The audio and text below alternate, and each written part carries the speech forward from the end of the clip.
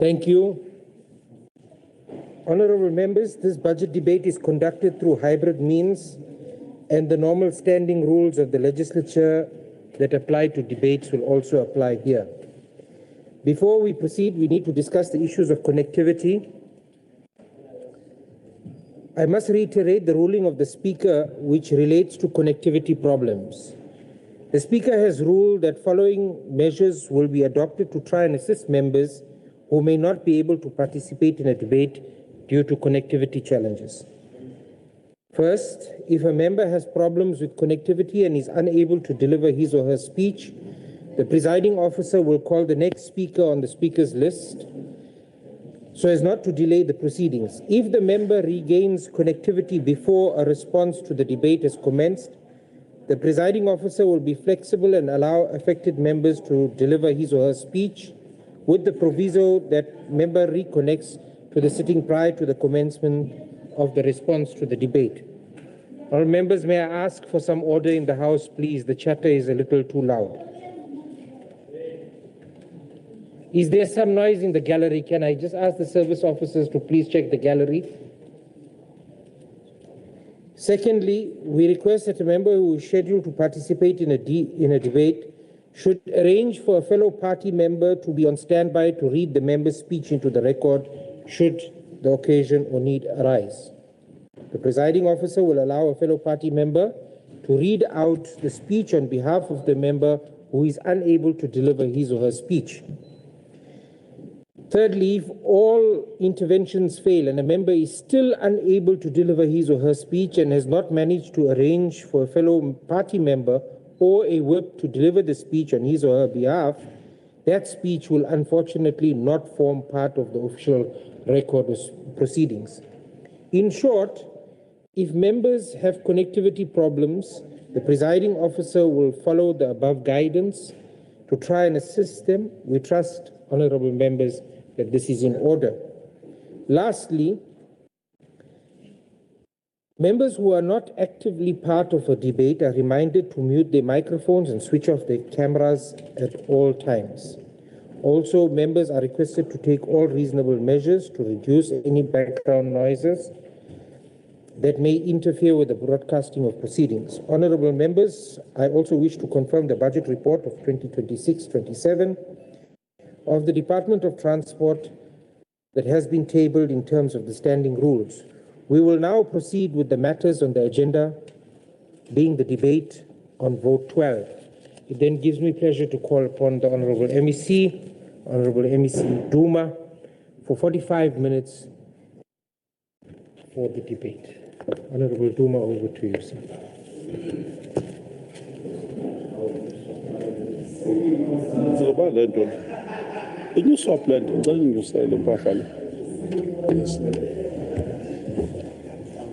Before we proceed, Honourable Chair, greetings to you. I don't know how you elevated this. I'm sure next time can podium. We are naturally known that we are vertically and horizontally designed in a manner that determines a certain posture of a podium. Honourable Nkomose, let me greet you, a good self, Honourable Chair, and thank you for according me this opportunity. MEC Hlomoga, MEC Mayor, thank you for gracing our shows. We are honoured. The Chief Whip, Perpetua, the Deputy Chief Whip, the Chair of the Portfolio Committee, members of the Portfolio Committee, we are glad and delighted, honourable members, that we are accorded this opportunity. In our midst, we've got an HOD of the department, Mr. Dlamini and his collective. Honourable Chairs, I rise to table this budget policy. I'm reminded of the fact that this Saturday, billions of people around the world will observe the International Day, that is the Nelson Mandela Day, which is key for us. In his victory speech in the year 1994, after the democratic government election, President Madiba echoed these words. Tomorrow, the entire ANC leadership and I will be back at our desk. We are rolling our sleeves to begin tackling the problems of the country. We ask you to join us. Go back to your jobs in the morning. Let's get South Africa working. This means creating jobs, building houses, providing education, and bringing peace and security to all. This is going to be the acid test of the government of this national unit that we are leading. We have emerged as the majority part on the basis of the program which is contained in the Reconstruction and Developmental Program. There we have outlined the steps that we are going to take in order to ensure a better life for all South Africans. We still align to those ideological component and that trust and understanding that our people first must be at the center of what we do. Honorable members, over the past 32 years, this province of KwaZulu-Natal, the department in particular, has been hard at work. We'd like to draw your attention to the following. Since 1994, more than 300 billion has been invested in developing major corridors of N2 and N3, including port upgrades. Our budget increased from 8 million in 1994, it just sounds like a myth, Honorable Chair, over 13 billion. This positions transport as a primary drive of socio-economic development in the province.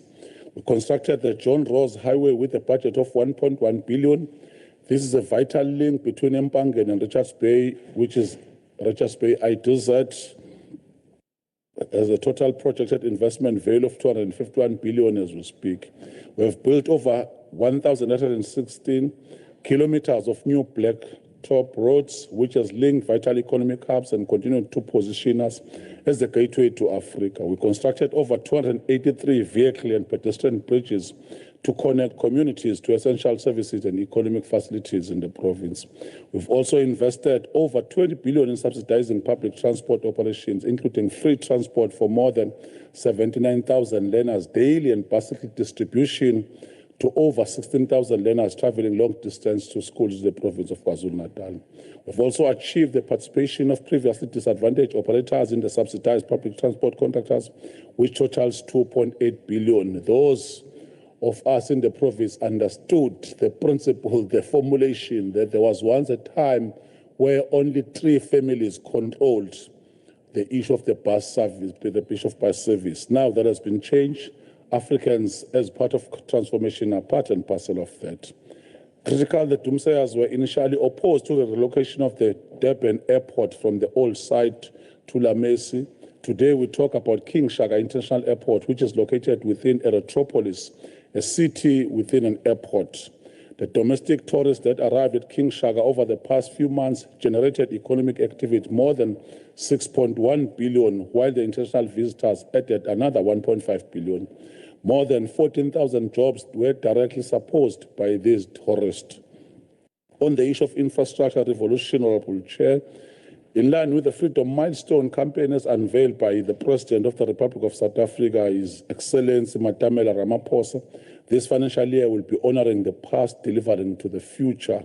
We pause to announce that all categories of staff across all regions and at head office will be focusing on the infrastructure revolution, nothing more, nothing less. Despite limited resources, we are consciously addressing realities that successful MEC have tried to confront this. And we are so indebted, starting from Mazala Nkosi up to the last MEC, that was MEC Hlomuga. We have communities with modern road infrastructure, which is well maintained and ensures access to socio-economic opportunities. I've greeted the Chair of Transport, and I'm glad even both the Chair of Human Settlement is present, but we're still going to just outline those issues. On the other hand, we have communities that continue to live in an underdeveloped rural areas. These are characterized by extreme poverty and lack of access to socio-economic opportunities. On rural areas have produced world-renowned leaders, heads of state, ministers, MECs, heads of department, CEOs, academic giants, professionals in various sectors of the economy, yet they remain underdeveloped. In actual fact, the modernized road infrastructure in urban areas continues to rob rural areas much-needed skill and talent that could help drive the rural economic drive. We are mindful of such factors.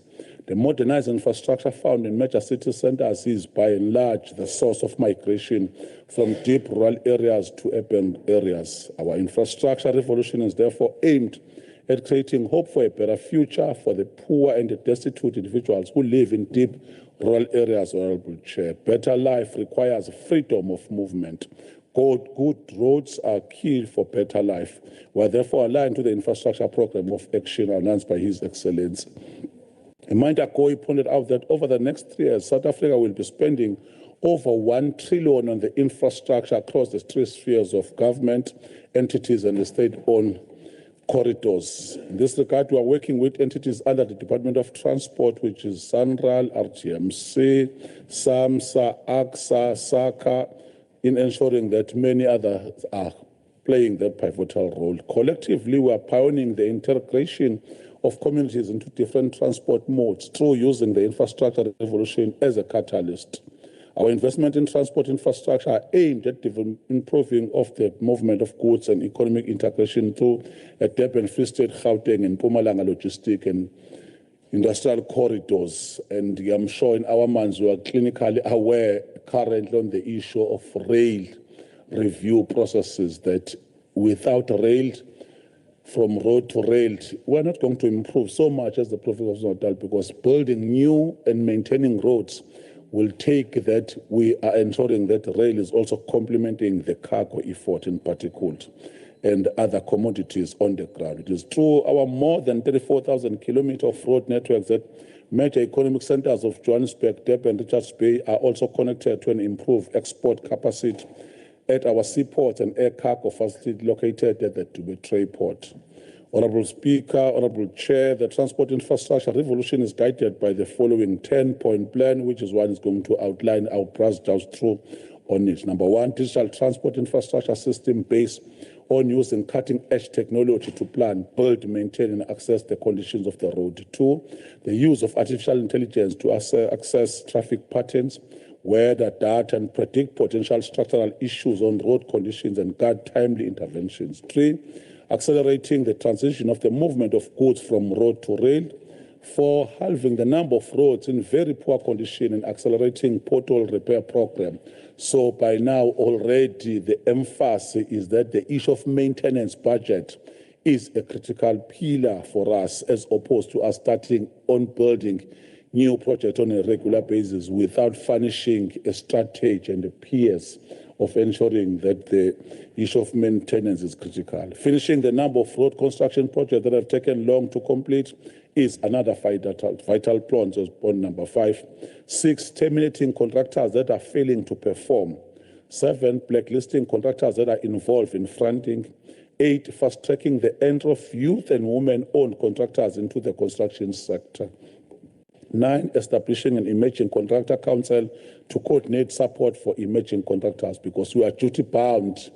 Even the Constitution is also thriving on that process, that as part of transformation, in particular Section 2114 of the Constitution. Strengthen the involvement of institutions of higher learning, private sector, and civil society at large in the development of an effective public transport system is the last component that we are talking about.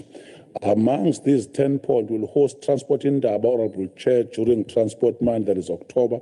The proposed date are already outlined at Inkosi Albert Luthuli International Convention. At this stage, we are now detailing how we're going to spend 13.9 billion through programs as highlighted below. On administration, which is Program 1, Honorable Speaker, Honorable Chair, through our renowned focus on clean governance, every cent will be spent towards ensuring an efficient public transport system which is safe and reliable for communities in urban and rural areas. Commit ourselves to continue to inspire hope for a better future through speed and efficiency in the delivery of infrastructure and management of public transport system. Importantly, during this financial year, we are emphasizing the role of each staff member in the prevention of fruitless expenditure and conservation resources. Admittedly, the reduction in PRMG over the MTF to almost 2 billion will significantly affect the delivery momentum, Honorable Chair. I must highlight on that point. Many communities are complaining as we speak, rightly so, about roads that are not being maintained and upgraded. The reality is that our budget is always one of a trade-offs and infinite opportunity cost. To finance one priority often means that other priority must be put aside. As a matter of fact, there is a set reality. Honorable Chair, in this regard, the head of department is inculcating a culture of good governance where management and the staff work together to ensure sound financial management. The statutory responsibility of accounting officers is to maintain effective system of internal controls. Flowing from above, we wish to inform the people of KwaZulu-Natal that we are seeing improvements since we took a decision to centralize SCM from regions to head office. Apart from ensuring accountability, we are moving towards a culture wherein SCM processes are transparent, fair, and equitable, as both PFMA compels us to do so and the Constitution. Chairs, Honorable Chair.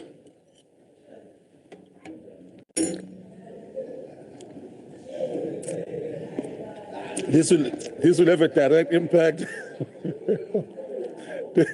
This will have a direct impact on the reduction of irregular expenditure and unauthorized expenditure. The centralization of SCM is also focusing on the following, Honorable Chair: better monitoring of the implementation of procurement plan in liaison with end users.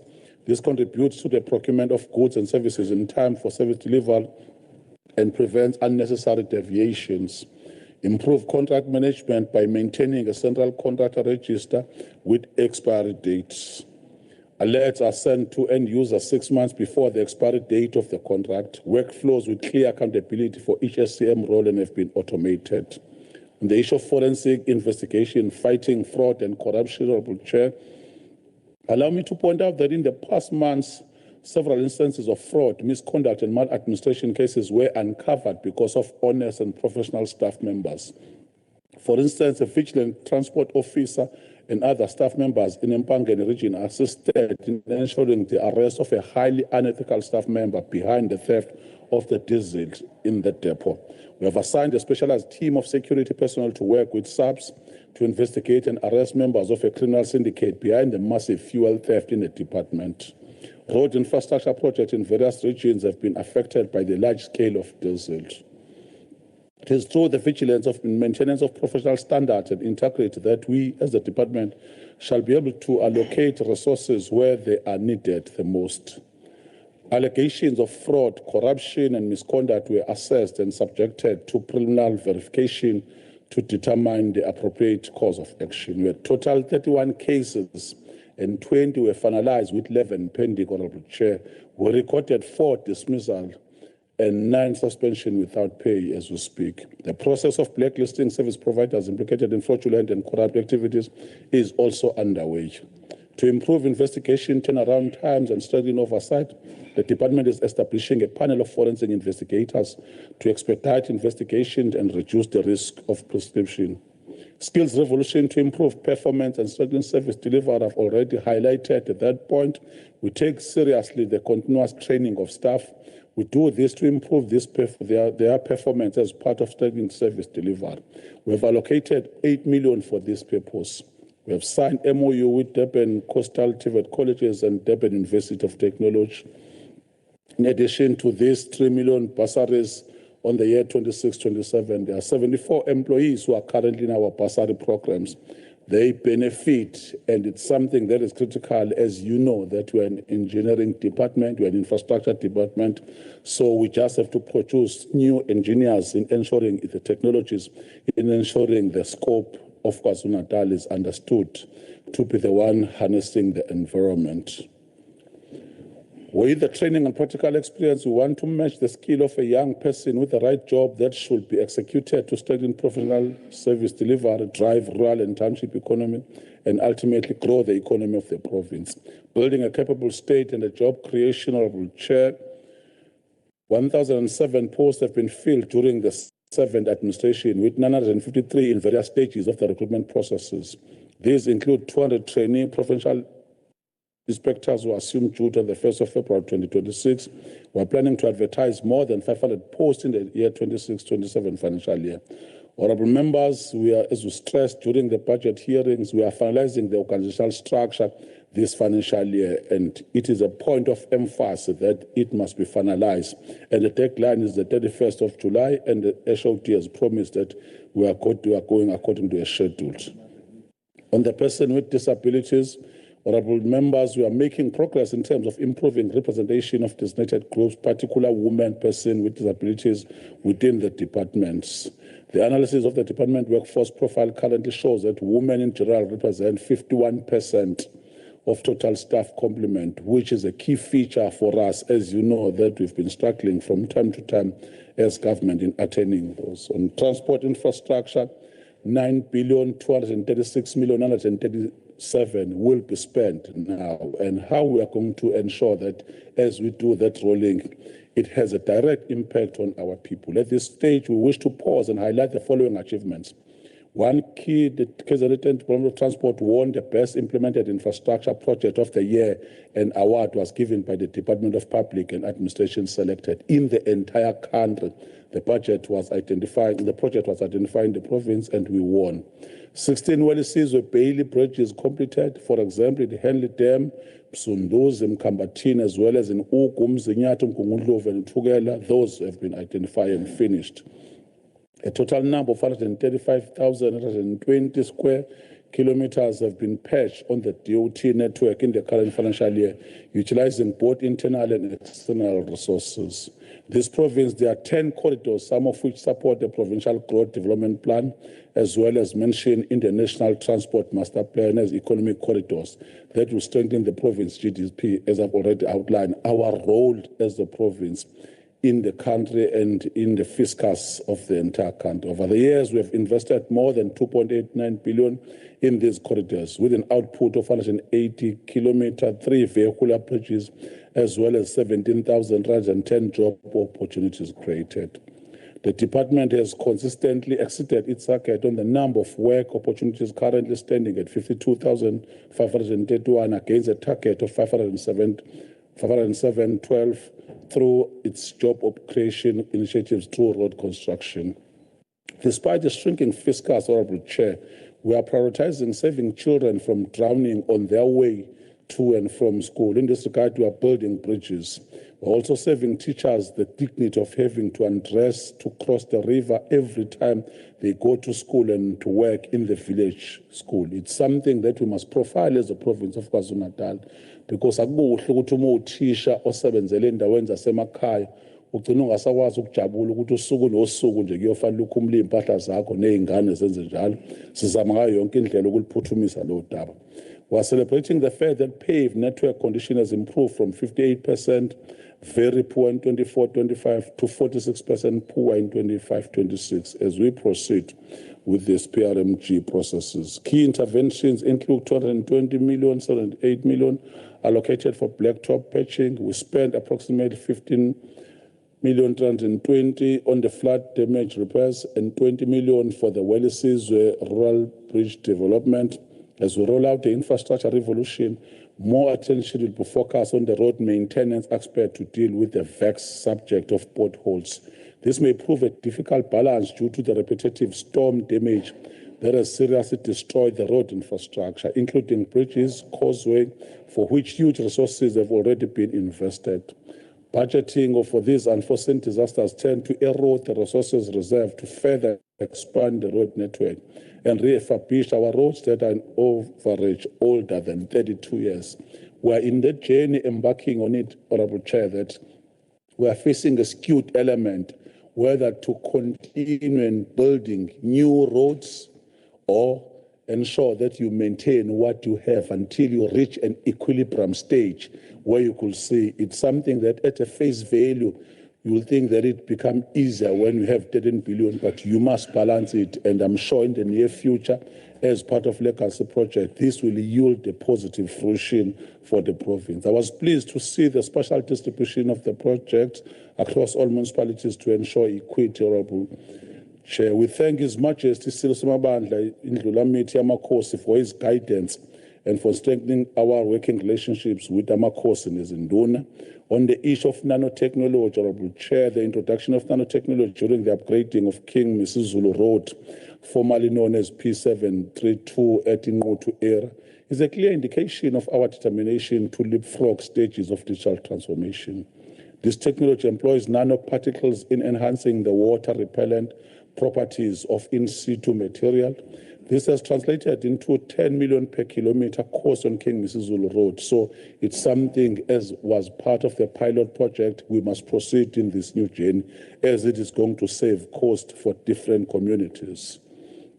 On the blacktop patching, honorable members, as we visit villages, townships, suburbs, We listen to compliments and complaints from the people of KwaZulu-Natal. Some complaints are mainly about crumbling roads and potholes. We take serious threats posed by dilapidated roads and potholes to the province's well-being. It's something that gives us sleepless nights, we must confirm. Our view is that good roads keep goods moving and costs down.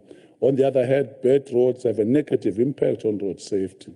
They also increase vehicle operating costs and erode public confidence in the government of the day. It is for this reason we have allocated 228 million in the current financial year towards the blacktop patching program, which you'll see in the province. This allocation will support approximately 248,132 square kilometers of blacktop patching across the 4 regions of KwaZulu-Natal. To date, 15,000 square meters has already been achieved. The labor-intensive approach has become the mainstay of the road construction program, employing thousands of contractors and local people in our communities. On the progress of flood damage projects, Honorable Chair, here in the province of KwaZulu-Natal, we are getting accustomed to the sustained crisis in modern history. The socio-economic crisis caused by devastating floods across all corners of the province is well documented. The economy of KwaZulu-Natal is driven largely through the transport and logistics sectors based on 2 major ports housed in the province. I've already highlighted that is Richards Bay and the Port of Durban. Both ports are economically strategic not only to the province, but also to the national economy of South Africa, since they are linked to the economic heartland of South Africa, Gauteng, via road and rail networks. Even Africa at large benefits out of this, and we're just using this as a competitive edge that must assist in ensuring that the goods and services are done and are transported correctly.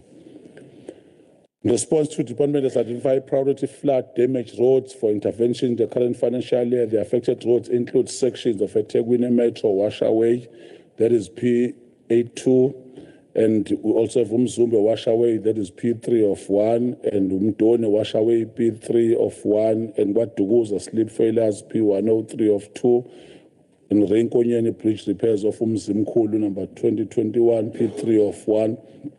All those projects are ensuring that we change the outlook and the design, as you know, that it will mean so much for those communities.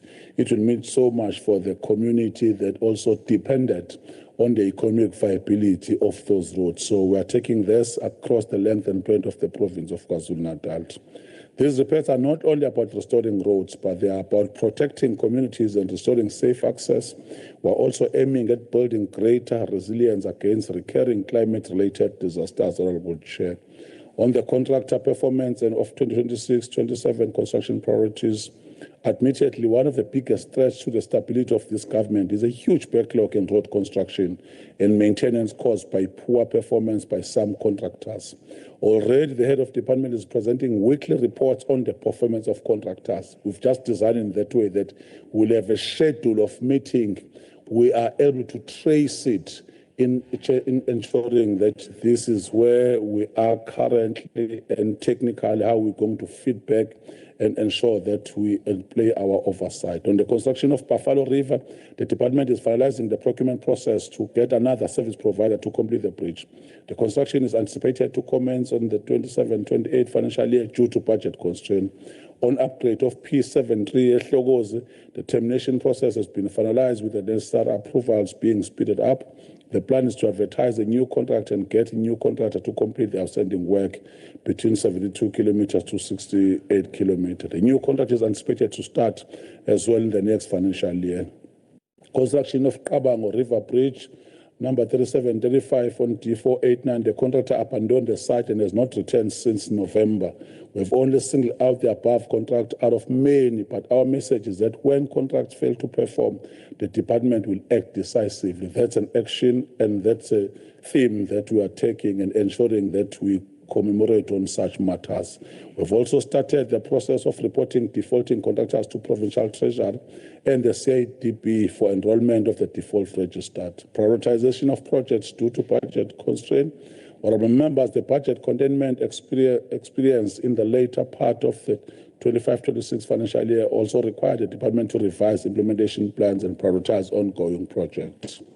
This has been done to protect projects already on site and to ensure that communities are not left without incomplete projects, which inconvenience them in most cases. This is particularly important where projects are delayed due to budget constraint, payment challenges, contractor performance, or other implementation risks. The following projects have been affected by budget constraint but remain under implementation for the record. Upgrade of P77 from kilometer 15 to kilometer 25 is undergoing under Oko District. Upgrade of P714 from kilometer 8 to kilometer 18 under Ilembe District. Upgrade of P712 that is also at Ilembe District. Upgrade of P361 under Uthukela District. Upgrade of P14 under Ilembe District. Upgrade of D1842 under Mkhanyakude District. Upgrade of 1867 Mozana Bridge 358 under Zululand District. Upgrade of P258 under Zululand District. P52 of 3 under Zululand District. Upgrade of 871 under Uthukela District. Upgrade of 1219 under Uthukela District. Upgrade of P113 under Harry Kwala. Upgrade of P419 from Gravel to Blacktop intersection at kilometer 24 under Harry Kwala District. So those are the point of emphasis for us, that we are monitoring the growth pattern and the trajectory of ensuring that we fast track this project even where they were facing problems. Expanding public works program, Honorable Chair, there are 55,194 work opportunities that have been planned for the year 26-27 financial year. This equates to 20,302 full-time hours of work. From EPWP incentive grant, there's an allocation of 58.5 million budget with 9 identified projects to be implemented during this financial year. We are always clear and concise on understanding the determining factor of the EPWP. It's part and parcel of ensuring that at least vulnerable communities are able to make the means to an end, or they are able to put something on the table. It is not a cornerstone and a pinnacle of what we define as a full-time work. So it is understood that as part and parcel of transition from process, and it is something that we are still going to utilize. So it must be understood within that context. More than 6,000 women have been employed through Zibambele Poverty Alleviation Program, as well as Vugaibambe Rural Road Maintenance Initiatives. They are responsible for maintenance of road networks, including gravel roads across all districts. Sikhulumile-ke kodwa nenhloko yomnyango ukuthi kukhona ukuhlupha ukuthi noma benikezwa amathuba labantu balama project kuyenzeka nje ufike ngo9 o'clock ufike behleli ngaphansi kwesihlahla. Uma kwenzeka uphinde ubuye nango11 o'clock ufinde babuye ngaphansi kwesihlahla. Noma futhi uphinda ngo3. So sithe kunethimba elibagadile-ke manje nama-surveillances la afakiwe emgaqweni, so that bezonikeza isithuzi kungabe ngaje bahlele besetiyeni bona noma basebreakini. It's something esizama by all means ngoba umsebenzi oserious wawudesigne historical ukulekelela kakhulu abafelokazi noba sasazi ukuthi masisuka kwi-apartheid legacy kunabomama ababekade beluzwa abakhonyana kakhulu nxa yenhlupheko nanezimpi ebezikhona esifundazweni. So awufuni-ke kuvele ubakhiphe kwisizimo wasiyazi ukuthi kuyalekelela kangakanani. Honorable Chair, 26-27 financial year, the department will continue with the construction of and upgrading of the following priority projects. To name the few of them: upgrade of the 883 at a value of 140 million, upgrade of P725 at a value cost, estimated cost of 58 million, upgrade of P77 at an estimated cost of 342 million, upgrade of D365 at an estimated value of 135 million, upgrade of P712 at an estimated value of 124 million, upgrade of P714 at a cost of 292 million, upgrade of P233 estimated cost of 255 million, upgrade of P1603 at an estimated cost of 79 million, upgrade of D1331 estimated cost of 255 million, upgrade of P113 estimated cost of 172 million, upgrade of P601 of 2 estimated cost of 118 million, upgrade of P700 link of P253 at an estimated cost of value of 179 million, upgrade of P52 of 3 estimated cost of 329 million, upgrade of P303 estimated cost of 121 million, upgrade of D1097, estimated cost of 130 million, upgrade of P402 phase 2, estimated cost of 189 million. These are critical projects that we are talking about and are key features that are still going to, because we declare this province of KwaZulu-Natal as a construction site. In a truest form, you must just come across with such. We are mindful of the fact, as we've cited Nelson Madiba, who was the first president. He said when he was at the top of the hill, he realized that there were more hills to be climbed. So we are not saying that we have reached an end of the phase, but we must proceed. Honorable Speaker, the department will also continue to prioritize bridge infrastructure, especially where bridges improve safety, support public transport, restore access during floods, and connect rural communities to economic and social opportunities. The bridges planned for construction in this year, 26-27 financial year, amongst others, is construction of Umdloti River Bridge, 36 of 1 P713, estimated cost of 79 million. Mhlatuze Nkungumate River Bridge, D2238, at an estimated cost of 35 million. Construction of Matamo River Bridge, D69, estimated cost of 70 million. Upgrade of P303, Bazangoma River Bridge, an estimated cost of 121 million. Upgrade of 714, Kwamanzamnyama River Bridge, at an estimated cost of 292. Construction of Dickenberg River Bridge, estimated cost of 22 million. On the transport operations, 2,136,007,000 is what is allocated in this financial year, Honorable Chair. Service designed for subsidized bus services. Earlier on, we spoke about the fact that socio-economic opportunities and activities are taking place in urban areas. It is for this reason we remain committed to the provision of subsidized bus service, especially for needy communities. We must, however, point out that we'll be embarking on a comprehensive public transport service design exercise for subsidized bus service across the province. This initiative is aligned with the National Land Transport Act, Integrated Public Transport Networks, and Municipal Integrated Transport Plans, Honorable Chair. The exercise seeks to ensure that subsidized public transport services are planned and delivered based on current travel demand patterns in each district, each municipality, and each village, township, or other areas. We'll be looking at the population growth, socio-economic realities, and the mobility needs and community based on specific routes. On the issue of a thorny subject, learner transport programs, Honorable Chair, as the Department of Transport, will remain focused on playing an active role towards ensuring that all young people grow up safe, healthy, and that they acquire the necessary skills to become responsible citizens. According to last year's survey, we intervened and rechanneled our budget earmarked for the road construction projects to fund scholar transport. There is a strong link between getting to class safely on a time with excellent final examination result, which is why in the province of KwaZulu-Natal, Department of Education made us proud by becoming #1. It is as a result of this as a tool to achieve such initiatives. The reliable scholar transport has resulted in improvement of matric results and fewer dropouts. Currently, we provide learner transport to 433 schools in the province of KwaZulu-Natal. The total number of learners transported in 77,369.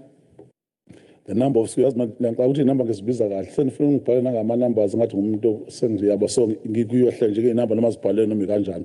Anginayo le nkinga yama-numbers. All the light and Honorable Chair. The total number of learners on the waiting list is 157,533, and the budget required to accommodate these learners is 1.6 billion. The budget allocation for the current financial year 26-27 is around 364,041,000 rands. The projected expenditure is 551,041,000 rands, which is going to assist us on this, ensuring that we have that process. We've already met on different occasions with MEC Hlomuga, MEC Rogers, in ensuring that there is no problem. But in particular, both MEC Transport and Education are key, ensuring that we prioritize, that we're not going to compromise when it comes to this. Even it means that taking other money to other money, it's something that we are clinical. And we are emphatic, Honorable Hlomuga, that this year, there won't be any stoppages. There won't be any problems. You are just going to be fine when it comes to this process. On vehicle registration, Honorable Chair, under Program 3, we do vehicle registration. As of 31st of May 2026, the vehicle population in the province of KwaZulu-Natal had increased to approximately 1.9 million motor vehicles. In addition, approximately 2.8 million members of the public are served annually on a one-to-one basis at registering authority agencies across the province. To address the critical shortage of license numbers in the province, the department successfully implemented a new KZN license numbering system, the digits that we are currently utilizing from the year 2023. Vehicle owners were granted a 2-year transition period, which the migration process, I'm sure we all agree right now that it has contributed correctly. We collected up to 2.5 billion as the province of KwaZulu-Natal, as this province, which contributes to another amenities and other facilities and other departments. On the issue of revenue collection, I'm referring to that 25-26, the department collected 2.5 billion, and the 26-27, we aim to collect more than 2.6 billion. On regulation of number plates, embossers, we'll be embarking on a campaign against the black market for illegal and cloned number plates, as we could already feel on the ground. They are starting that, and we are clinical on the approach, how we are going to do that. On the issue of traffic enforcement, at this stage, I wish to turn my attention to traffic enforcement. If we say the majority of the people of this province and the whole country are aware that Alufawa and KwaZulu-Natal, this is not a statement of arrogance, but it's just a fact. Ngizwile nje umhlonishwa mengelo abathi nenzana ezweni okubufakazi okhombisa ukuthi wonke umuntu uyaqala KwaZulu-Natal akudlalwa. Kuyasetshenzwa futhi umsebenzi wesizwe uyaqhubeka. When we launched the hashtag nenzana ezweni operation last year, we stated when we were guided by our road safe strategy, which is based on 4 E's. 1, enforcement, ensuring high visibility of law enforcement. 2, education, creating awareness through educative campaigns. 3, engineering, improving road design to ensure motorist safety. And 5, evaluation, assessing what works and how many lives it has saved. I'm sure we also know we pause to salute our dedicated team of RTI for their dedication. The 18% reduction in fatalities and 8% reduction in crashes achieved during the festive season is clear evidence of the success of these road safety programs. Regional results reflected varying levels of success. While Mpanga and Durban achieved substantial reduction in both crashes and fatalities, Pietermaritzburg recorded increases in these indicators too. Municipal roads remain a major area of concern, Honorable Chair, accounting for the majority of crashes and fatalities.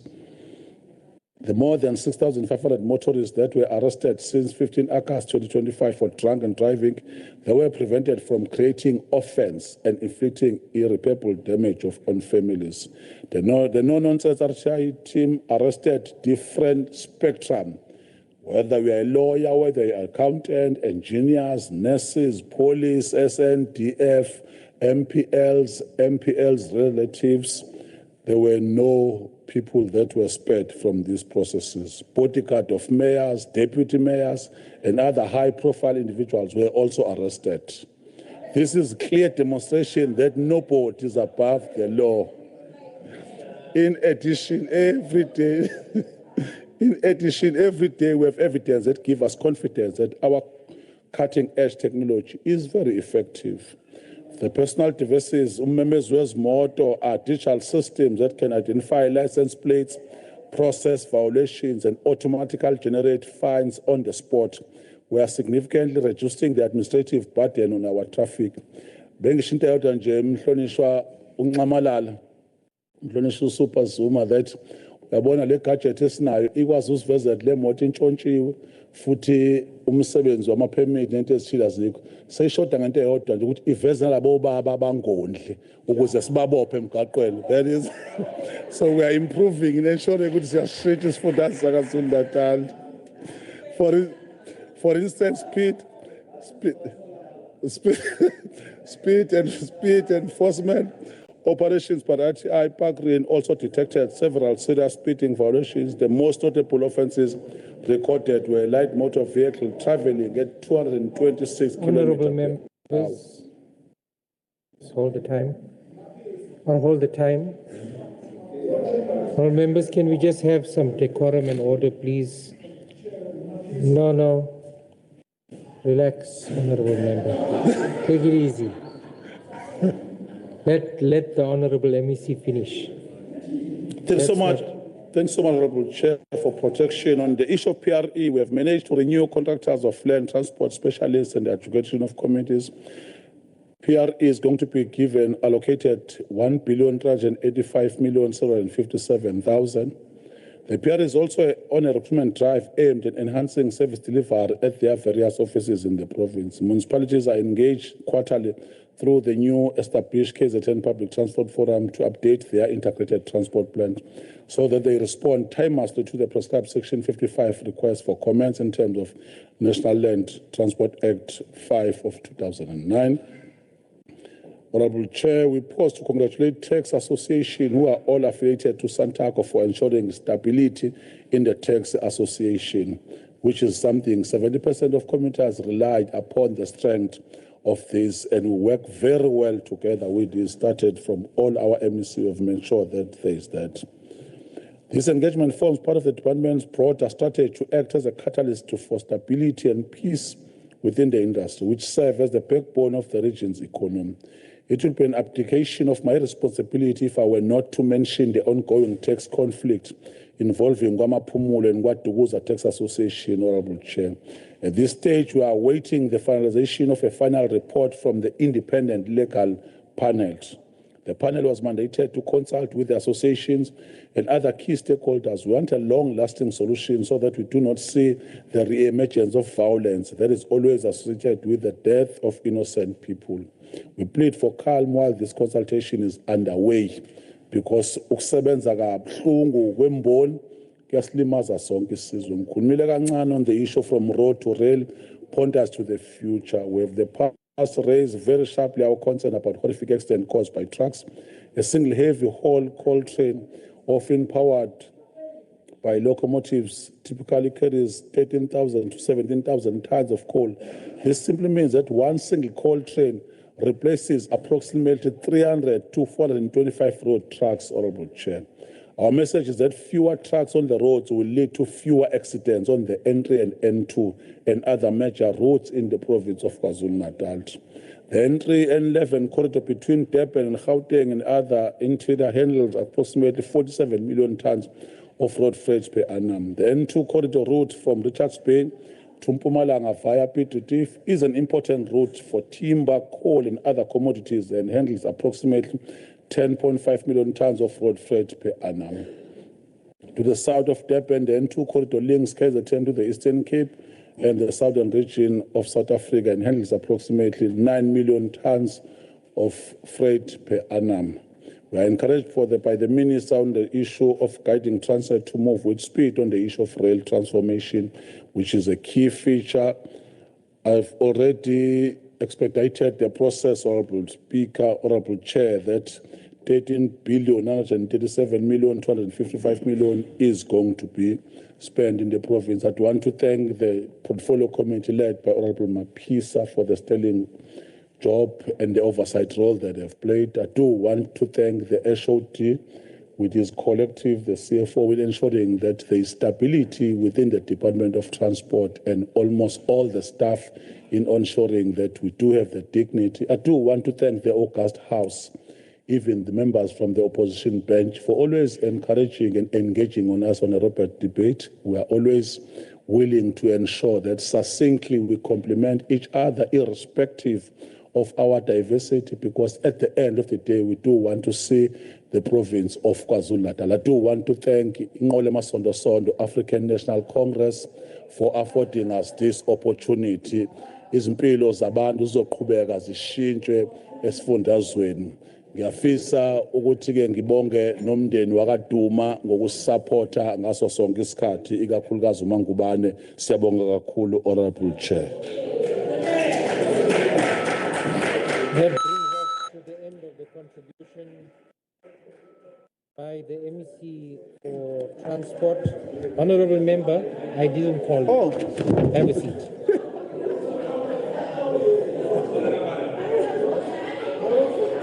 Order, honorable members. Honorable members. Honorable members. I remind you of Rule 56. Let's bring order back to the House. No, no, Honorable Mbata, I'm going to call you to order formally if you do that again. Don't do that. Let's bring order back to the House, honorable members. I then call upon the chairperson of the Portfolio Committee on Transport, the Honorable MC Mapisa, for 10 minutes. Thank you, Honorable Chairperson, the Honorable Chief Whip, Honorable MECs, Honorable MEC Shomuga, Honorable MEC Duma, members of the Portfolio Committee, Honorable members, officials, both from the Department and the Legislature. Honorable Chair, I'm rising to present the report of the Portfolio Committee for the budget of 2026-2027 financial year. Honorable Chair, the Department presented to the Portfolio Committee the budget of 13.9 billion for the current financial year. It consists of different conditional grants. Honorable Chair, the Portfolio Committee noted the following. 66% of the total budget is allocated to Program 2 for transport infrastructure, which is commendable as the bulk of the funds continues to be allocated to the core mandate of the department. The Portfolio Committee further noted that the infrastructure budget is almost evenly divided between construction and maintenance, with 4.2 billion allocated to construction and 4 billion to maintenance. The department will also focus on expediting payments to contractors to accelerate the completion of existing projects. The equitable share grows at an average rate of 4% over the 2026-27 MTEF, which is mostly inflationary growth. Hence, the department experiences budget pressures arising from the stagnant real growth, exacerbated by disaster-related expenditure and budgetary constraints linked to the unfunded scholar transport function. The department is centralizing procurement processes to the provincial office, aiming to reduce irregularities, improve compliance, cost containment, and exercising stringent budget discipline.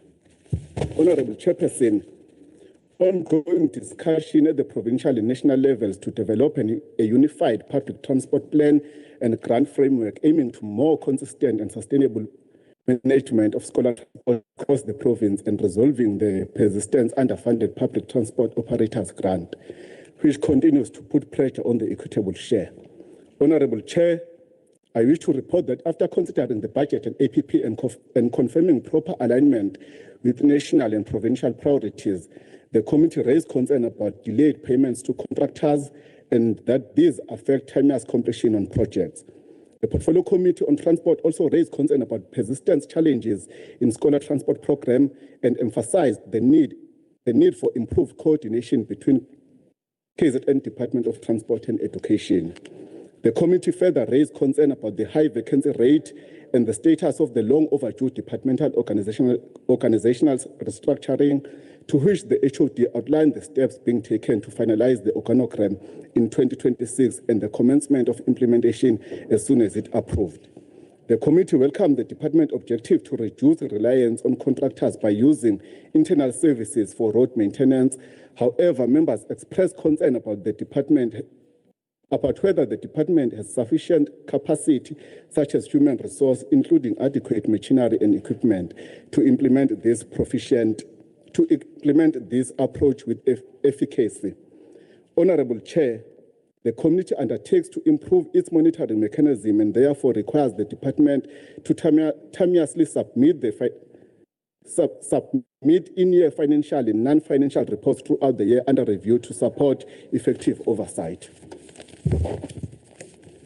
Honorable Chairperson, the members of the Portfolio Committee voted the budget that will complete projects that are facing challenges, increase RTI visibility in our roads, continue recruiting RTI trainees, continue giving youth bursaries, continue transporting learners in our communities, that will continue subsidizing the bus subsidy that transport our communities, that will continue building bridges in rural areas, that will continue giving youth employment opportunities and business opportunities. Honorable Chair, the Portfolio Committee voted as follows. 6 committee members voting in favor of the 2026-2027 budget and APP. The IFP voted in support. ANC voted in support. DA voted in support. Umkhonto weSizwe did not support the budget. Economic Freedom Fighters, represented by 1 member, abstained. Honorable Chairperson, one wish to appreciate all the honorable members in the Portfolio Committee. We know that we'll get the constructive voice of Dr. Mbanjwa. We know that we'll get a seasoned voice of the leader of Honorable Supazoma. We are relying on the energetic and objective views of Honorable Sangweni. We are relying on the guidance of the Honorable Chief Whip. We appreciate the support given by the support staff. We also appreciate the availability of the HOD and his team whenever we need information or we raise concerns. Honorable Chairperson, thank you for an opportunity. We call upon, thank you very much. We then call upon the Honorable SP Seme for 7 minutes from the MK. Thank you so much, Honorable Chair. Greetings, honorable members. I get you repeat. Mapis, Ute Department Official much. Honorable Seme, just hold the clock. Hold the clock. Stop the clock, please. Honorable Seme. Honorable Seme. Honorable Seme. I've stopped the clock and I'm speaking to you. Okay, Honorable Chair. Let us respect the podium, number 1. And members are referred to as honorable. So when we refer to members, please refer. Honorable Mapisa, there is no need for you to reply from there. No, Honorable. It's not your job. Allow me to preside. Let us have some order. You may continue. Thank you so much, Honorable Chair. Honorable Chair, this report amounts to a little more than a polite documentation of chronic failures. It fails to confront the reality that year after year, the people of KwaZulu-Natal, particularly learners, commuters, rural communities, continue to suffer under the Department of Transport. There is long on plans, but desperately short on delivery. Honorable Chair, the department receives a massive 13.9 billion allocation for 26-27, 9.2 billion from the equitable share and 4.7 billion in conditional grants. That is 66% of this budget is directed to Program 2, which is transport infrastructure. On paper, this is commendable, but in practice, it marks deep inefficiencies, wasteful expenditure, and persistent failure to complete projects on time. The committee itself admits to serious concerns about delayed payment to contractors, which undermines project completion. This is not a minor administrative hiccup, Honorable Duma. It is a symptom of poor financial management, centralized procurement bottleneck, and possible cadre deployment that has crippled service delivery. How many roads remain unfinished? How many rural communities remain isolated because of this? The people of Amajuba, Zululand, Honorable Zam, Umkungundlov, they deserve answers, not another report. The high vacancy rates and long overdue organizational restructuring further expose the department's incapacity. The HOD promises to finalize the organogram in 2026 and implement it as soon as approved. It's called comfort to communities waiting for basic road maintenance. The department states intentions to reduce reliance on constructors and use internal capacities, which is yellow fleet, is welcome in principle. But the committee itself rightly questions whether the department has the machinery, equipment, or skilled personnel to make this work. We have seen this movie before. Grand announcement followed by continued outsourcing and irregular expenditure. Honorable Chair, the 4% average growth in equitable share is largely inflationary. With disaster recovery cost and stagnant real growth, the department is under severe pressure Yet instead of innovative revenue generation and cost containment, we see centralization that risks concentrating corruption at the provincial office. The people of KZN have had enough of procurement irregularities and fruitless expenditure, Honorable Duma. Honorable Chair, the role as the MK party is not merely to criticize, it is to provide leadership. Where government performs well, we'll support it. Where government fails, we'll hold it accountable. Where public funds are wasted, we'll expose it. Where corruption exists, we will demand consequence management, because accountability is not obstruction. Accountability is democracy in action. As the MK party, we are determined to demonstrate that another model of government is possible, one rooted in discipline, competence, transparency, and service to the people. Asifuna ukuphatha abantu ngamazi kuphela, sifuna ukuphatha ngemsebenzi, ngobuqotho, nangempumelelo. Honorable Chair, leadership is not tested when resources are plentiful. Leadership is tested when choices become difficult. History will not remember how many budget votes did we pass. History will remember whether we used the resources entrusted to us to restore the hope to our people.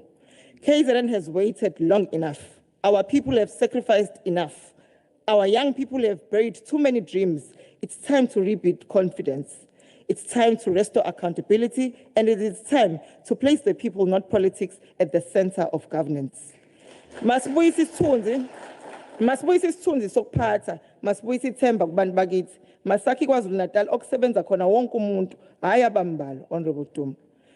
I've said this before and I'm saying it again. The MK party will continue to fight for a province where public money serves the public interest, where governance is measured by results, and where every citizen can once again believe that tomorrow will be better than today.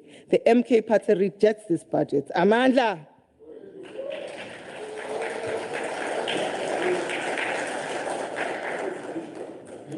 Honourable members, we thank the Honourable Seme for the contribution and call upon the Honourable MB Gwala, Chief Whip of the KZN Legislature, to represent the IFP for 9 minutes. Thank you very much, Honourable Chair, Chairperson of the Committee, Honourable Mapesa, MEC for Transport, Honourable Duma, who is leader of government business, the MEC present, colleagues in the legislature, the head of department and staff. Roads do not merely connect places, they connect people to opportunity, dignity, and economic freedom. They are the backbone of inclusive growth and the foundation upon which economic participation depends. Honourable Chair, before I proceed with my remarks, I wish to place on record that KwaZulu-Natal today is a construction site. Everywhere one travels across our province, one sees activity. There is dust rising from construction, roads being repaired, bridges being improved, and infrastructure projects taking shape. It is therefore incorrect and unfair to suggest that nothing is being done by KwaZulu-Natal Department of Transport. Yes, we acknowledge that there are challenges. Yes, we recognize the financial constraint facing the government. However, it is equally important that we acknowledge progress where it exists and commend the work being done to improve the lives of our people. The Department of Transport must therefore be recognized for the work taking place across the province. Infrastructure delivery under difficult economic conditions requires commitment, planning, and leadership, and this effort must be acknowledged. The provision of safe, reliable, and well-maintained transport infrastructure remains the central to economic development, social mobility, and effective service delivery. Without roads and transport systems, communities remain isolated from education, healthcare, and economic opportunities. With proper infrastructure, transformation becomes possible. The Inkatha Freedom Party supports the Department of Transport's budget allocation of 13.9 billion rand for the 2026-27 financial year. We do so recognizing the importance of sustaining infrastructure delivery in a province with vast rural geography and significant developmental roads, needs rather. However, we must acknowledge that this allocation remains insufficient relative to the magnitude of the infrastructure backlog. Over the medium-term expenditure framework period, the department's equitable share grows modestly, largely aligned with inflation. While this reflects fiscal discipline, it also limits the pace at which infrastructure expansion can be accelerated. We note reductions in key conditional grants, particularly the Provincial Road Maintenance Grant and the Public Transport Operations Grant. These pressures require careful management to ensure continuity of service delivery. Nevertheless, Honorable Chair, we welcome the Provincial Road Maintenance Grant allocation of 3.9 billion rand in 2026-27 and 2.53 billion in 2027-28, as well as 2.61 billion rand in 2028-29, which remain essential for protecting and maintaining the provincial road network. It is also noteworthy that 114 contracts valued at 16.2 billion rand were awarded during the 2025-26 financial year. This must be commended. In addition, the department continues to deliver projects across various districts. In Umgungundlovu district, the department is implementing 81 projects with a combined budget of 3.140 billion rand during the MTEF period. Projects at stage 5 works are valued at approximately 4.142 billion rand in the 2026-27 financial year, while the department has a total of 1,082 projects spread across various districts. These figures demonstrate that work is taking place across KwaZulu-Natal. Before proceeding further, the Inkatha Freedom Party acknowledges the leadership of the Honorable MEC for Transport, Mr. Siboni Soduma. We commend the MEC for his openness, transparency, and willingness to confront the challenges facing the department. Even in the face of fiscal constraints and operational pressures, he has demonstrated accountability and honesty in his engagement. We also commend the broader government of provincial unity in KwaZulu-Natal for continuing to deliver services under difficult fiscal conditions, including budget cuts and rising service demands. Despite these constraints, the commitment to maintaining service delivery remains evident, and this deserves recognition. Good governance is not tested in times of abundance, but in times of constraint. The GPU must therefore be commended for continuing to prioritize service delivery even under pressure. The department continues to carry significant financial obligations, including outstanding commitments estimated at approximately 2.5 billion rand. While this has constrained the ability to initiate new projects, it is essential that government continues to honor legitimate obligations to service providers.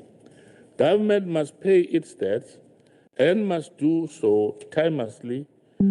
Timely payment within The 30 days framework is not optional. It is a legal and financial requirement that ensures stability in the construction sector and protects the jobs. When government delays payments, contractors face cash flow crisis, small businesses collapse, and infrastructure projects are disrupted. In many cases, delayed payment lead to avoidable litigation against the state. This litigation drains resources that should be used for infrastructure development. Every rand spent in court is a rand taken away from the roads, bridges, and transport services. It is therefore critical that the department continues strengthening its payment system, invoice verification process, and internal control to ensure that legitimate claims are processed efficiently. However, accountability is not one-sided. Contractors and service providers must also ensure compliance with administrative requirements. Delays are often caused by incomplete documentation, missing compliance certificates, or late submissions. I think, Chair, I will stop there because I'll still continue in the next few minutes. Thank you for your contribution, Honorable Chief Whip. We then call upon the Honorable Siflo Muga of the ANC. 4 minutes. MEC, over to you. Thank you, Chair. Greetings to yourself, Honorable members, MEC Mtombeni, MEC Martin, Choti, and CFO, and all honorable members. Chair, the African National Congress rises in support of KwaZulu-Natal of Transport budget vote. Members, can you just imagine live without any mode of transportation just for the second, where like no cars, no connecting roads, no railways, and nothing at all? By now, I'm certain that we're on the same page and we are realizing that transport is not mere about roads and bridges. Transport is about connecting people to opportunity, enable economic growth, ensuring learners reach school safely, supporting access to healthcare, allowing business to move goods efficiently. And this budget recognizes the strategic importance of transport by providing additional resources to repair and rehab roads damaged by severe storm. Such investment will improve connectivity, enhance road safety, and grow our economy access the province. The reliable transport network is fundamental in attracting investment. Therefore, the determined works contribute directly to inclusive economic growth and improve service delivery. Honorable Chairperson, allow me to commend the ANC deployee, Mtombeni, who is leading this department and ensuring that the continuing repairs and maintenance of a provincial road are affected by the storm, and job creation through labor-intensive road maintenance program and investment in rural access road as ekade washo la ngaphambili, strengthening road safety campaign aimed at reducing challenges in our roads, continue to improvement of learner transport to ensure safe access to education. It is in that spirit that I wish to convey my thanks gratitude to the Department of Transport, led by Mtombeni, for continued cooperation in managing these critical programs. Despite difficult fiscal conditions, officials from both departments have constantly worked together to ensure that no child is left behind, no matter the distance, through the scholar transport program. The Department of Education therefore remains committed to strengthening our partnership with the Department of Transport. Together, we will continue to improve in planning, enhancement, and operational efficiency, and ensure that available resources benefit as many qualifying learners as possible. We want to applaud you, Mtombeni, with your proactive and visible leadership role in promoting road safety across our province.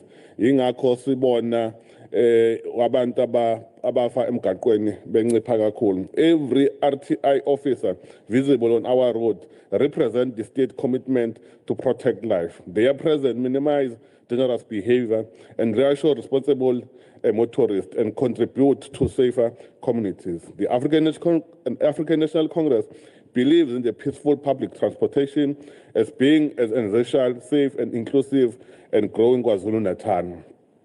Every commuter has a right to travel to work, to school, to healthcare facilities, and place the business without fear of intimidation or violence. We commend the Department of Transport for establishing tolerance and minimizing the attacks against the e-hailing service providers. Likewise, tolerance between the bus industry versus taxi in the industries. Chairperson, the peaceful public transport system is a foundation of productive society. When commuters travel without fear and then arrive in school safety. Thank you very much. We support the budget. Thank you. We now call upon the Honorable T.R. Zuma for 8 minutes to represent the MK. Over to you, sir. Thank you, Chairperson. Honorable MEC, Honorable Whip, Honorable Members. Izinto ziyashintsha inkathi ngizwile la inqomi ANC for the first time in my entire life. As Umkhonto weSizwe Party, we rise on behalf of the people of the province to reject this budget. Not because we oppose the development, but because this budget fails to adequately respond to the life realities, challenges, and aspiration of the people who depend daily on the public transport, safe road, and reliable transport infrastructure. While Portfolio Committee report notes the department has been allocated 13.9 billion for the 2026-2027 financial year, with 66% of the budget directed towards transport infrastructure. The reality on the ground tells a completely different story.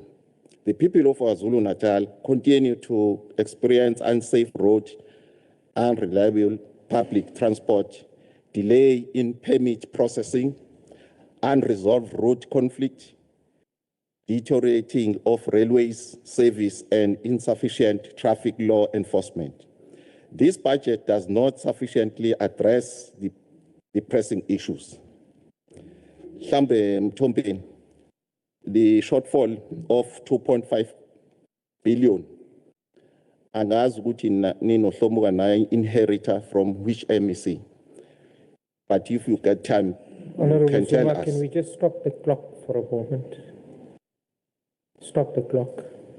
Honorable Zuma, when you address honorable members, you shall address them as honorable. Oh. And also you will address members through the presiding officer. Sorry, You Chair. may, no, it's fine. I apologize. No, it's okay. You can continue. But okay. Honorable Chairperson, public transport remain as the backbone of the economy.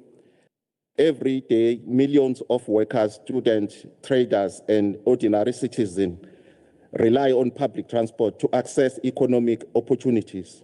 Yet this budget fails to recognize the critical role played by the taxi industry, which transports the overwhelming majority of the public transport users in our province.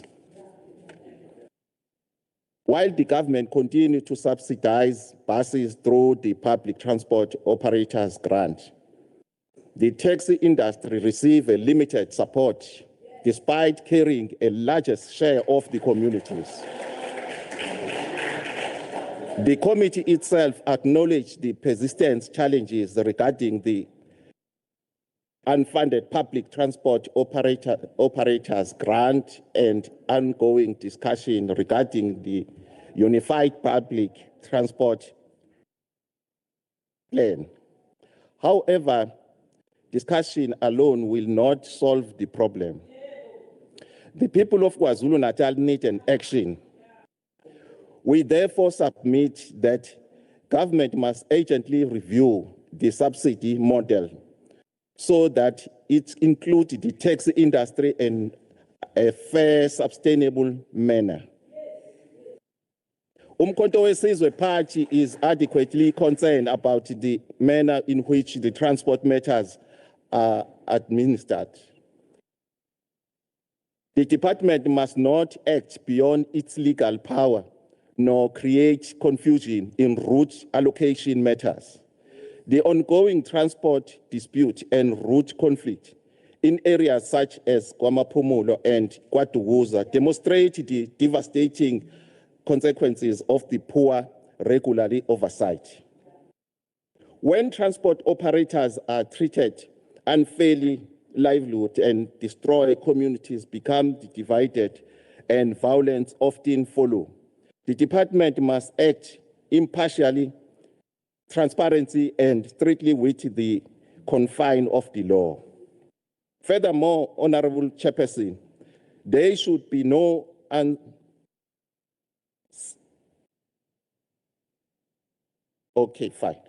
delay in the issue of the operating permit where all requirements have been met. Delayed permit cripple transport operators, frustrate commuters, and undermine the economic activity. The department cannot speak about economic growth while legitimate operators wait endlessly for permit and should have been processed efficiently. The people of KwaZulu-Natal are also demanding the revival of the Public Transport Law Enforcement Unit. The unit commonly known and suspected as the Shanyela. There was no time when Shanyela unit to provide visible enforcement, improve compliance, and help combat lawlessness in the public transport sector. Today, many transport operators and commuters feel abandoned. The absence of the specialized public transport law enforcement has created opportunities for illegal operators and increase tension within the industry. This budget should have made specific provision, the full revival and strengthening of the Shanyela unit across the province.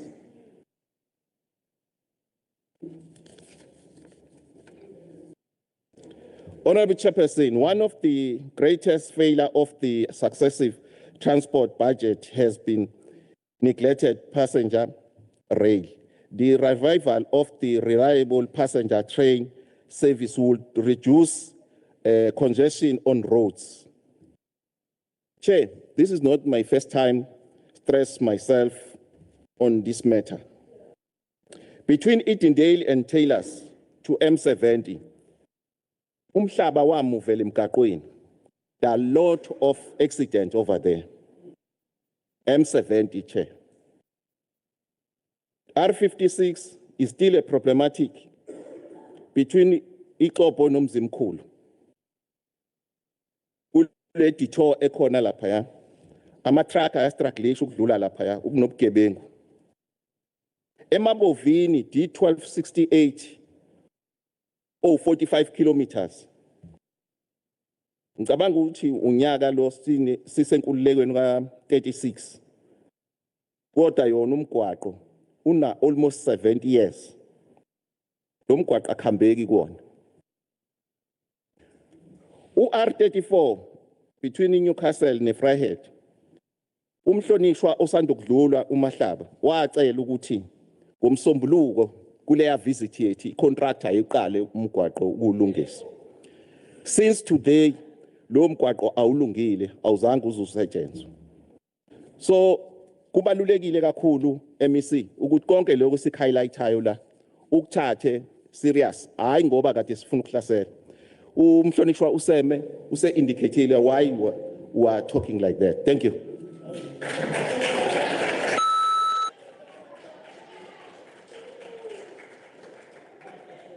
Thank you, Honorable Member, for your contribution. We now call upon the Honorable R. Gokul for 12 minutes representing the Democratic Alliance.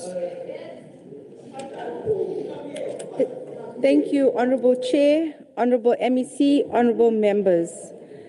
Transport is not simply about roads, buses, and licenses. Transport is about opportunity. It is about whether a child can get safely to school, whether a farmer can move produce to market, whether tourists choose KwaZulu-Natal over another province, whether businesses invest, and ultimately whether our economy grows. The Democratic Alliance therefore approaches this budget with a balanced perspective. We acknowledge the difficult fiscal environment in which every provincial department now operates. The Department of Transport has experienced reductions in conditional grant allocations, particularly within the Provincial Roads Maintenance Grant and the Public Transport Operations Grant, while equitable share growth remains largely inflationary. These financial pressures are real and cannot be ignored. However, budget constraints cannot become an excuse for poor governance, weak planning, delayed implementation, or lack of accountability. The people of KwaZulu-Natal do not judge us by the size of its budget. They judge us by the condition of the roads they drive on every day. They judge us by whether buses arrive. They judge us by whether ambulances can reach rural communities. They judge us by whether potholes are repaired before they become craters. And it is against that standard that this budget must be measured. The department presents a total budget of approximately 13 billion for 26-27. Almost two-thirds of that budget, over 9 billion, is allocated to transport infrastructure. This is appropriate because infrastructure remains the backbone of economic development. Roads are economic assets. Every kilometer maintained protects investment. Every bridge repaired protects livelihoods. Every road left to deteriorate becomes exponentially more expensive to rehabilitate later. The department's own strategic vision is commendable. It speaks about becoming a gateway for smart mobility, creating a safe, resilient, and integrated transport system that supports economic growth and social inclusion. The Democratic Alliance supports these objectives, but visions do not repair roads. Mission statements do not reduce road fatalities. PowerPoint presentations do not create jobs. Only implementation does. The department itself acknowledges that approximately 57% of the provincial road network remains in poor to very poor condition, with a target of reducing this to 45% over 5 years. That means that today, more than half of our provincial roads are failing. This is not merely an engineering problem. It is an economic crisis. Poor roads increase transport costs for businesses. They damage vehicles, they delay emergency services, they discourage tourism, they isolate rural communities, they increase food prices, they reduce investor confidence. Road maintenance is therefore not expenditure, it is an investment. The department also aims to reduce road fatalities from 1,900 deaths to 1,400 over the strategic period. Again, the DA supports this objective. But reducing fatalities requires more than enforcement. It requires safer roads, proper signage, visible road markings, functioning guardrails, proper stormwater drainage, adequate lighting, regular maintenance.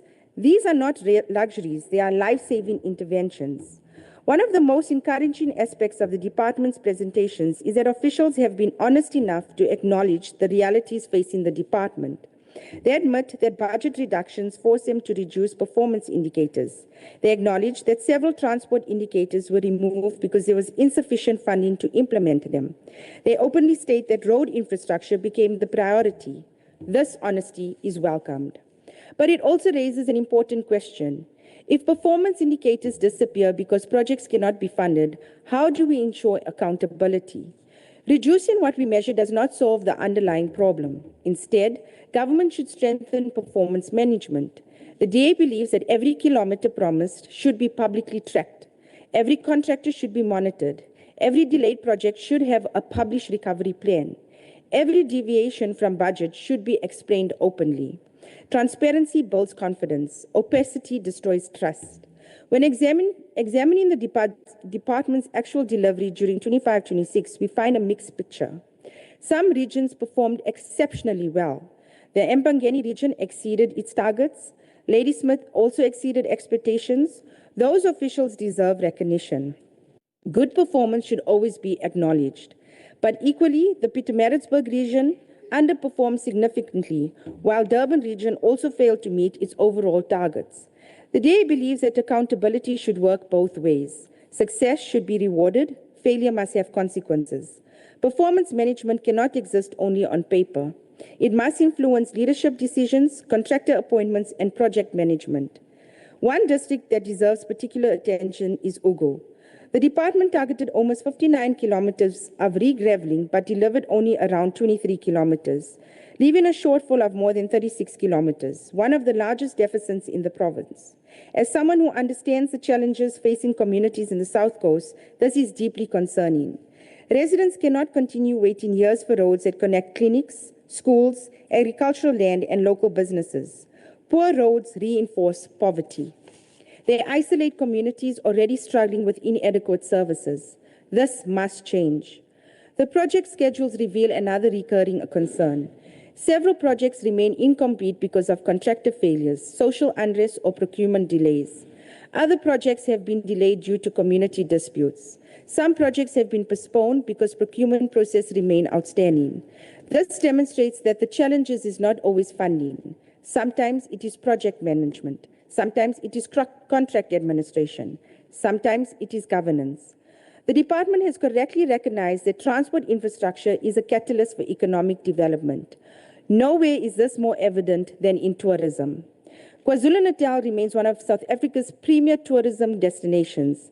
Yet, our tourism economy depends on something so very simple: roads that visitors are willing to drive on.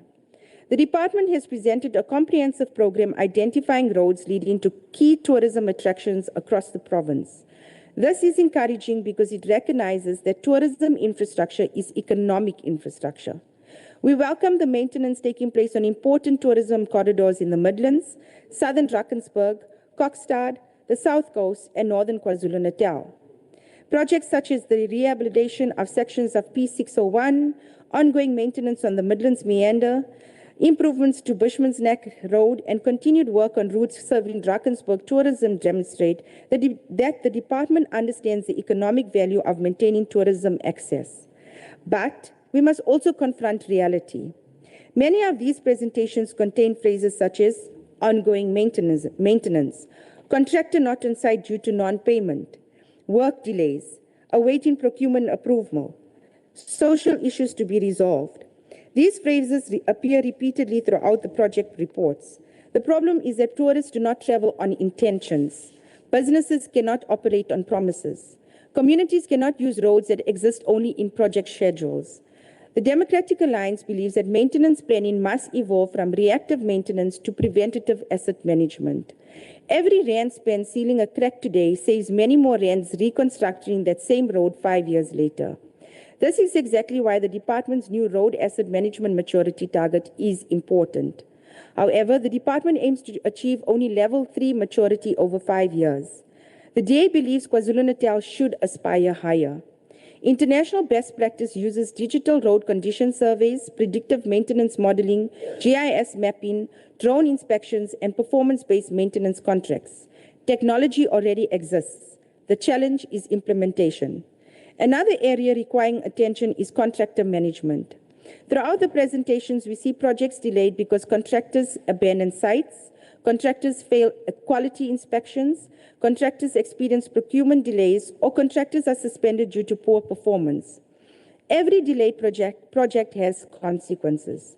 Children still travel dangerous roads, businesses continue paying higher logistics costs, communities remain isolated. The DA therefore proposes stronger contractor performance management. Contractors should be assessed not only on price, but on previous delivery, quality standards, and completion rates. Repeat poor performers should not continue receiving public contracts. Likewise, contractors who consistently deliver quality projects on time should receive recognition through transparent procurement scoring.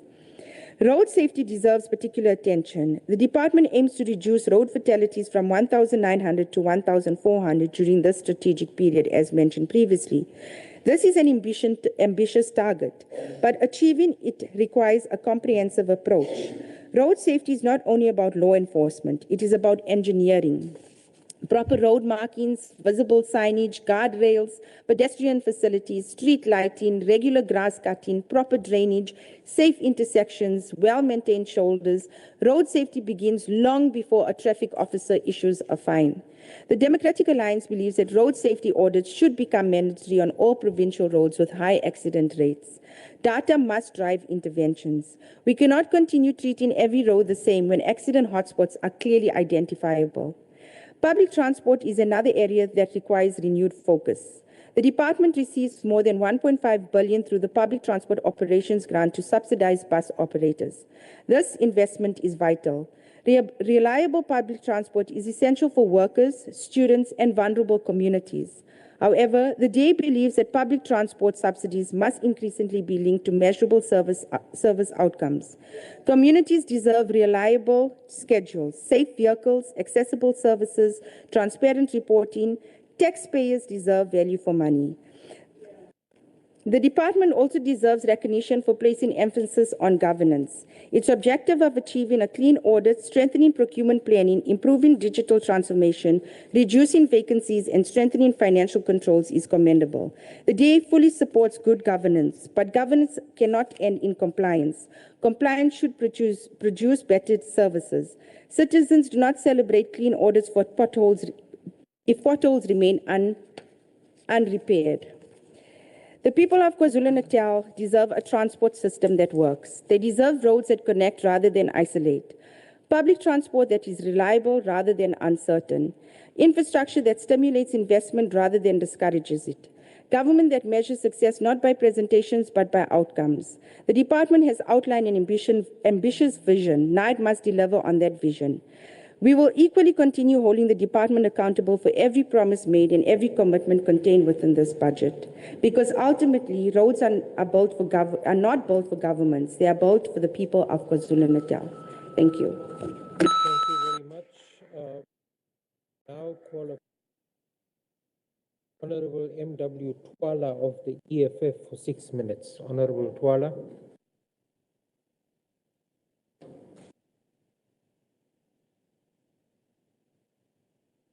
Honorable Twala.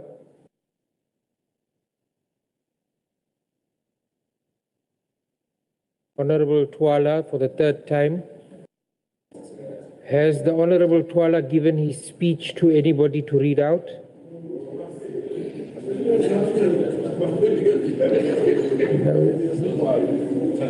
Really?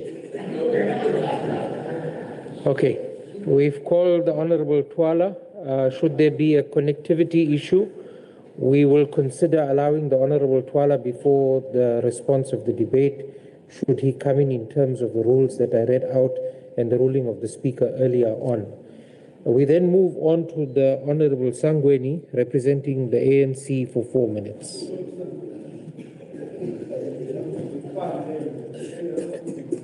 Over to you, sir.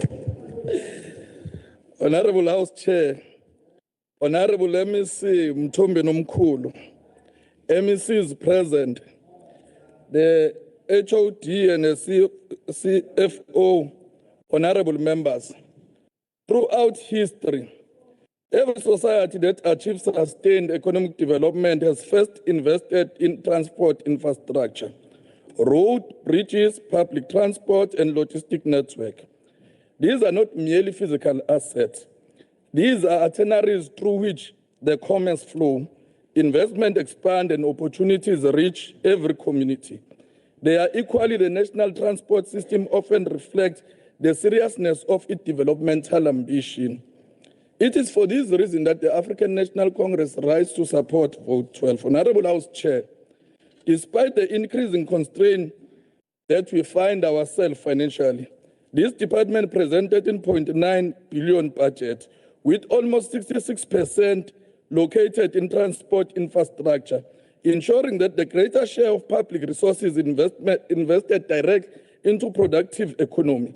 Equally commendable is the balanced allocation between the construction and maintenance, demonstrating that the government is committed not only to build new roads, but to also preserve the existing road for future generations. The ANC welcomed the department's strategic vision of, and I quote, a gateway for smart mobility. This is not merely an aspiration slogan, it is a commitment to position KwaZulu-Natal as an African premier logistic gateway through transport system that is modern, resilient, integrated, and indeed inclusive. Under the capable leadership of MEC Duma, the department continues to demonstrate that transport is not simply a moving vehicle, it is about moving the economy. This budget commits the government to upgrading gravel roads, constructing strategic bridge, rehabilitating provincial road, expanding learner transport, subsidizing more than 2,000 public transport roads, strengthening road safety and law enforcement, and creating over 55,000 public works program or work opportunity, with deliberate inclusion of women, youth, and people living with disability. These are not merely performance indicators. These are farmers gaining access to markets. These are children traveling to school. These are business reducing transport costs. These are tourists traveling with confidence. These are communities connecting opportunities. Former President Thabo Mbeki constantly reminded us that infrastructure is among the most powerful instruments through which the democratic state overcome inherent inequalities of apartheid. This budget vote is a practical expression of this view. Honorable House Chair, the Portfolio Committee, led by the capable Chair Mapisa, and we know, Honorable Mapisa, that there is a plan today to attack you and call you the praise singer of the department by political premiers. Those who go to the pearls at night and collect money on service providers, who want to feed themselves on the carcass of desperate service providers. They will want to use the Portfolio Committee to discuss tenders. We will not discuss tenders, we will discuss policy matters, we will discuss oversight. And when those political entrepreneurs come here, we should be aware. Order. They will show themselves. Stop the here. clock. Stop the clock. Honorable, can we stop the clock? Stop the clock. Just hold on. Honorable whips of the MK, Honorable whips, Honorable Magubane, can we ask you to bring your benches to order, please? Honorable whips, Honorable Seme, Honorable Seme, Honorable Seme, Honorable Seme, Honorable Seme. Honorable Seme, I've called you several times. Please rise. Honorable Seme. Please rise.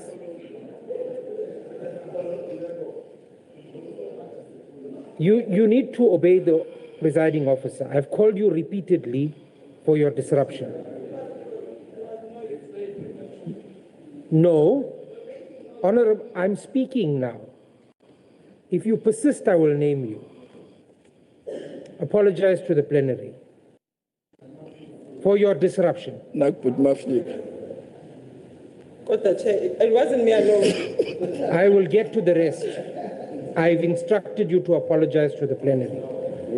But my point is like, I'm sorry. You will withdraw that. I'll withdraw.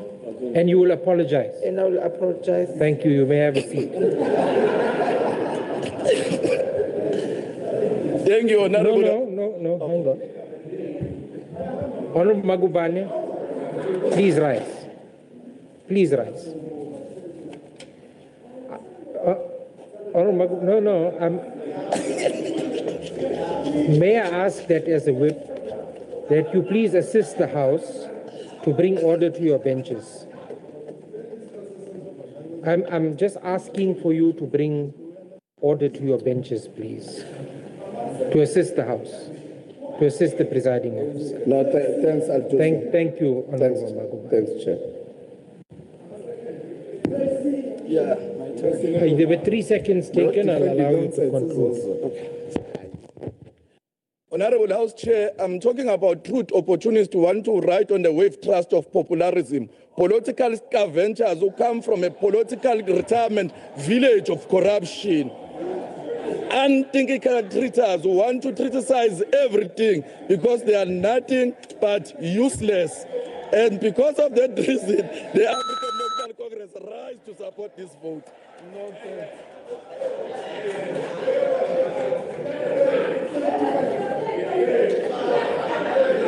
Honorable members. But Order, Honorable honorable members. Chair, he's lying. Honorable Nzama, are you stretching or are you rising on a point of order? Honorable members on the left, please remember Rule 56. Don't drown out the speakers. No, he's allowed to speak. He's given the freedom of the Yeah, but he floor. must not lie. Rise, Honorable Mbata. Withdraw that.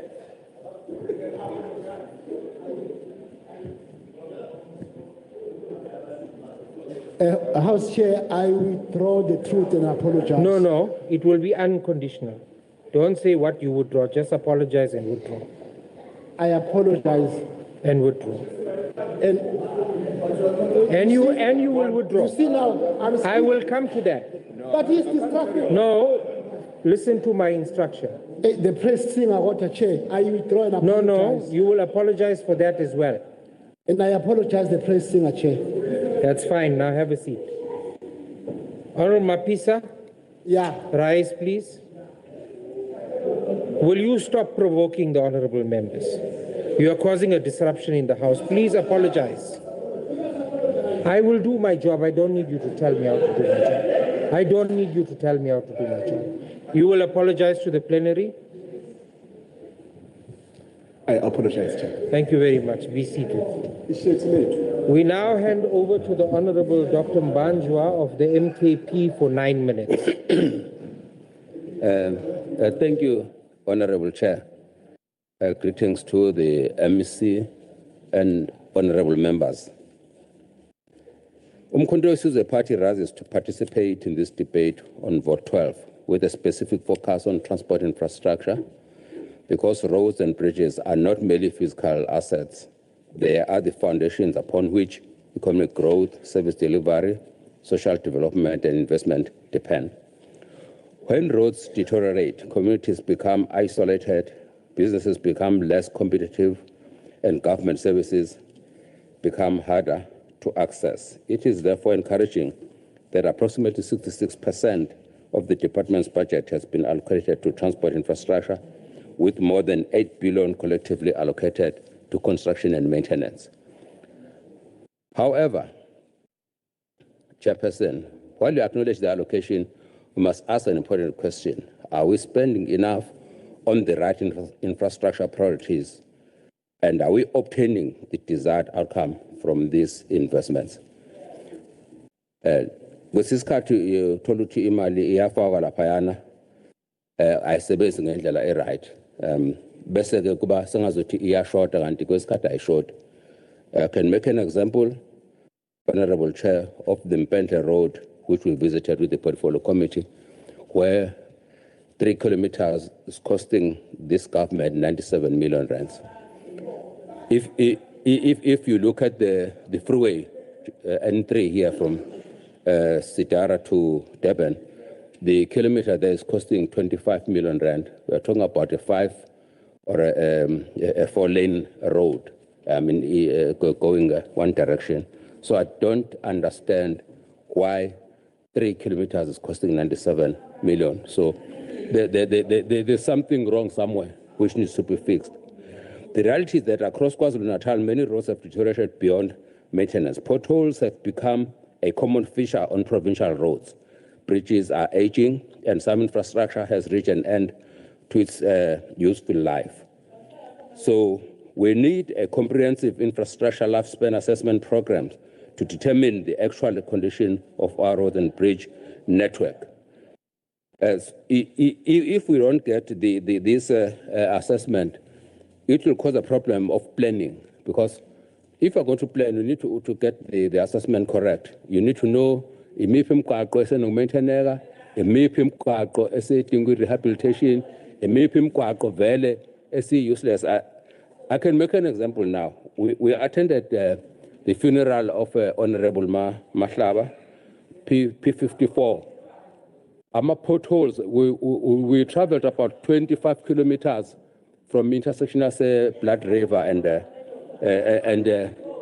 and Fried Road. So it took us an hour because of the potholes. You end up getting the young boys because Just hold the of clock. those potholes. Hold the clock. Honorable members, I want to remind you of Rule 56. Honorable Mkhize. I want to remind the honorable members of Rule 56 before we start calling out members and naming members and asking you to apologize again. Let's bring order to the House and let the honorable member finish his contribution. You will have your chance to debate at the podium. Please continue.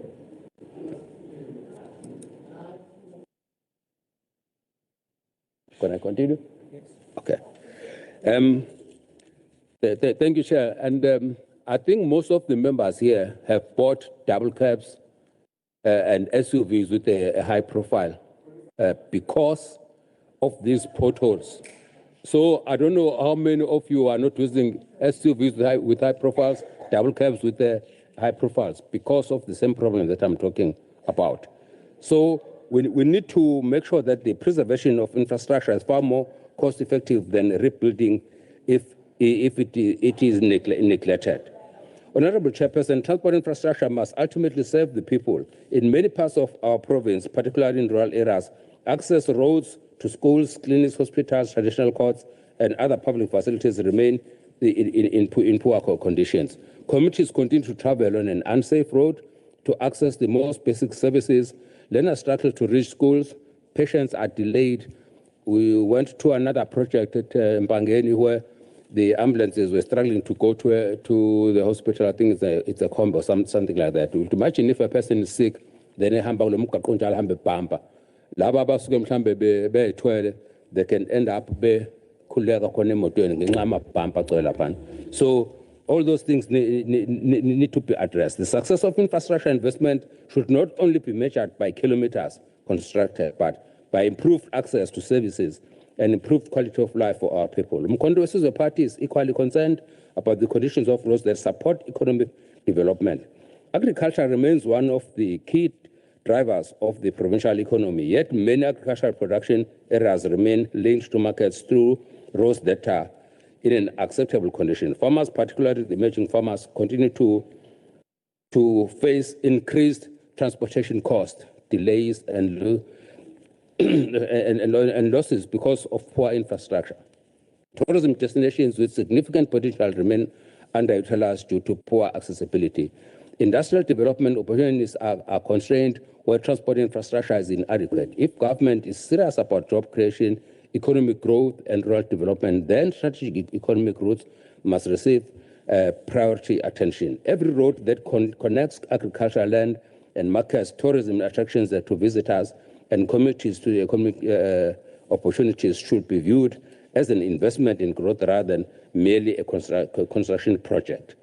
Honorable Chairperson, the Portfolio Committee itself expressed concern regarding the department's ability to reduce dependence on contractors instead of utilize internal capacity for infrastructure. So we've got a lot of yellow plant standing all over the shore, which needs to be fixed and make sure that they are roadworthy to be able to go and do the work rather than using contractors. Because if we're using contractors, even the MEC himself has alluded to that there is a problem for some other work which is not completed. So that could be caused by a lot of things, the unprofessionalism, maybe the lack of knowledge, and maybe the underfunding of the supposed to be funded project. Because in other cases, you'll find that the road should cost about 100 million rand, and then the contractor is giving the 100 million rand, but then you would then take 20 million rand back for some other reasons, and then they can't finish because there's a shortage of the money to finish the road. We therefore call for a comprehensive audit of all plant and equipment owned by the department, so that we can see exactly where the things lie. It is not only that, even the skills, we need to make sure that the people are properly trained, even the operators, the engineers, and everybody else. We know that in the Department of Transport, there is a technology transfer center, which is was established to deal with exactly that. And then you also got a materials laboratory, which is, I think, is having about 5 stories or something like that. It's a very big materials laboratory. If you combine the T-square and the laboratory that we have, it equates to the CSIR. If those are combined to be used, you'll be able to get a proper road that is constructed, because you need to do the process control, the acceptance control, and that can only be done if you get the competent professionals who are working on our roads. Chairperson's infrastructure development must also embrace innovation, and that comes through the technology transfer center. Equally important is ensuring quality infrastructure. Communities are understandably frustrated when the newly completed roads begin to deteriorate because of this problem that I'm talking about.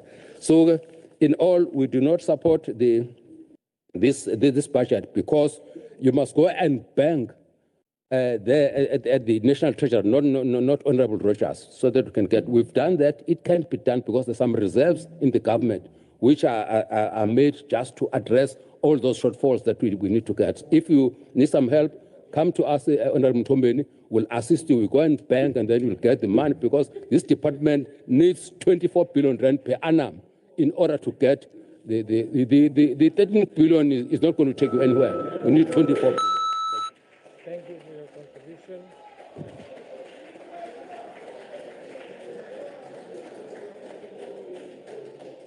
Thank you to the honourable member for his contribution.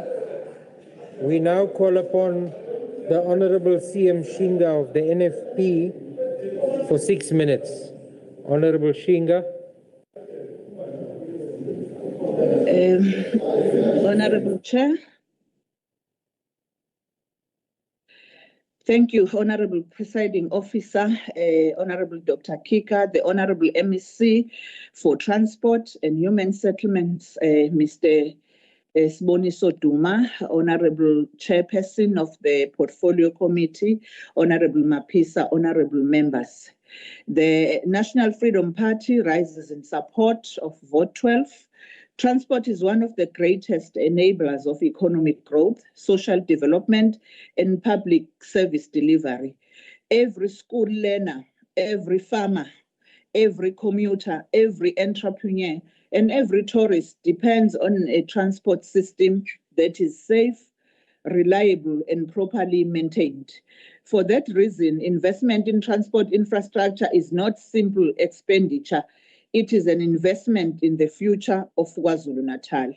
Honourable Chairperson, the Provincial Treasurer has recognized this reality by providing additional resources to the department for the repair and rehabilitation of roads damaged by severe weather conditions. This demonstrates an appreciation of the enormous infrastructure challenges that our province has faced over the recent years. The National Freedom Party welcomes this intervention.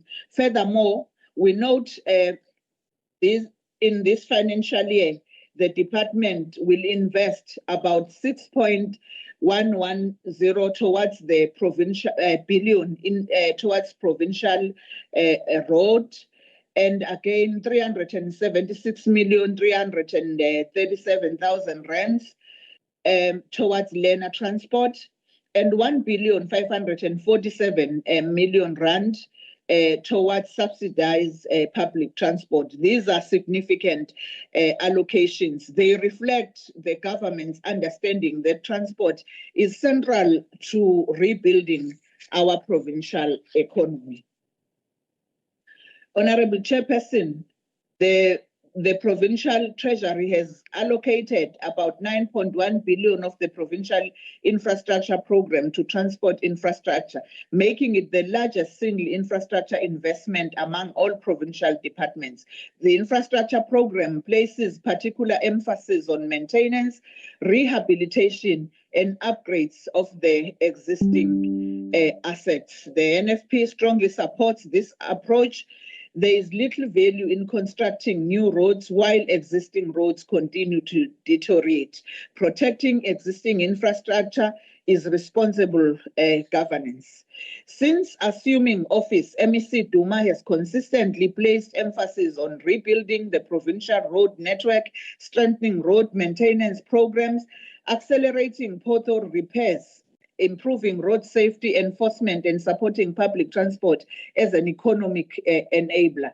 The department has also continued focusing on the province's extensive road network, procurement reforms, and improving delivery of infrastructure project. We commend the Honorable MEC and welcome these priorities. However, community must begin to experience visible improvements. Per person, the NFP would also like to see greater investment in preventative maintenance. Every engineer will confirm that maintaining a road before it fails is substantially cheaper than reconstructing it after years of neglect. Maintenance should therefore become a permanent culture rather than a reaction to crisis. Honorable Chair, we further encourage the department to continue empowering local contractors, emerging businesses, women-owned enterprises, and youth-owned enterprises. Infrastructure spending must create lasting economic opportunities in the communities where projects are implemented. Road construction should not only build infrastructure, it should build local economies. Another area requiring sustained attention is project management. Communities often become frustrated when projects are announced but remain incomplete for extended periods. Contractors must deliver within agreed time frames. Delays increase costs, delays inconvenience communities, delays reduce public confidence. Every rand appropriated by this legislature must translate into measurable service delivery. Honorable Chair, road safety must equally remain a provincial priority. The department has intensified law enforcement campaigns and strengthened road safety operations during peak travel periods. These initiatives are welcomed and should continue throughout the year because road safety cannot become seasonal. It must become permanent. The department the National Freedom Party therefore supports the budget because it invests in infrastructure, repairs provincial roads, and strengthens public transport. At the same time, we expect greater agency in implementation, stronger accountability, faster delivery of... Thank you for your contribution, Honorable MEC. Your time is up. I allowed you to conclude the sentence. Thanks. We shall now call upon the Honorable B.M. Zuma of the African National Congress for 4 minutes. Over to you, Honorable Zuma.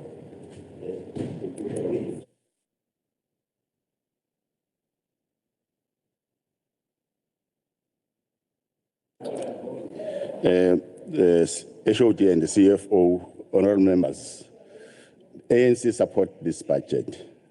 The ANC has always understood that the capable developmental state is not measured only by the road it builds, but equally by the lives it protects. Infrastructure without safety is incomplete.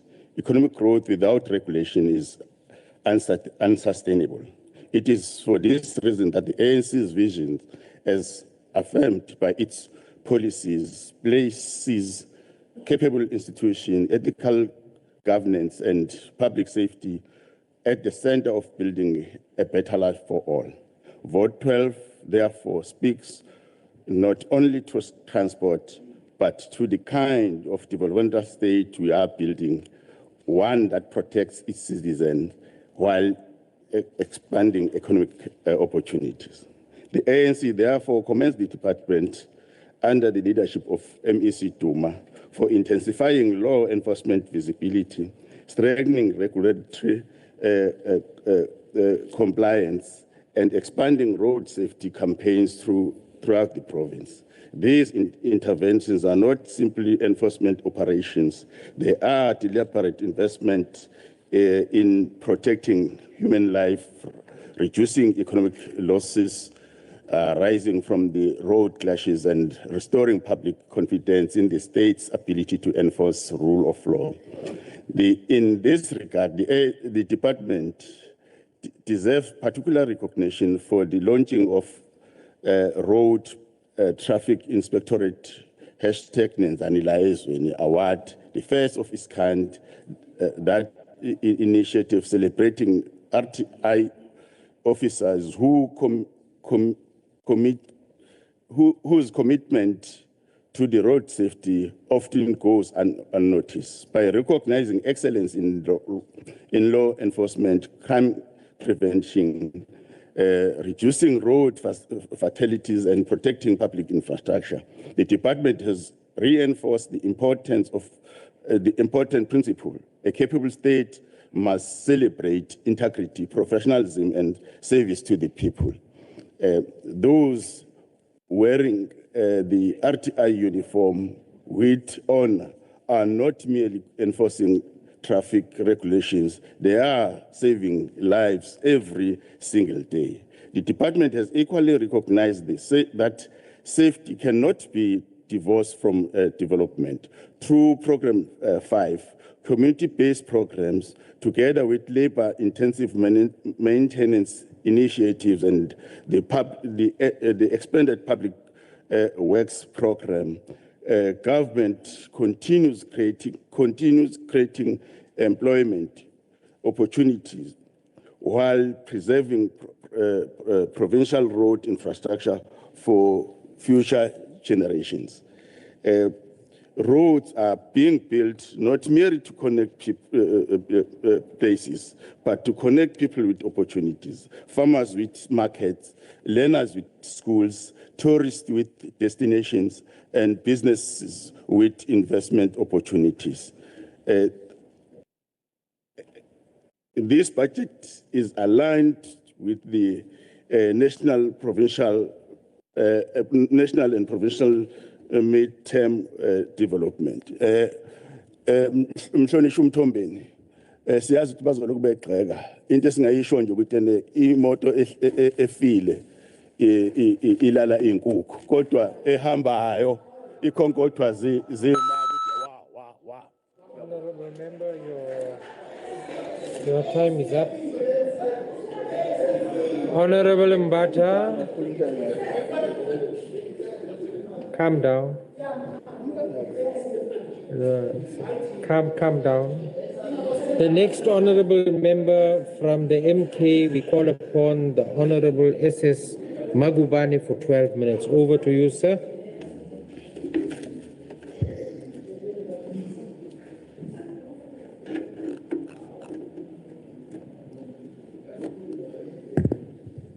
Thank you, Honorable Chair of the session. Greetings to the MEC present, Tombeni, Ngidi, and the honorable members of Umkhonto weSizwe Party and other honorable members in the House. I greet you all. Honorable Chair, Umkhonto weSizwe Party rises to reject this Vote 12 budget of the Department of Transport because this budget asks KwaZulu-Natal to pay yesterday's bills by shrinking tomorrow's road programs and cutting the transport services that rural communities need every day. This is not a budget for expansion, mobility, or development. It is a creditor management plan whose casualties are contractors, commuters, and rural communities and learners of the province of KwaZulu-Natal. The department asked this legislature to approve approximately 13.9 billion for the 2026-2027 financial year. Provincial Legislature Treasurer, however, says that the department began this year with more than 2.6 billion in unpaid accruals and invoices. This is an amount equivalent to almost R1 in every 5 appropriated to this department. Before a new road is built, before a bridge is completed, before a rural community receives an approved transport service, An enormous portion of the department's fiscal capacity is already overshadowed by the bills and commitments from this past financial year. A department that begins a year owing the past cannot honestly promise to build the future of the province. The department that cannot pay yesterday's contractor cannot credibly announce tomorrow's road. A department that pushed contractors, suppliers, workers, and small businesses to the brink into financial distress cannot present itself as a catalyst for economic development and job creation. The department's annual performance plan promises that 100% of valid invoices will be paid within 30 days. Yet the same plan identifies weak procurement controls, late payments, irregular expenditure exposure, fraud risk, shortage of technical skills, and weak project management as a major departmental risks. Honorable Chair, the target is not a recovery plan. Writing 100% in performance table does not settle a single invoice. It does not restore the cash flow of a small business contractor. It does not pay workers whose wages has been delayed. It does not explain which projects created the areas. Who authorized the unaffordable commitments? How much is this year's allocation already spoken for? Out of an infrastructure budget of approximately 9.6 billion, only about 264 million is classified as expenditure on the new infrastructure assets. That is approximately 2.9% of the infrastructure envelope. It is less than 3 cents of every infrastructure rand. The rest is overwhelmingly absorbed by the existing infrastructure, rehabilitation and maintenance, upgrades and operational costs, and commitments already in the system. This is not a credible new project pipeline for a province of this size and need. The department's fiscal failure has crowded the future of this province. It has reduced new development to a marginal portion of an infrastructure budget dominated by the struggle to preserve what already exists. This pressure will worsen the provincial maintenance grant, falls from approximately 3.9 billion this year, approximately to 3.5 billion for the next year. How do we reduce maintenance funding when our maintenance backlog continues to grow? The construction sub-program also declined substantially in the following financial year, even before the effect of construction inflation is considered. The department is no longer deciding how quick KwaZulu-Natal should develop. It is deciding which road must continue deteriorating or which project must be postponed and which community must keep waiting for the development. The department's response has been to change what counts instead of fixing what delivers. Its own annual performance plan admits that certain compliance indicators were included because they were easily attainable, while operational indicators were moved into internal annual operational plan. In other words, instead of improving delivery, the department has improved the scorecard. It has not repaired the roads. It has changed the ruler by which the road is measured. The department will count procurement plans, reports, meetings, and procedures and compliance submissions, but the rural mother does not travel in a clinic on a procurement plan. A worker does not reach employment on a risk register. A learner does not arrive at school on a departmental scorecard. A report is not a road. A meeting is not a bridge. A route number is not a bus at the bus stop. The conditions of our provincial road network demonstrate the seriousness of the failure. The department admits that 57% of the network is in poor or very poor condition. Its 5-year ambition is merely to reduce that figure to 45% by 2030. Even if the department achieves everything it has promised, almost half of the road network will remain in poor or very poor conditions. This is not a recovery. This is a transformation. This is not a transformation. This is a managed decline. The regraveling program tells the same story. In 2025-2026, the department targeted 1,080 kilometers but delivered only 1,015 kilometers. Instead of recovering the shortfall, the detailed 2026-2027 programs reduces planned delivery to 813 kilometers. The annual performance plan, however, gives another figure of 819. These are two figures delivered by the same department. We don't know which one we're going to use to make the department account. In Umkungundlovu, the department planned to complete 129 kilometers, yet only 49 kilometers were achieved, leaving a shortfall of more than 80 kilometers. Every kilometer not completed represents a community left waiting for an infrastructure development. The program is also dangerously backloaded. More than 70% of the detailed regraveling output is planned for second and half of the financial year. The Pietermaritzburg region's plans no regraveling output in the first quarter and no output in the second quarter. Some listed projects scheduled to begin in October 2026, but supposedly to be completed in March 2026. I don't know which one goes the first. Every year, this legislature is presented with another transport budget and another assurance that our road network is improving. Yet, if one leaves this chamber and speaks to the farmer in Bulwa, the commuter in Wanongoma, the tourism operator in the Drakensberg Mountains, in the taxi driver in Mkanyagute, or the family waiting for an ambulance in rural areas of Umsinga, Dandi, Ngutu, Tanauza, Utrecht, and Edumbe, one hears a very different story. Honorable MEC, our position today is founded upon by the Constitution of the laws of the Republic of South Africa. Section 195 of the Constitution requires public administration to be governed by the principles of accountability, transparency, responsiveness, and the efficient, economic, and effective use of resources.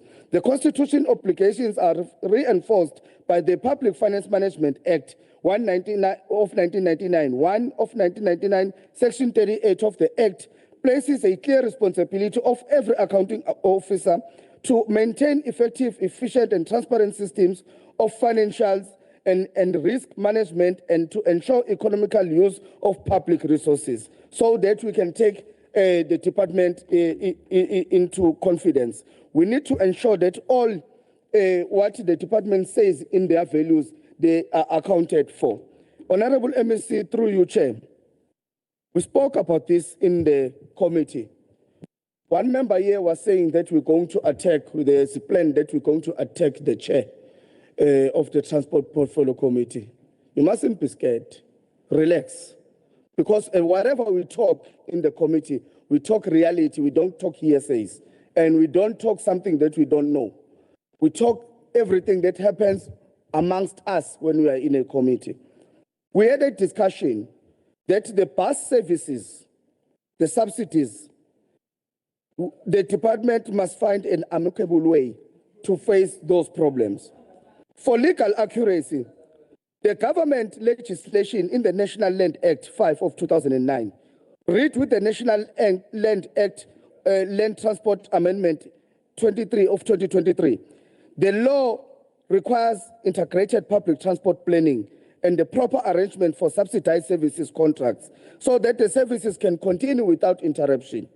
The Act does not promise or a subsidized price or every rural road, but it does not permit government to treat rural mobility as an optional favor. Honorable MEC, our resolution in the committee said that the department must go back and find an amicable way to face the situation. It was our recommendation that the committee must sit and discuss this matter further. But your department, somewhere this month, wrote a letter to some of the buses.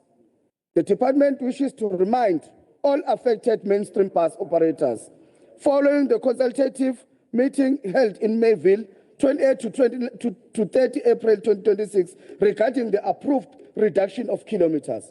When you even going to the clauses on the old contract, there is nowhere where the clauses give the department a right to amend the kilometers, because those contracts were gazetted. Honorable MEC, the committee has never agreed on those subsidized buses issues. The committee never discussed that matter, but the implementation is happening in the department.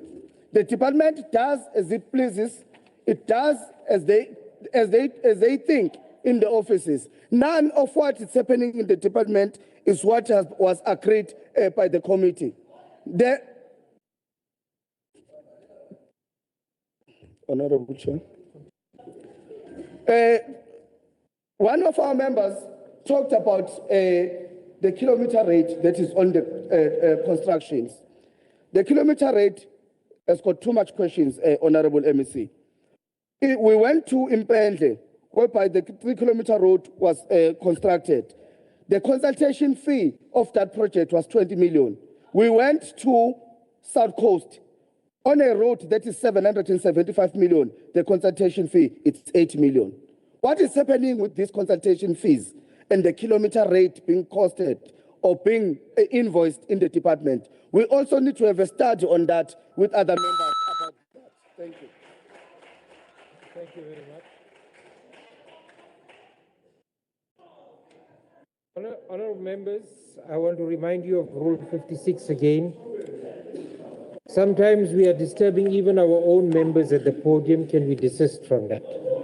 I'm then going to call upon the Honourable MB Gwala, the Chief Whip of the KwaZulu-Natal Legislature, representing the IFP in this debate for 9 minutes. Over to you. Honourable Chair, I will continue where I ended. These inefficiencies must be addressed on both sides to eliminate unnecessary friction. We must end the culture of blame shifting between government and service providers. Citizens expect delivery, not administrative dispute. We place particular emphasis on the importance of learner transport in KwaZulu-Natal.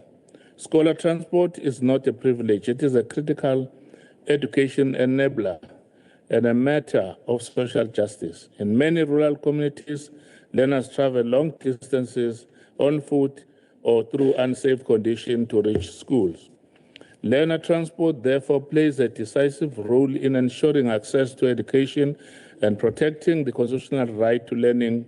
We welcome the department's continued investment in this program with approximately 355.9 million allocated for 2026-27 financial year.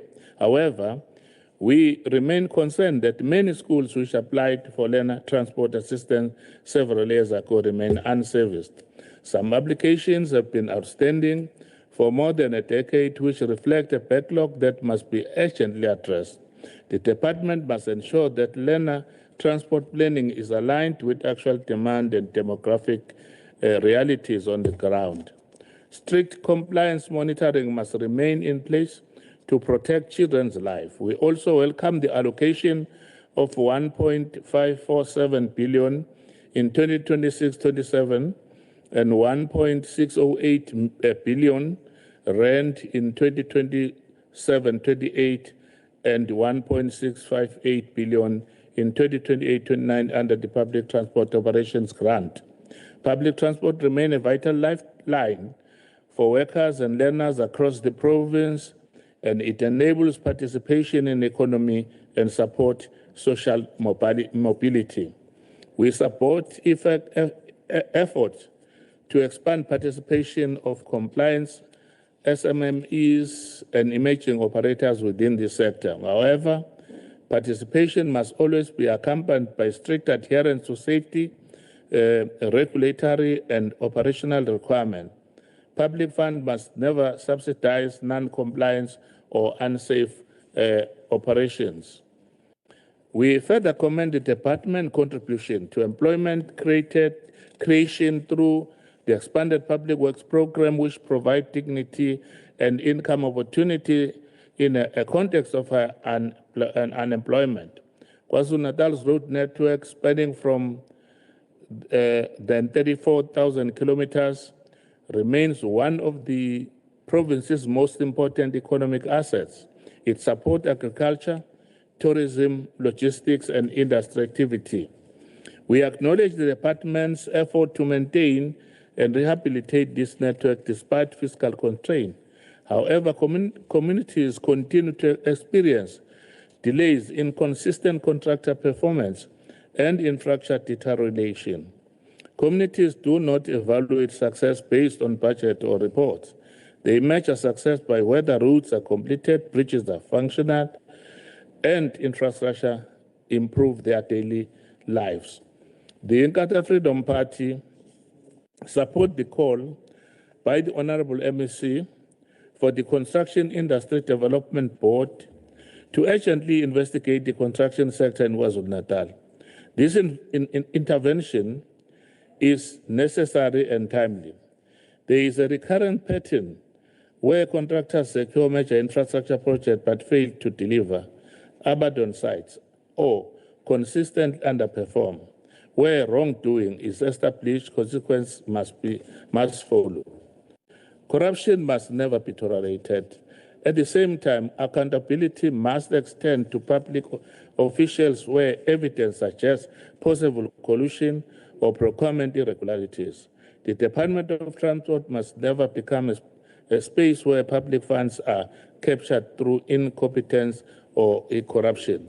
Strong supply chain management is therefore not a procedural formality, but a governance tool that ensures accountability, transparency, and value for money.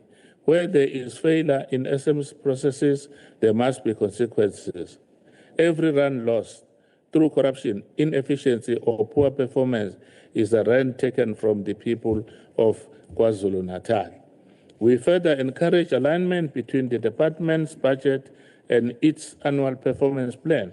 Budget allocation must consistently translate into measurable outputs and outcomes. Proper alignment ensures that planning, budgeting, and execution move in the same direction. We commend the department for its ongoing effort in this regard and encourage continued strengthening of performance-based delivery system. Economic empowerment remains critical. We note progress in contractor development programs, but call for greater transparency in selection processes and broader access for emerging contractors. Empowerment must lead to sustainability, not short-term participation. We also commend effort to include persons with disability in departmental programs while emphasizing the need for consistency and long-term commitment. These Zibambele and Vukuzakhe programs continue to provide vital income support to vulnerable households, and although supervision and protective must be strengthened to ensure value for money. Honorable Chair, road safety remains a permanent priority. It cannot be seasonal or reactive. Road fatalities occur daily, and each represent a preventable loss of life.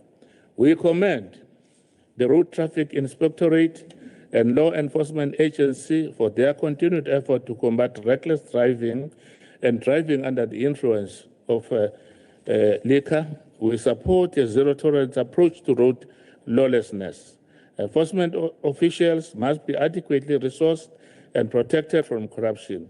Heavy vehicle compliance must also be strengthened as unroadworthy trucks continue to damage infrastructure and endanger lives. Government must also accelerate effort to shift freight from road to rail in order to reduce pressure on road infrastructure and improve safety outcome. Honorable Chair, it is also important that we reflect on the responsibility that comes with political participation and public debate. There is a contradiction when some opposition parties reject this budget, yet continue to benefit from the very infrastructure and services that this budget makes possible. The road they use, the bridges they cross, and the infrastructure that support communities are being delivered through the same government of provincial unity they criticize. When budgets that provide resources for roads, infrastructure, and service delivery are rejected, the question must be asked, are we saying that the people of KwaZulu-Natal, including the supporters of those parties themselves, should not receive improved roads, better infrastructure, and essential services?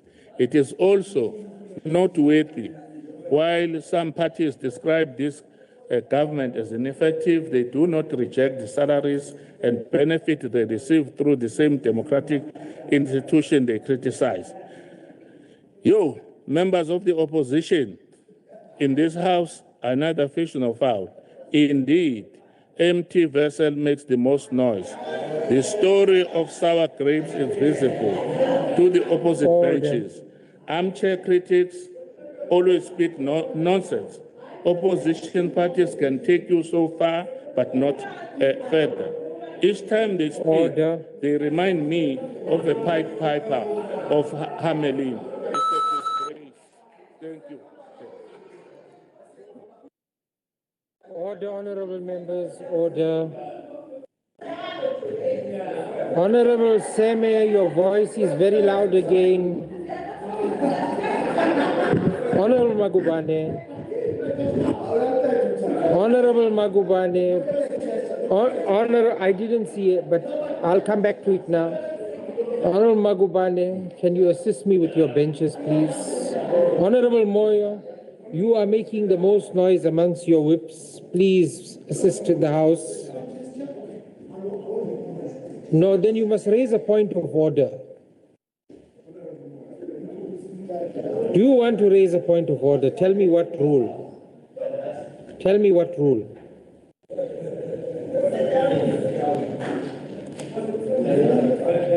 You are not the presiding officer, Honorable Seme. Rule 57, yeah? Right. No, hang on. Point me to the point of order about gestures.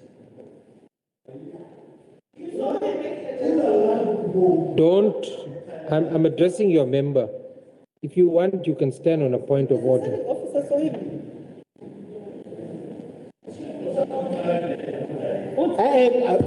No, address me. Yeah, and then let me get my senior chair. You're wasting the time of the House, Honorable Member. I'm not. No. Refer to the point of order.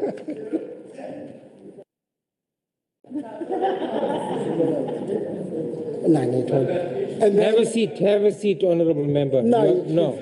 Have a seat. Your point has passed. Your time has passed. You're wasting the time of the House. No, Honorable Chief Whip, please. No. Stop it now. No. Stop. Honorable Duma, over to you. MEC for your response.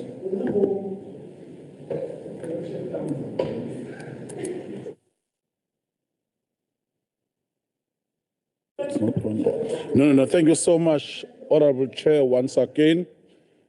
Let us thank all the members who have participated in the debate. Of course, thanking the August House as well for ensuring that we partake in this journey together of building a province of KwaZulu-Natal that is going to be characterized by efficiency, proficiency, and ensuring that we embrace the spirit of Ubuntu within that context. MEC Mazalankosi once mentioned that the road towards development is always under construction. We are also mindful of that fact.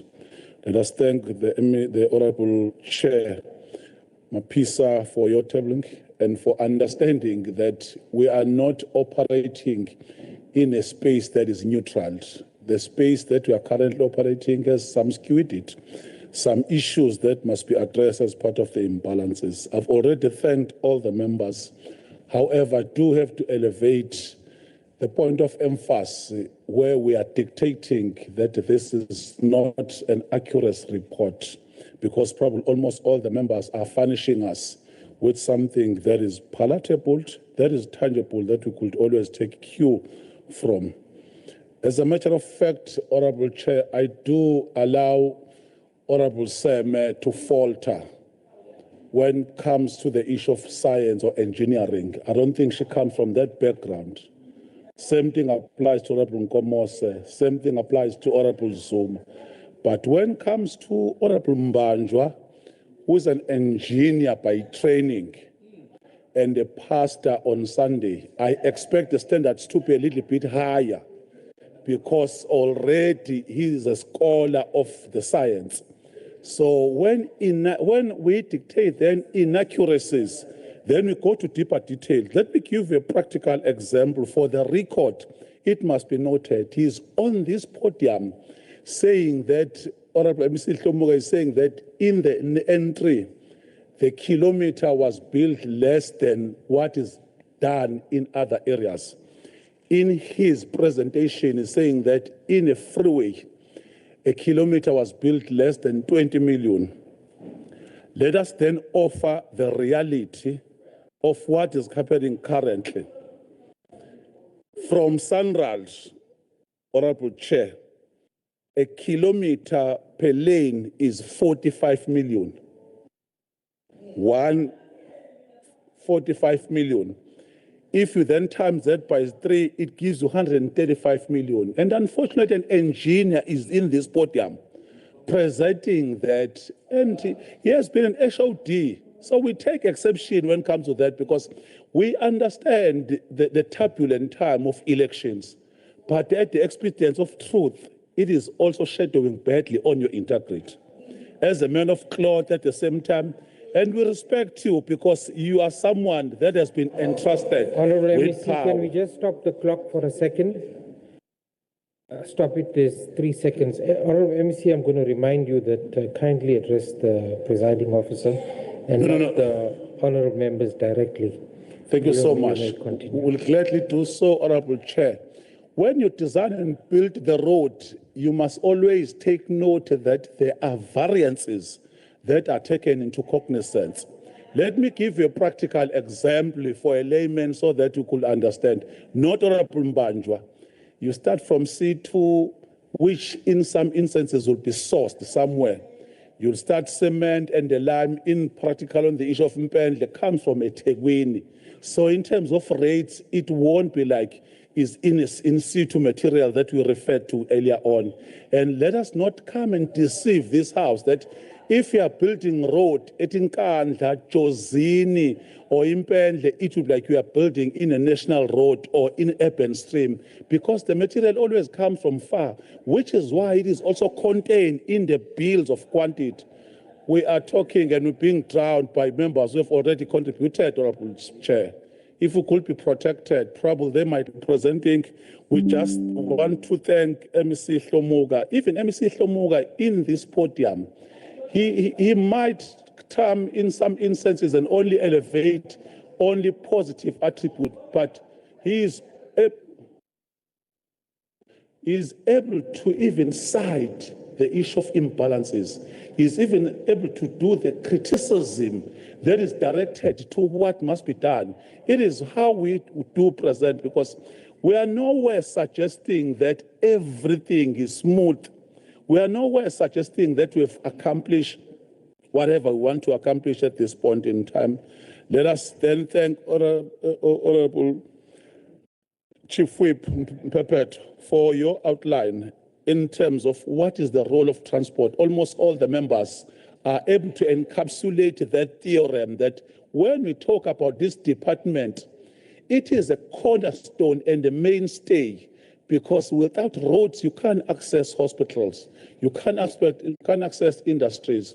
It's true, and I'm glad, Honorable Makuban and almost you were able even to elevate such. We agree with you, although you are rhyming as if you're a rap artist a bit, because you want to drama the issue. We do understand, but it's true.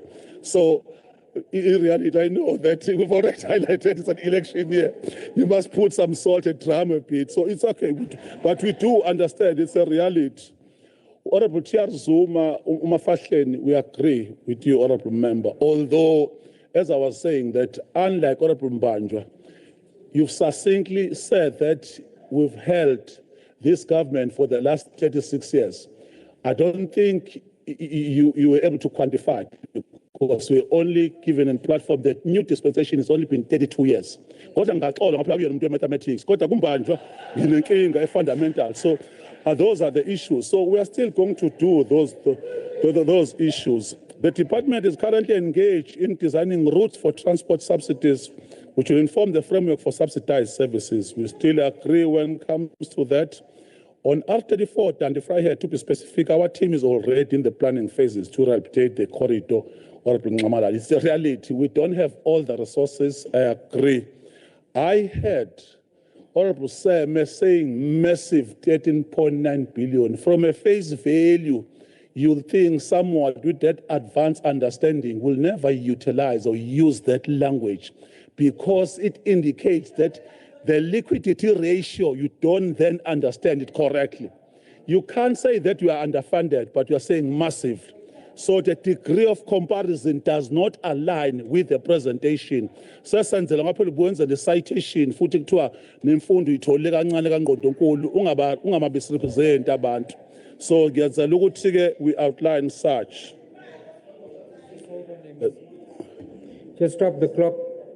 Stop the clock again. I owe you now 5 seconds. All members, I want to remind you of Rule 56. All of you had an opportunity to debate. Please allow the MEC to continue without drowning out his voice. I'll start calling out members now. No.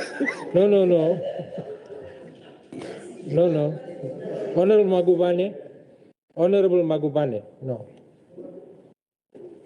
Please assist us with the discipline of the House. Your members are drowning out the speaker. No. We can't continue like this. You must, the whips especially must help. No, you have an opportunity to raise a point of order. You must raise it. Don't point. Honorable Sembe, can you please rise?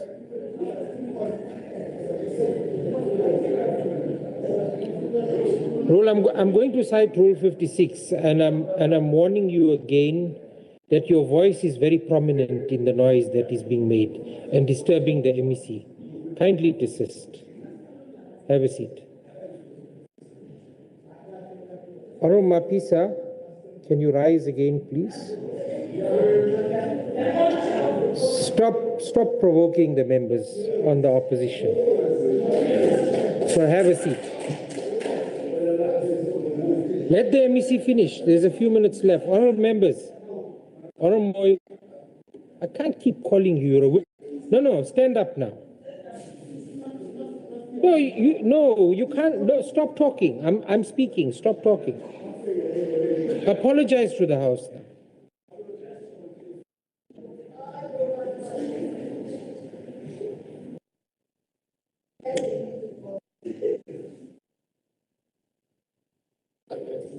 I apologize, Chairperson. It's the 4th or 5th time you are being called upon now. You can't continue. Okay. Honorable MEC, please continue. Thank you so much, Honorable Chair. Very balanced debate from Honorable Gokul. I was expecting some spark. I must highlight, I'm honest in this platform. I must hasten to mention that she was also emphatic on the point we've already made. We've already developed a system, as I was highlighting, that the electronic systems for payment were on the platform. It is us who have just created that. On a weekly basis, the HOD is able to demand that everyone must be in the meeting, ensure that we quantify what has been achieved. And we will still have a backlog, but it's something that is going to be achieved. And we are glad that we are able to fast-track the process, even working closer to those authorities, including the National Treasury. Honorable Ngwane, Honorable Sangweni, highlighting the fundamentals on the issue of gateway for smart mobility transport system. I wish you had more or ample time in elevating the ideological component and the history of transport, because you were able to you were able to elevate the pinnacles of why all the histories of the world you start developing a road, because without road there won't be industries. Without road, even education, the methodology of equipping people with new information, understanding the superstructure, the issue of growth of the economy will not happen if this development is not taking place.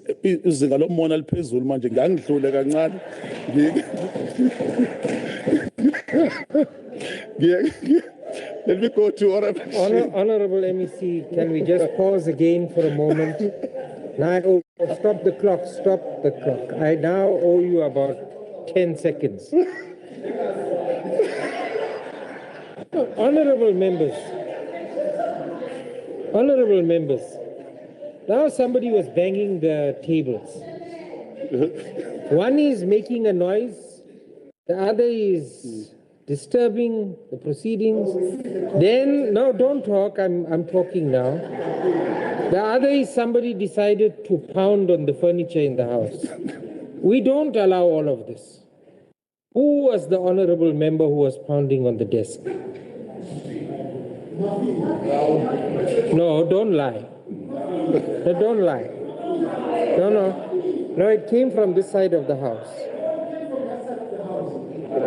You are lying. So I'm not going to get into a debate. Please desist from that. Nobody wants. Order, honorable members. Honorable Seme, stand up.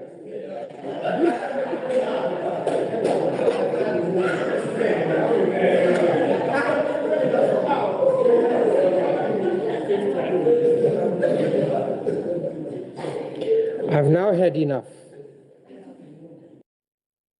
I've now had enough. I've called upon you several times. You continue to ignore me when I call upon you until I call you about 3 times at least, and then you pay attention, despite the sound in the house working well. For this reason, I'm going to name you once. And I'm going to ask you to please desist from this. If I name you again, you will be excluded from the proceedings of the House. I can't continue to discipline you. So you are named.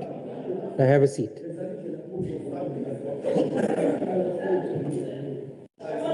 Honorable Magubane, you'll assist the proceedings of the House instead of doing the opposite. I shouldn't be the one that has to call your member to name your member. You should be maintaining order on your benches with your other whips. No, but you are speaking again while I'm speaking. Continue. No, thank you so much, Honorable Chair. Let us thank MEC Shinga coming from the NFP that they do support the budget, even though they note the value of underfunding. They understand the rationale behind that. If you have half, you cannot just go with empty stomach because you have half. You must work until it becomes a loaf or it becomes a full fraction. And others are saying that because this is underfunded budget, that means that they must not just adopt it or create the inference where they are saying that it must pass. But we are glad, Honorable Shinga, you are also talking about preventative maintenance, which is something all the engineers must understand. We agree when it comes to that. Honorable S. Zuma Ngamalala, thank you so much for the support. The equipment that we are also referring to on the visibility of RTI, we are glad and delighted that members are noticing, and we do want to thank members of this august House for ensuring the issue of oversight. It is as a result of that in the national interest, in the last MINMEC, in the presence of MEC HOD, others were told that why don't we check the strategy utilized in the province of KwaZulu-Natal? And we have decreased we have decreased fatalities because of the visibility and succinctly we do at Mhlang, succinctly dealing with the process of joint operation. We work with subs wherever we are. We work with other traffic officials. We work with BMA. We work with Home Affairs, which is why we've already started targeting even the trucks that are being driven by those without proper license, undocumented. It is because of that strategy, and we are working well together with joint operation, and I think it does assist. We still have a scope of ensuring that almost all our way bridges are working, because in some instances we'll find a default that it's something that we are continuing with the process. Honorable Nkomosa is highlighting some key issues, and it does have a special interest when it comes to the issue of PRE as a unit in particular. We agree with the process of alignment, but I'm also emphatic on the point that ordinarily we'll want to commute using buses in most rural areas. But how do you balance the equation where you find that infrastructure is more required than the people who can subsidize? Unfortunately, we can't do otherwise, which is why I was also on the emphasis that education is the macrocosm in the entire society. So there's nothing you could do not to assist, not to assist our learners.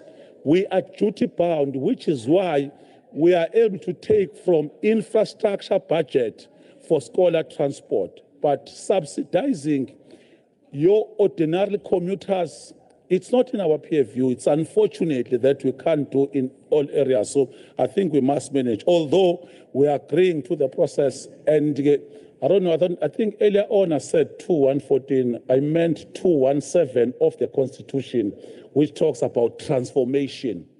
Ngishilo ke bahlonishwa ngathi sisuka lapho thola ukuthi nje imndeni ekade imithathu la kulesifundazwe into yamabhasi beyikhontrolwa yibona bonke bona bodwa yashintsha ke ngokungena kwabo MEC kokuyaqondana mphephethu ukuthi bonke bebeqhamuka ku-ANC labo MEC abaka transport ibona bagcine beshintsha sihlalo we-portfolio committee ibona bagcine beshintsha ukuthi hayi ngeke kube kwazi indaba yamabhasi njengamanje kufanele bahlomule nalabo bakithi bangene kanjalo ekusubsidizweni and siyaqhubeka neprocess yakhona ngoba sifuna kuyona yonke icorridor yaKwaZulu-Natal bahlomule abantu bakithi futhi bakhokheleke kodwa babe namabhasi siyalisho leliphuzo eShowD ukuthi asicela bathenga amabhasi abo ngoba kuyahlupha ukuthi kwabazama umhlonishwa uHlomuko kwababona nomhlonishwa uKawunda kwabona nomhlonishwa uMphembe kodwa umlalazi kaNokuxhaka uthi mosobanikezele emsebenzi uthola ukuthi bathathe the same services bangawathengi amabhasi baqhubeke ba-outsource from this siyafisa ukuthi sizame ngisho ngamabomu ngolikamageba le ndaba khona izosabala kahle ukuthi once akunikeza ithuba kubalekile ukuthi uhlomule kodwa ungabi kwi-fronting ukwazi ukusizakala abantu bakithi. Katina, I agree with the sentiment of the issue of maintenance. I think we together when it comes to that. I differ vehemently that we will need your company when we go to National Treasury. No, we are sufficient. I'm sure you agree. I know when it comes to that, we will not need your voice. I think we are adequate when it comes to that. But the truth is, the province of KwaZulu-Natal in particular, when you take from it that 2.5 billion funding the stimulus package, in an essence, it is going to benefit even the province, but we are going to suffer because austerity measures means that even on the issue of disaster, you are not going to fast track. Even on the issue of maintenance budget, because we do, bahlonishwa siyafana nani, sizwa ubuhlungu obufanayo uma sibona umgwaqo unama-potholes. Kungakho sithi kune-division lapha ka-infrastructure yenze sure ukuthi i-region ne-region ayibe nama-clogo la esiwasebenzisa lama-truck ukuvala ama-pothole ngoba kwanele ukuthi siyilinde udaba olushawa indaba yemali otherwise bethu imali eningi ngabe siyivale endaweni eziningi. So I think siyayivuma lawo process and we are taking the slogan from almost all the participants that farmers will have no market if the roads are not designed and constructed on time. School children or the learners will not go to schools. Going to industries, creating new inventory opportunities will not take place or curtail if we have not developed a new outlook, which is why on a day-to-day basis, for the record, there is no local municipality in the province of KwaZulu-Natal where we are not maintaining or developing or designing a new project. You go to all districts, there is a project that is taking place on the ground. Same thing applies next year, but we are saying that is not enough, but we proceed, which is why on that 8-point-something billion that is allocated, we are currently even doing the issue of Siyahlola so that we are able to check and trace on time. And I must be emphatic, Katini Mhlonishwa Umbanja, through you, Honorable Chair, that for us, we could always tap and utilize those who were in the department historical so that they are able to pass the lesson as when you develop and design the road, because I must also include this. There is an issue of binding content. when you develop the road now. There is the issue of nanotechnology. We are currently saying that if the nanotechnology pilot project that is currently taking place at Inqoto, King Mrs. Zulu Road, if it could be a successful project, it means that it will be easier in almost all communities. And we're able to quantify that we're able to spend 10 million per kilometer. Although we must also be emphatic in this podium that you cannot just deduce from seeing a kilometer that how much it is. We always average because there are different variances. Like if you are going to blast a road, then you are not going to spend a similar amount. If the material is going to be sourced very far from the area, it is something. That is why we're also sikhuluma nabo namakhosi asendlunkulu ukuthi udaba lamabhoro pit nalabantu abenza ama-syndicate bazi ukuthi if befuna nje ukucharge abantu bakithi ukuthi fanele uthathe inkwali la kule ndawo otherwise kuzoqhubeka umsebenzi sesiyaqhubeka kufanele siyikhiphe inkontreka siye kwenye indawo ngoba usonkontreka phela akeve uzofana aqasha amaphoyisa noma izinto eziningi ngoba kufanele ezokwenza umsebenzi lapho kuleyo ndawo kodwa mebezomisa benza zonke izinto noma kuthiwa ngeke ayithole inkwali lana bazolimala bona ezinye zezinto esihlangabezana nazo sithi siyacela ukuthi sixoxisane sikhulume ngodaba lazo. Other than that, honorable members, I think fairly we are in the process where we are slowly saying that the province of KwaZulu-Natal is a highlight. The province of KwaZulu-Natal has achieved some instances, but we still have to work well and work more. I do want to thank the role of the portfolio committee. Unfortunately, Honorable Chair, if we're in the portfolio committee, we usually find each other. Unfortunately, when we're debating on record, then even members, they differ vehemently. Even on the point, they have agreed in the presentation of the portfolio committee. I know, I've already highlighted that when you're going towards election, you try almost everything and every details. Abanye baze ba decide ukuthi bazofike baqeqeshe ukuthi umuntu ke omzingeli uzoyizingela kanjani inyamazana aphinde atshene inyamazana ukuthi akubaleke kanjani futhi kanti fanele wenze okugodwa phela. Siyabonga kakhulu umphathi hlelo.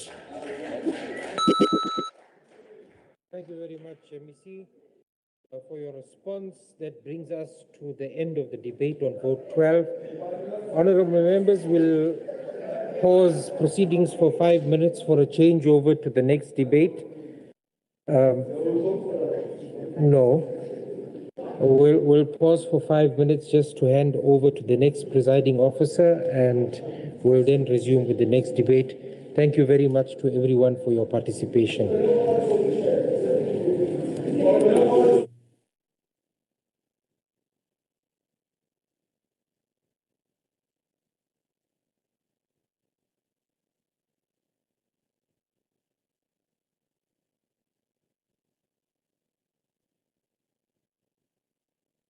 Honorable members, Madam Secretary informs me that indeed it is lunchtime. Honorable Magubane is correct. So I see you are very hungry. It's causing you to be noisy. We are adjourned for lunch. Until 1. 1 o'clock.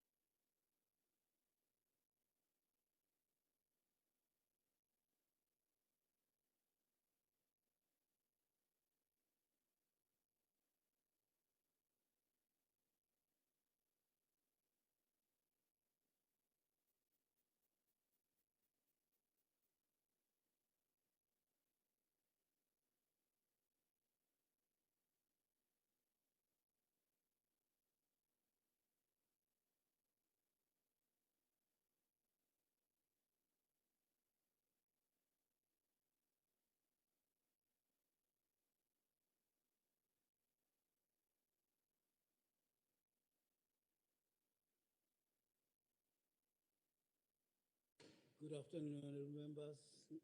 Can we rise for a silent prayer or meditation?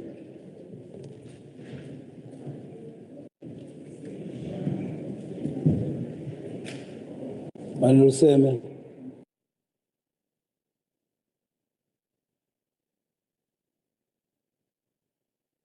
Amen.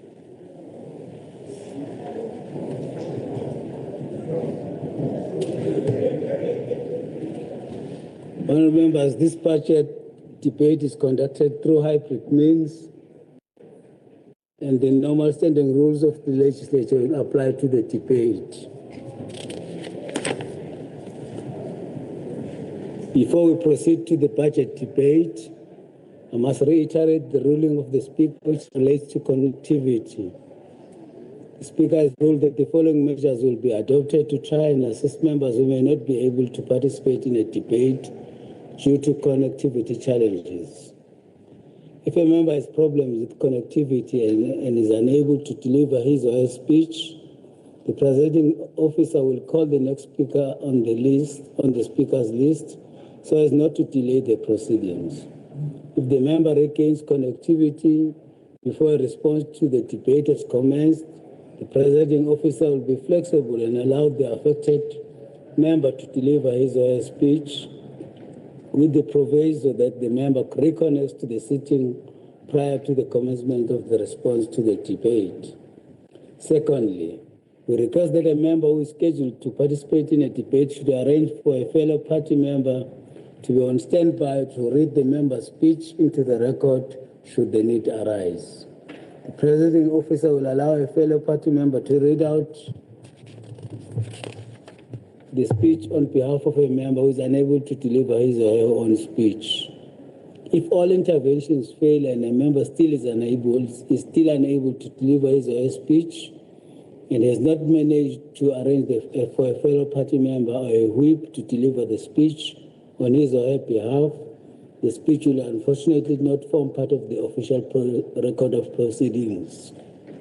In short, if members have connectivity problems, the presiding officer will follow the above guidance to try and assist them. We trust that this is in order.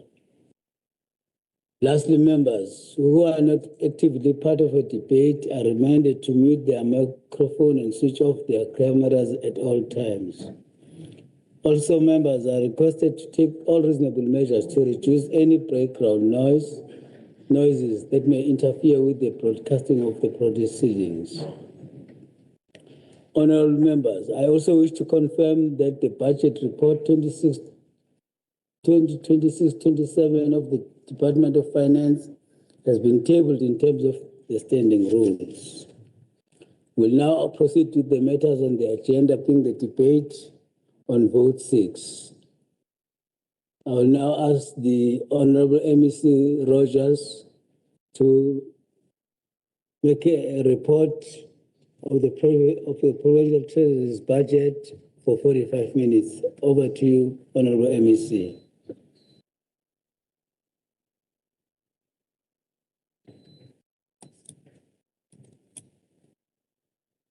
Yabulela Ndamande. Thank you, Chair, and good afternoon to all the members and those officials that are joining us for today. And I see we have 2 members of the Provincial Executive. Good afternoon. Chairperson, it's imperative that we begin by reporting on the progress made in the strengthening of the financial boundaries of our province, particularly as we table the 26-27 budget vote for KwaZulu-Natal Provincial Treasury. Over the past year, KwaZulu-Natal Treasury has moved beyond planning and policy development and has focused on the implementation of the Provincial Financial Recovery Plan, which remains the central framework guiding fiscal stability, financial governance, and institutional reform across the province. The true measure of success is not the existence of a plan, but the implementation of its interventions. We continue to work with departments and municipalities to restore fiscal discipline, improve oversight, and strengthen accountability across government. While challenges remain, this demonstrates that stronger oversight, early intervention and enhanced support are beginning to yield results. It also confirms that municipalities are increasingly embracing the difficult but necessary work of financial reform. Recognizing the importance of strengthening governance at municipal level, I recently approved additional support for the Provincial Treasury Supply Chain Management Unit, utilizing savings realized within my own ministerial office. This intervention will increase our capacity to assist municipalities with procurement compliance, contract management, and the implementation of sound financial controls. By building municipal capacity, we are reducing risks that lead to irregular expenditure and strengthening public confidence in government procurement. At the same time, KwaZulu-Natal is taking important steps towards modernizing procurement. The piloting of digital procurement systems marks a significant shift towards greater transparency, efficiency, and accountability in the purchasing of goods and services. As these systems are progressively implemented, they will help reduce delays, improve oversight, and ensure that public resources are utilized more effectively. Chairperson, while our recovery remains work in progress, KZN is moving in the right direction. The foundations are being laid for a more sustainable, accountable, and financially resilient province.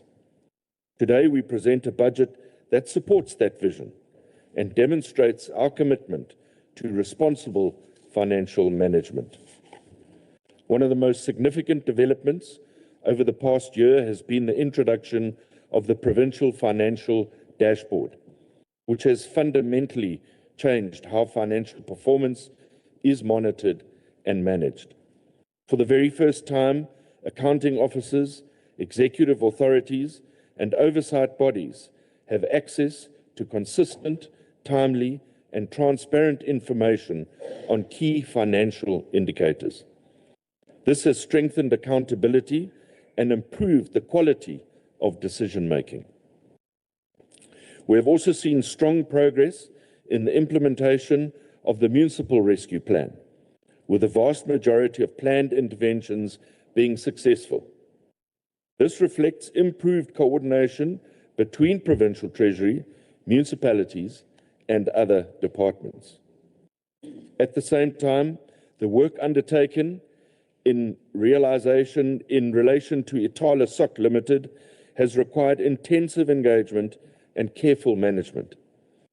The finalization of critical legal and financial arrangements have been a complex process, requiring negotiation across multiple stakeholders. This work has been essential in protecting the financial stability of the province and mitigating risks associated with the recovery of the loan book, not only the recovery of the loan book, but more importantly, seeing depositors gaining access to their funds. Mr. Chairperson, it gives me great pleasure to say that the just over 2 billion rand that was held in Itala Soc, the balance due to clients of Itala Soc is just over 200 million rand. Madam Chairperson, these achievements are important, but they also represent the beginning of what must be a sustained and disciplined effort. The Provincial Financial Recovery Plan remains the central instrument guiding fiscal consolidation and institutional reform across the province. The plan is structured around 6 independent work streams, each designed to address a specific structural weakness in the province's fiscal system. The transition from analysis to execution has been deliberate and necessary. We have moved beyond identifying challenges to implementing corrective measures, strengthening accountability, and embedding discipline within both administration and political leadership structures. The plan has enabled a unified, province-wide response to fiscal pressures by standardizing interventions, improving reporting, and reinforcing consequence management. However, Chairperson, we must be frank. The recovery progress is neither quick nor easy. Structural constraints such as accumulated accruals, weak revenue performance, and historic overspending continue to limit our fiscal space. What, however, is critical, honourable members, is that we now have a credible pathway to recovery. That pathway requires sustained discipline, difficult decisions, and unwavering commitment to financial governance. The province has made measurable progress in implementing priority interventions under the Financial Recovery Plan. These are a collective achievement as Treasury merely plays the role of coordination with departments driving the required change. Under Workstream 1, departmental and municipal support, the ring-fencing of infrastructure and lease payments, improving cash flow management, and safeguarding critical infrastructure commitments. We now have a comprehensive accrual verification process happening in certain departments and improving the credibility of financial reporting. Improved supplier payment performance in social development, reducing delays significantly. Cost optimization initiatives in health, yielding estimated savings, as I said the day before yesterday, of R500 million. Focus areas for 26-27 are the following: intensified intervention in the Department of Education to assist in stabilizing spending pressures. The implementation of a province-wide invoice tracking system. Full reconciliation of all infrastructure commitments, strengthened compliance and monitoring. Workstream 2, fiscal and financial governance. Chairperson, the integrity of public finances is a non-negotiable. This workstream focuses on strengthening governance systems, reducing irregular expenditure, and improving fiscal discipline. The progress achieved to date includes the implementation of an SCM capacity building program targeting root causes of irregular expenditure, centralization of the internal audit function and improving consistency and efficiency, the establishment of coordinated oversight by the Provincial Audit and Risk Committee that we refer to as PARC, and the introduction of an invoice tracking system in 26-27 will be a critical structural reform to address accrual management across all departments. Workstream 3, enhancement of provincial-owned revenue. Chairperson, in a constrained fiscal environment, revenue optimization is essential. The province exceeded its revenue target in 25-26 by approximately 6.7%, demonstrating improved collection efforts by certain departments. Key focus areas for 26-27 include strengthening revenue streams in the Department of Transport, the Department of Economic Development, and the Department of Health. Improving the recovery of staff debt in the Department of Education, and finally advancing the KwaZulu-Natal gaming betting tax bill. Workstream 4, expenditure reduction and optimization. This workstream seeks to eliminate waste while protecting service delivery, and the key interventions include the enforcement of cost containment measures, the review of personnel structures to identify saving opportunities, comprehensive budget reviews across all departments. Chairperson, we make this very clear. Cost containment is not austerity against citizens. It's discipline against waste. Workstream 5, information technology. Technology is a key enabler of financial governance. Great progress has been made in the piloting of the electronic procurement system. Whilst the initial plan has been utilized, an existing system within National Department has subsequently been discovered, and that system is still under development and did not have the full authority from National Treasury. Furthermore, National Treasury informed provinces that the Public Procurement Act had recently published draft regulations and prescribed that a single system would be used by government, and therefore the current solutions offered by National Treasury are now being piloted by the Department of Health, the Department of Agriculture and Rural Development, and Provincial Treasury. This did cause a number of delays.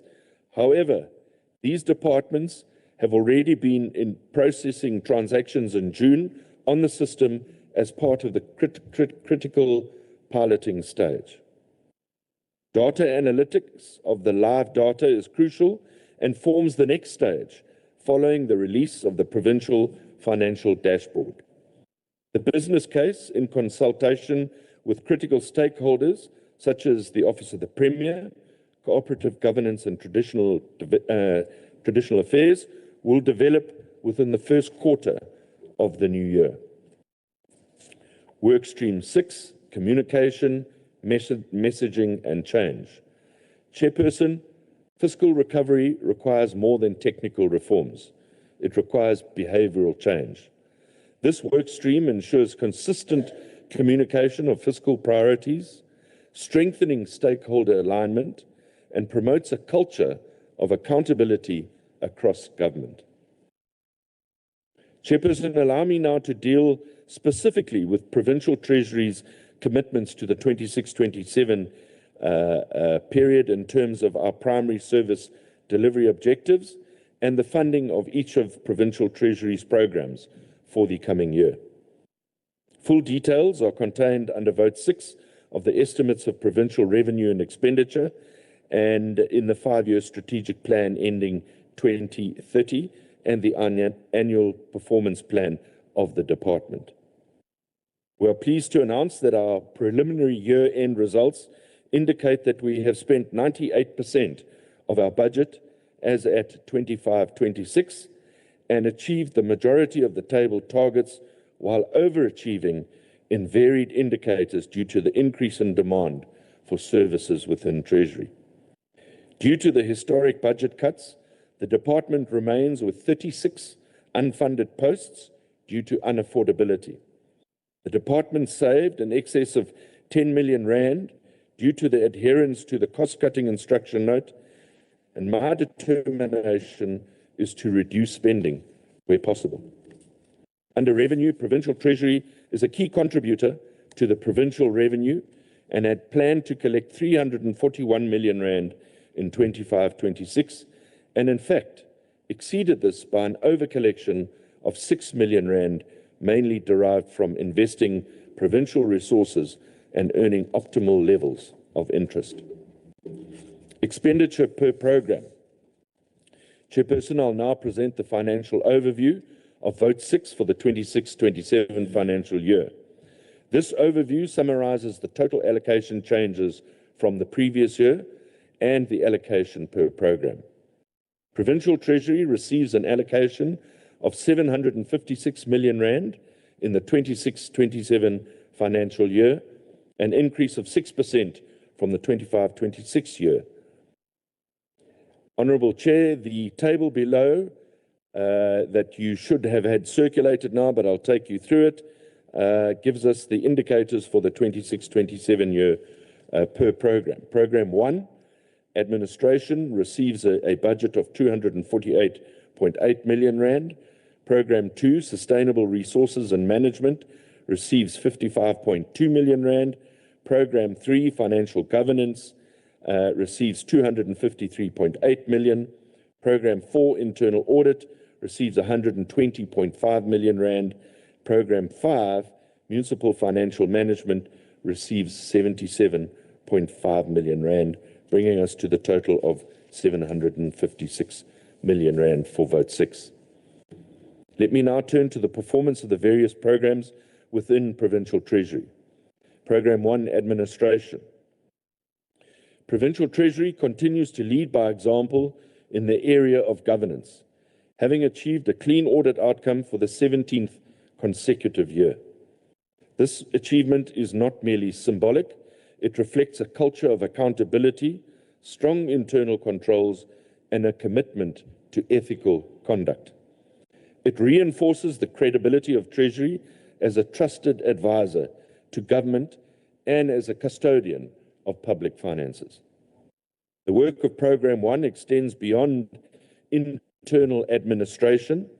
It includes strengthening internal governmental relations, supporting service delivery initiatives, and ensuring that government remains responsive to the needs of the community. Over the past year, the Department has actively participated in community-based programs, including Operation Sukumasake and the District Development Model. These engagements have provided valuable insight into service delivery challenges at a local level and have enabled Treasury to better align its support interventions.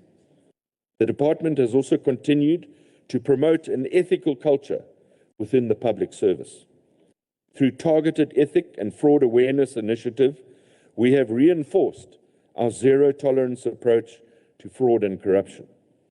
This is critical, Chairperson, because financial recovery is not possible without ethical leadership and integrity at every single level of government. In the coming year, the focus will be on strengthening risk management, enhancing combined assurance processes, and ensuring that governance frameworks are fully embedded across the Department and the wider provincial administration. Chairperson, I'm pleased to announce that our vacancy rate of funded positions is now at 7% after a deliberate drive to fill our vacant posts. Whilst it's commendable that many of these posts were filled by internal candidates, it does, of course, create the infamous leaking bucket syndrome and resulting in underspend on salaries. Programme 2, Sustainable Resource Management. Chairperson, Programme 2 has been at the centre of one of the most significant shifts in the way the province approaches budgeting. Over the past year, we have moved away from what can be best described as incremental budgeting, where historical allocations are simply adjusted to a far more rigorous and evidence-based approach. Through the implementation of the Programme Assessment Matrix and the alignment with National Treasury's targeted and responsible savings approach, every single program, every sub-program, and every line item has been subjected to detailed scrutiny. This process has required departments to justify their existence, their mandates, and their spending priorities in a manner that has never been done before. It has also required a level of collaboration between planners, financial officials that has strengthened the overall budgeting process. Chairperson, the outcome of this work will be presented, as I said here at the budget debate. It will be presented to Cabinet in September. It will entail difficult conversations and, in some cases, difficult decisions. But it is critical that if we want to achieve a balanced budget aligned to the priorities of the people of this province, this process must commence unhindered. As I have always said, the methodology used in our budgeting in the past, historical expenditure plus inflation, hasn't got our frontline departments such as education, health, and social development out of the challenges that they face. The outcome of this work will begin to shape the provincial budget in a more meaningful way over the medium term. It will ensure that resources are directed towards priority programs and that inefficiencies within the system are identified and addressed. In the year ahead, Provincial Treasury will continue to strengthen monitoring of expenditure and revenue. For the first time, we will publish quarterly financial performance information, improving transparency and enabling greater oversight by this House and by the public. We are also developing a provincial medium-term budget policy statement, which will provide greater insight into the economic context, fiscal position, and the policy priorities that underpin the provincial budget. Program 3, the financial governance. Despite the progress that's been made, financial governance remains an area of significant concern. Compliance with supply chain management prescripts continue to be inconsistent, and weaknesses in contract management remain a key source of risk across departments and public entities. The decline in supplier payment performance is a matter of serious concern, as at the end of the financial year, only just half of the invoices were paid within the required 30 days. This is not acceptable, and it reflects deeper structural challenges related to cash flow management, overcommitment, and the accumulation of accruals. The reality, Chairperson, is that departments cannot spend money that they do not have, and yet too often commitments are made without the necessary funding. The result is that we begin each financial year carrying forward obligations that should have been settled in the prior year. This undermines fiscal discipline and places additional pressure on already constrained budgets. Provincial Treasury has responded by strengthening oversight, enhancing compliance monitoring, and providing targeted support to departments. We have also focused on building capacity within the system and ensuring that officials understand and apply financial management principles correctly. In the coming year, the implementation of the new procurement regulations will require a renewed focus on compliance and capacity building. Provincial Treasury will play a central role in supporting departments through this transition. The Department, Treasury, is an accredited South African Institute of Chartered Accountants that currently runs a 3-year training program, accepting graduates that were recipients of the Tutuka Education Upliftment Fund, who upon completion will be eligible for registration as Chartered Accountants or CAs. The program was initiated in an attempt to address the scarcity of black CAs in the province, with the intention of improving the financial management constituency. The programs consist of 3 SACA training contracts under CA 2025 competency framework that focuses on professional values, attitudes, and enabling acumen. Once complete, the beneficiaries are eligible to enter a management development program for 2 years with an option to extend for a further 2 to develop management skills and improve trainee accountability. I'm happy to say, Chairperson, since its inception, the program has identified 31 trainees. Through the program, the department has produced 20 chartered accountants and 1 candidate attempting the final board examination process, while another is eligible to register as an associate general accountant. The program currently supports 9 active trainees who are at various stages of the 3-year training contract. Program 4, Internal Audit Services. Internal audit is a critical line of defense within the provincial governance framework. Over the past year, the internal audit function has been strengthened through the centralization of services across all departments, enabling greater consistency, improved resource utilization, and stronger oversight. The number of audit assignments conducted, over 120, were risk-based audits, and this reflects the scale of the work being undertaken, particularly in high-risk areas such as infrastructure projects, supply chain processes, and information technology systems. Internal audit has also played a critical role in assessing compliance with cost containment measures, evaluating value for money, and supporting departments in addressing their audit findings.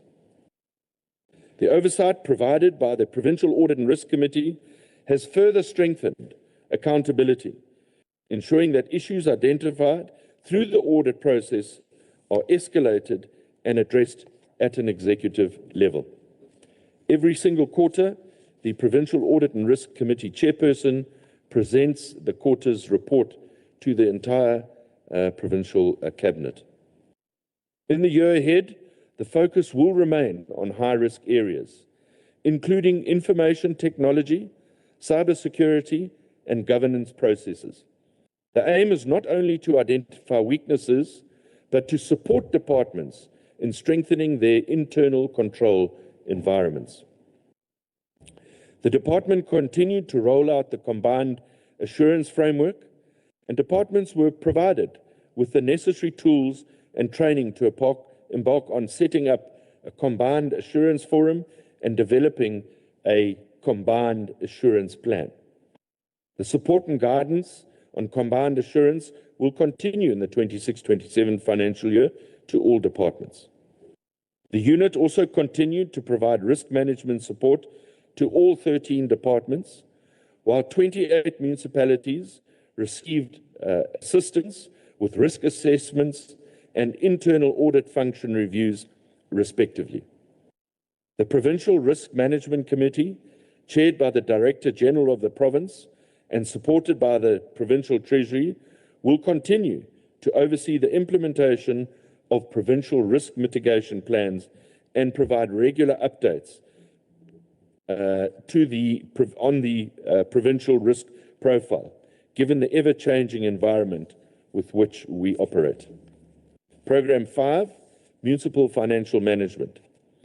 The financial health of municipalities remains one of the most significant risks facing this province. While progress has been made in improving the funding position of municipal budgets, many municipalities continue to face serious financial challenges. Weak revenue collection, rising debt levels, and liquidity constraints continue to undermine financial sustainability. Unfunded budgets will not be accepted, and every effort is being made by my team to ensure that councils approve funded budgets. Provincial Treasury has provided extensive support to municipalities, including the assessment of budgets, monitoring of financial performance, and the implementation of targeted recovery plans. The teams have focused on audit readiness, annual financial statement support, revenue enhancement, specific financial management, support and cost containment programs in various municipalities who, most importantly, have agreed to the support and committed to implementing the recommendations. The improvement in the number of municipalities with funded budgets is encouraging, but it does not mean that the underlying challenges have been fully resolved. The Municipal Rescue Plan remains a critical intervention, particularly for the 27 municipalities that have been identified to be in financial distress. This plan provides coordinated support across government and focuses on addressing the root cause of financial instability. At the same time, attention is being given to municipalities that are on the path towards clean audits, ensuring that their progress is sustained. Chairperson, the upcoming local government elections present an additional layer of risk. Changes in political leadership may disrupt reform and impact financial stability. It is therefore essential that the systems and controls that we are putting in place are resilient and capable of withstanding transitions. Chairperson, in conclusion, the budget before this House is more than just a financial allocation. It represents our commitment to rebuilding fiscal stability, strengthening governance, and ensuring that every rand entrusted to government delivers the maximum value for the people of KwaZulu-Natal. The implementation of the Provincial Financial Recovery Plan has shown that meaningful reform is possible where there is discipline, accountability, and a shared commitment towards change. Over the coming year, Provincial Treasury will continue expanding support to municipalities, particularly through enhanced supply chain management and targeted interventions aimed at improving this financial sustainability. We will also continue driving the transition towards digital procurement, ensuring that government procurement becomes more transparent, efficient, and less vulnerable to abuse. Our objective is very clear: a provincial government and a municipal sector that spend within their means, honor their obligations to their service providers, uphold the rule of law, and place service delivery at the center of every financial decision. Chairperson, financial recovery is not achieved in a single budget cycle. It requires persistence, courage, and collective responsibility. Allow me, Chairperson, to express my appreciation to the Head of Department, Carol Kutsia, the senior management, and to the entire Provincial Treasury staff who contributed towards the compilation of the speech that I have tabled today. Also to the Chairperson of the Committee of Finance, Honourable Tlungwana, to you and your committee, I want to take this opportunity to thank you for your contribution in assisting Treasury in its target. And finally, to my entire team and my ministry, thank you for your guidance, support, and encouragement. Chairperson, it's now my privilege to table this budget before you for consideration. Yabu.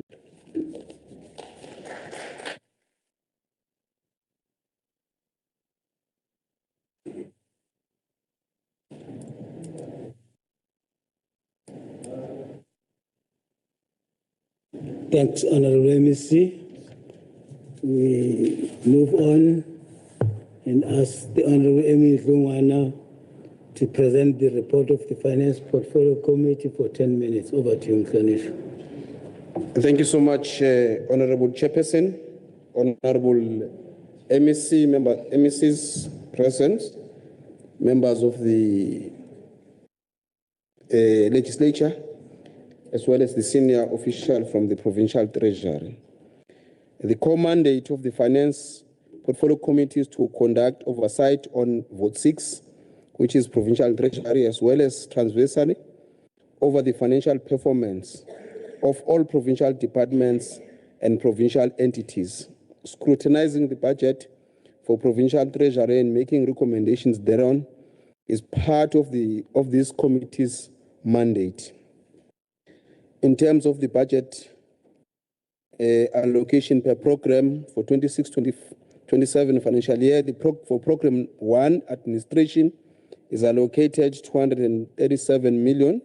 Program 2, Sustainable Resource Management, is allocated 555 million. Program 3, which is Financial Governance, is allocated 253 million. Program 4, which is Internal Audit, is allocated 117 million.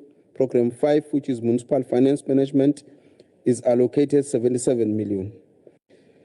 The majority of members in the Finance Portfolio Committee voted in support of the 26-27 budget for Vote 6 Provincial Treasury. I would like to thank all members of the Portfolio Committee for their cooperation, dedication to their work, as well as Legislature support team attached to the Finance Portfolio Committee for their support.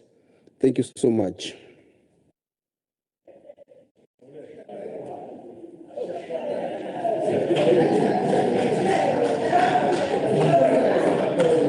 Thank you very much. We now commence the debate.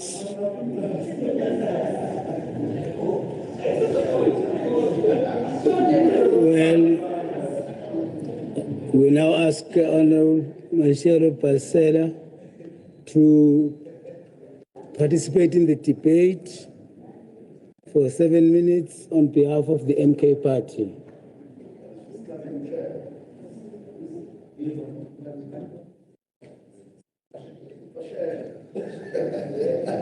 Honorable Zuma, out of order. Over to you, Mklonish. Okay. Thank you, Chair. MEC for Finance, Portfolio Chair for Finance, members of the Treasury, and members of the House. I greet you.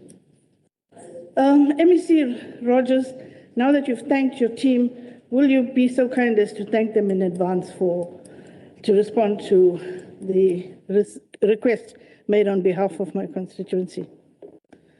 Thank you. Let us begin today by looking around this House and looking around, well, in spirit at the people who are listening to this debate. I want to ask ourselves a single uncomfortable question. Who is actually listening to us right now? Outside of paid politicians, the administrative staff, and heavily armed security guards protecting this building, who in KwaZulu-Natal is actually tuned into this debate? How many of the 4 million unemployed people in this province are watching us on television? How many of our desperate, qualified but jobless youth are streaming this sitting on YouTube? The tragic, honest answer is almost nobody. And it is not because they are lazy. It is not because they do not care about their future. It is because they have realized that these budget debates are nothing but a theater of performance. They have realized the decisions have already been made. The tenders have already been allocated. And this entire sitting is just an expensive box-ticking exercise to satisfy a piece of paper called the Constitution. If an entity like Itala Bank gets treated in the way that it does, then who are the unemployed and who are the poor? The Prudential Authority's demands regarding immediate deposit coverage on Itala Bank, which no commercial bank operates on, is unacceptable. But where do we hear this? We don't hear this except from the opposition benches. The commercial banks don't hold 100% cash versus liabilities. So if they are given so little attention, what about the unemployed and the poor? We will never forget 34,000 applicants for a mere 200 vacancies in Department of Transport, when Peter Maritz was turned into an apocalyptic scene. Streets all clogged. Now, MEC Rogers, let me tell you, the reason that your purse is the way it is, and you complain that there's no money, that there is no budget, goes back to 1994.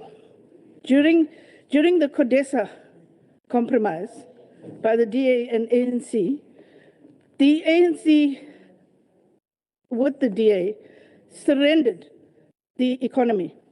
So the cake was cut with the wealth remaining in the hands of Stellenbosch and the elites. The black majority remains locked out of meaningful ownership and land ownership. So the APP just cascades from one year to the other year to the next year in exactly the same way. So when there is no hope, why will our people listen to this debate? It does not even bounce or ring as relevant to them. The 742 million allocated to Provincial Treasury, that is what we are here to debate. But again, let's be honest with the people of this province. The debate is an administrative hoax. Every single figure in this budget has been pre-decided, pre-approved, and locked away in a boardroom weeks before walking through those doors. Again, I will mention the figures of just gold and diamond mining, which is 5 trillion a year. Diamonds that were formed 5,000 years ago is still in the hands of the Oppenheimers and the other owners of the mines. And yet, our people are starving.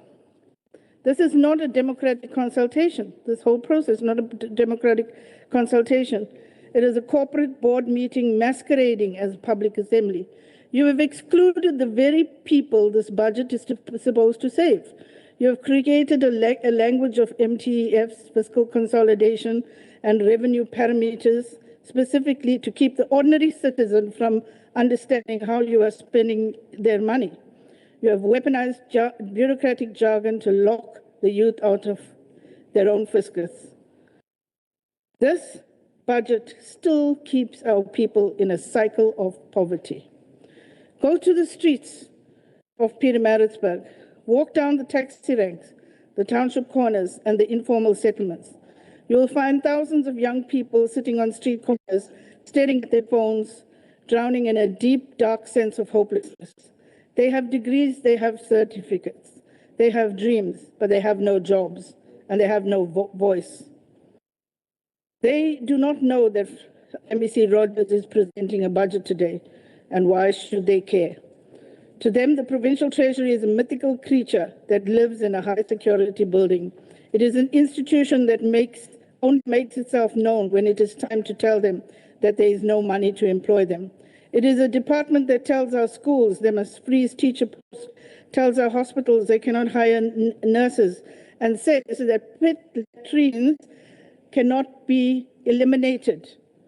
We have built a wall of administration between this fiscus and the people on the ground. The Treasury does not speak to the youth. It speaks at them. It does not consult them. It merely budgets for their continuing poverty. This unholy coalition called the GPU stands here boasting of clean orders and fiscal discipline. What fiscal discipline? What is a clean order to a mother whose child is going to bed hungry tonight? We reject it. We reject this budget designed in a dark corner that's meant to preserve the comfort of the people. We reject false democracy.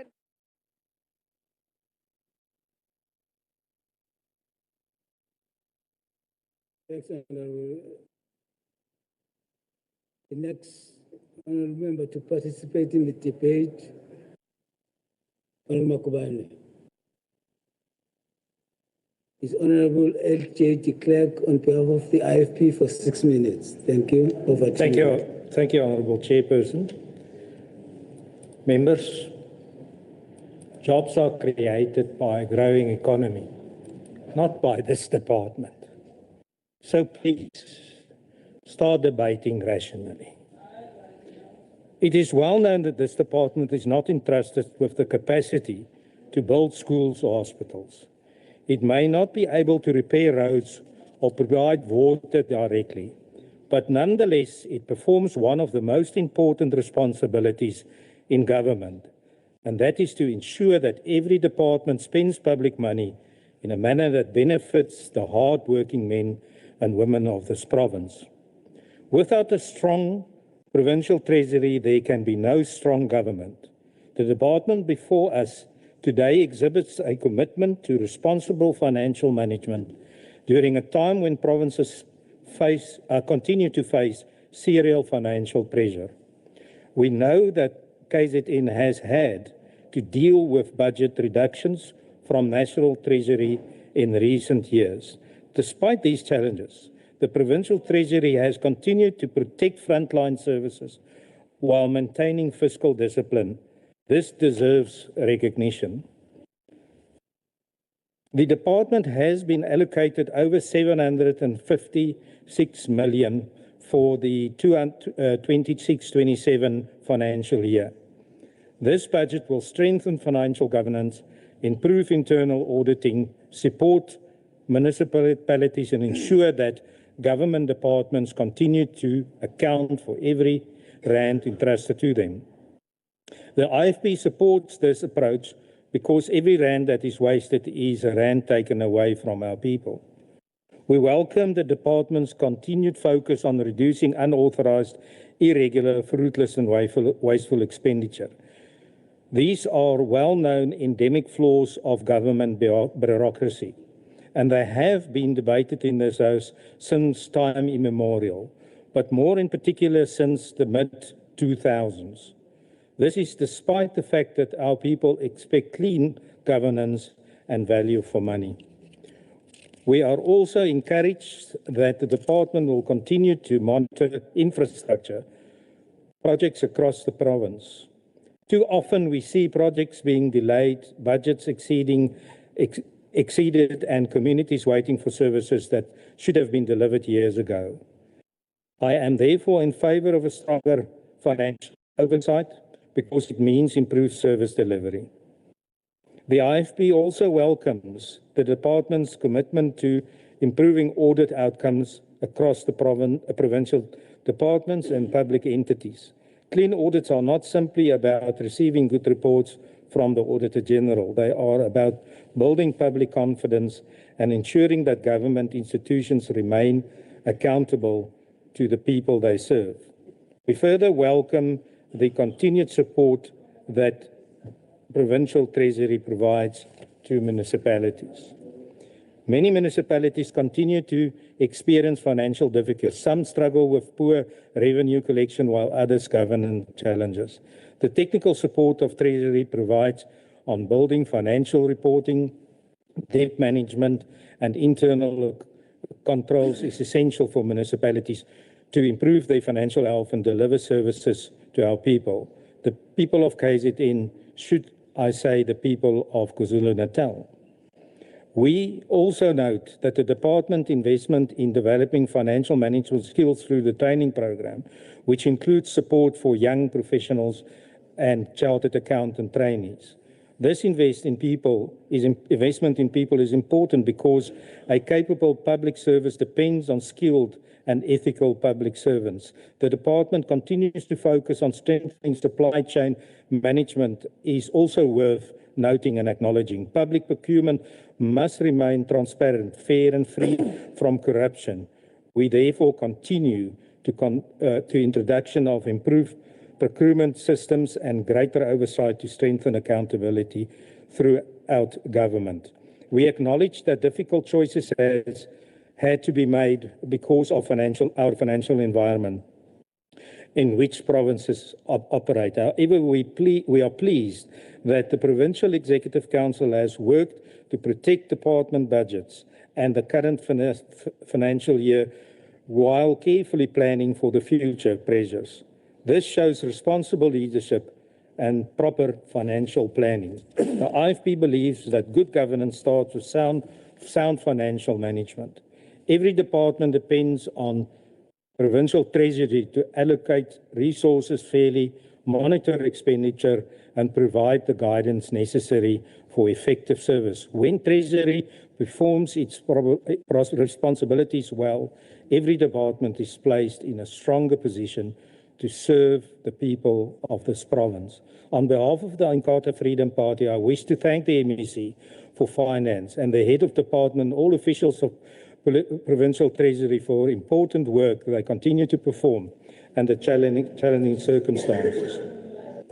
The task of managing the finances of an entire province is not easy, but it is essential for the stability and the development. For those reasons, the Inkatha Freedom Party fully supports the budget votes.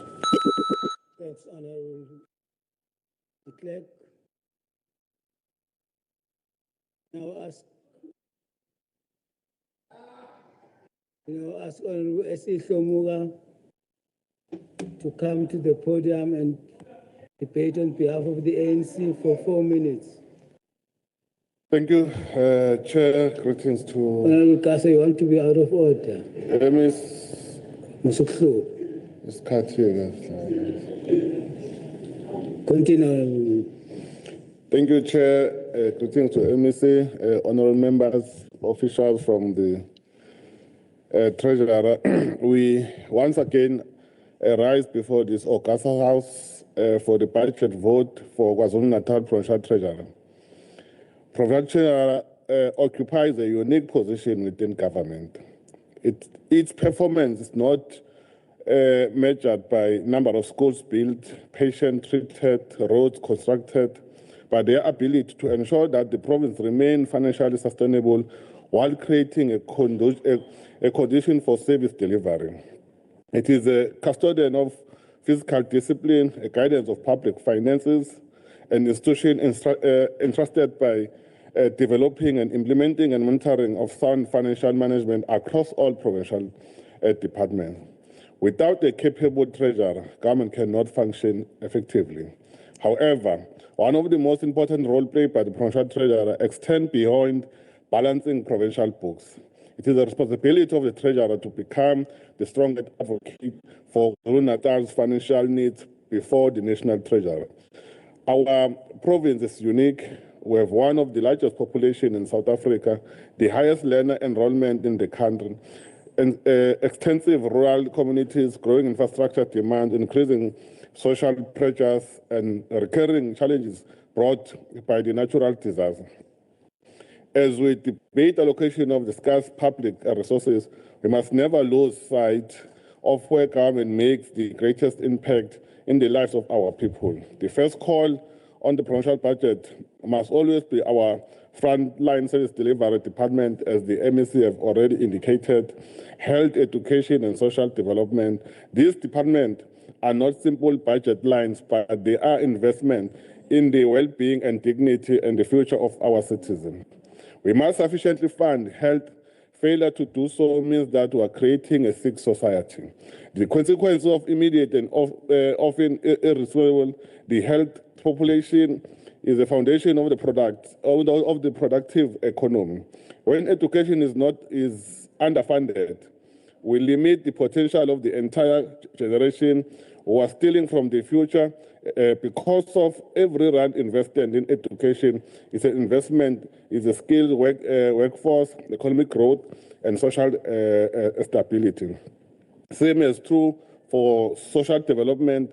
Social services stand between the vulnerable families and despair.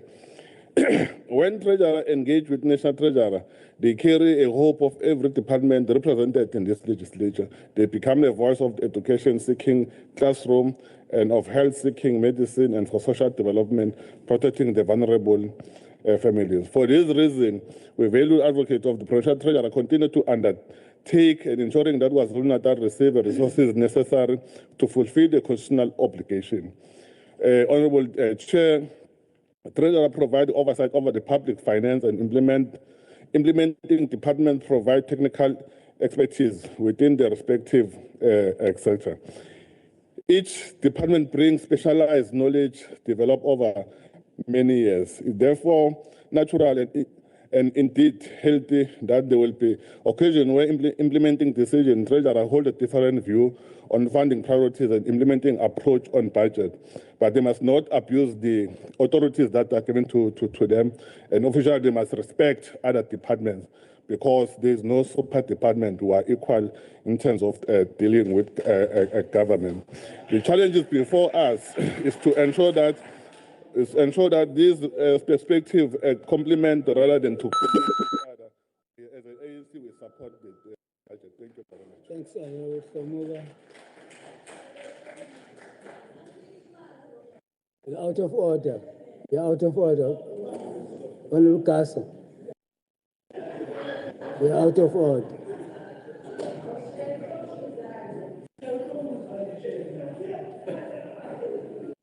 We now ask Honorable Honorable Moyo Mbata. Don't be disruptive. Can I now ask Honorable Professor to participate in the debate for 5 minutes on behalf of the DA? Over to you, Mhlonishwa. Thank you very much, Sihlalo. Honourable Speaker, Honourable Sihlalo, sorry, old habit. Honourable members, today I rise to speak on Vote 6, Provincial Treasury. This vote presents an opportunity to do a deep dive into the discipline of governance, the credibility of our finances, and the trust of our people. Treasury is the custodian of fiscal integrity. It is the watchdog of expenditure. It is the driver of innovation in public finance. Just to remind everybody, we're debating the Treasury budget today, not the smorgasbord of all the budgets in the province. We're talking about Treasury's budget. Since 2024, under the stewardship of the KZN Government of Provincial Unity, Provincial Treasury has made significant improvements. Fiscal discipline is being strengthened, expenditure controls are tighter, waste is being reduced. Transparency has improved. Citizens and legislators alike can now track spending with greater clarity. Capacity building has been prioritised. Honourable Rogers went into that in some detail, ensuring that officials are better equipped to manage complex financial systems. These are interventions that safeguard the credibility of our province's finances. Honourable members, one of the most notable innovations has been in the introduction of the Treasury dashboards. These dashboards allow real-time monitoring of expenditure, procurement, and performance. They shine a light into areas that were once opaque.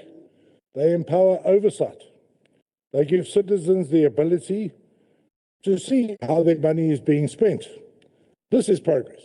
This is innovation, and this is accountability in action. I wonder, Honourable Rogers, if you could get a meta tracking system on the dashboard and see who's actually logged into it amongst the members in the House.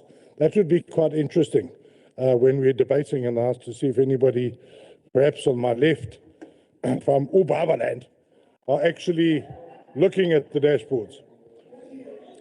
You wanted me to say that. I know you wanted me to refer to Don Jay-Z. Anyway, the move towards e-procurement systems has also reduced opportunities for corruption. The introduction of supply transparency dashboards has made it harder for irregular contracts to slip through unnoticed. The emphasis on value for money has ensured that procurement is not only clean but efficient. Yet, honourable members, while we welcome these innovations, we must always push for more progress. We can be happy, but we must never be satisfied. Dashboards must evolve into predictive tools, not just reporting mechanisms. Procurement systems must integrate with national platforms to ensure consistency. And supply development must be prioritised so that the local businesses benefit from government contracts. Honourable members, Treasury's role is not confined to its own vote. It intervenes across departments. In education, Treasury has played a critical role in tightening expenditure and ensuring that funds reach classrooms. The monitoring of school infrastructure projects has reduced cost overruns. The oversight of nutrition programs has ensured that funds feed children, not middlemen. The emphasis on teacher post-provisioning has helped stabilise staffing levels. These interventions matter. They mean that children are more likely to find a teacher in front of them, a meal on their desk, and a roof over their classroom. Honourable members, Treasury has also intervened in our municipalities. Their interventions have included capacity support for municipal finance units, debt management strategies to stabilise municipal finances, amongst others. These are welcome steps. They have prevented crises in some municipalities and stabilised finances in others. Honourable members, Treasury embodies the balance between realism and progress. Realism because resources are finite and choices must be made. Progress because innovation can stretch those resources further, delivering more with less. In conclusion, Honourable Speaker, we welcome the budget under Vote 6. We acknowledge the improvements made since 2024 under the GPU. We celebrate the innovations in dashboards and procurement. We commend the interventions in education and municipalities. Let us support this budget with appreciation, with vigilance and with resolve. I recommend Vote 6 to the House.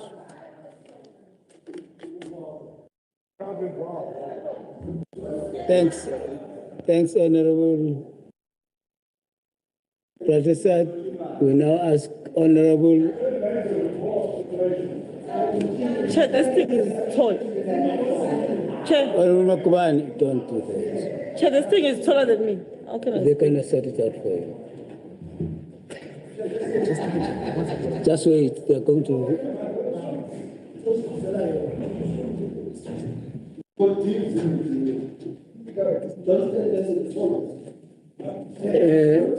Mr. Nkosi, please help this side. You see, I can operate it.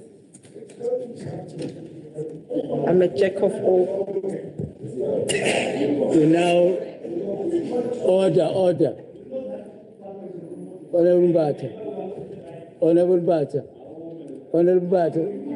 Bata. Stand up.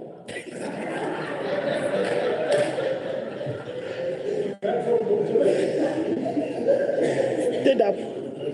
Honorable Bata, stand up.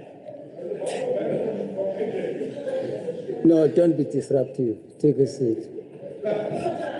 Don't be disruptive. We now ask the honourable member SP Seme on behalf of the MK to present her debate for 7 minutes. Over to you, Ganesh. Thank you so much. Thank you so much, Chair. Greetings to the House, the officials, and MEC Rogers. Chair, I stand before this House on behalf of Umkhonto weSizwe to vehemently reject this lukewarm performance plan and budget for Vote 6.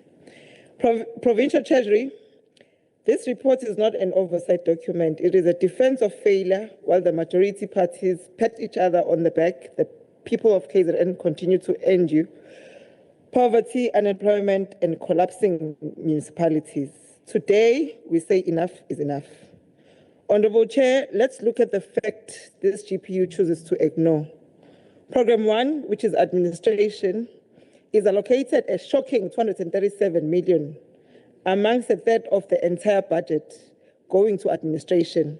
This is nothing but the entrenchment of bloated bureaucracy that serves officials and politicians while our people queue for water, electricity that never comes. MKP rejects this glaring misplacement of priorities. Program 5 is municipal finance management, receives 77 million, a mere drop in the ocean. How can the House accept such a tiny allocation when dozens of our municipalities are dysfunctional, riddled with debts, irregular expenditure, and unable to deliver basic services? The people in rural areas and townships are the ones paying the price for this negligence.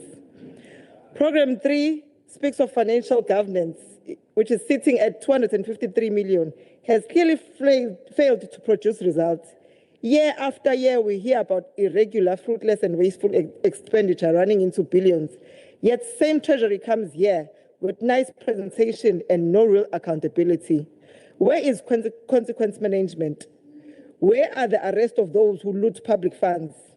Honourable Chair, the total allocation of 742 for Provincial Treasury is a lot of money for people of KwaZulu-Natal, yet this report contains no bold plan on how to use these funds to drive the real economic transformation, create jobs for the youth, or rescue our failing municipalities. The Financial Portfolio Committee has once again proven that it is more interested in protecting the executive than defending the interest of the poor. We reject this budget because it fails to redirect resources from bureaucratic boats to real service delivery and economic emancipation. It shows no urgency in fixing the financial rots in municipalities that directly affect our people. It protects the status quo instead of advancing interest of the poor and the working class. We, as the MK Party, cannot support a treasury that continues to manage poverty instead of fighting it. We cannot support a budget that protects insiders while the majority of our people remain outsiders in their own economy. Ngoba Rogers uhlezi ufuna ama-solutions kuthina. Nakho-ke sikudemanda as the MK Party. We demand a drastic reduction in Program 1, which is administration, and redirection of those funds to service delivery and municipal support. A comprehensive turnaround strategy for all failing municipalities with a clear time-bound target. Full disclosure and immediate action on all cases of corruption and irregular expenditure. Real economic programs that put the people first, not another year of recycled promises. Prioritize support for Black industrialists, cooperatives, and township economies instead of recycled consultants. Honourable Chair, the people who voted for change in the province are watching. They did not vote for more of the same. They voted for decisive leadership and radical economic transformation in KwaZulu-Natal. For these reasons, Umkhonto weSizwe Party rejects this report in its entirety and calls on all progressive members in this House to vote against it. Let us send a clear message that days of weak oversight and elite protections are over. Let the people govern this province. Amandla.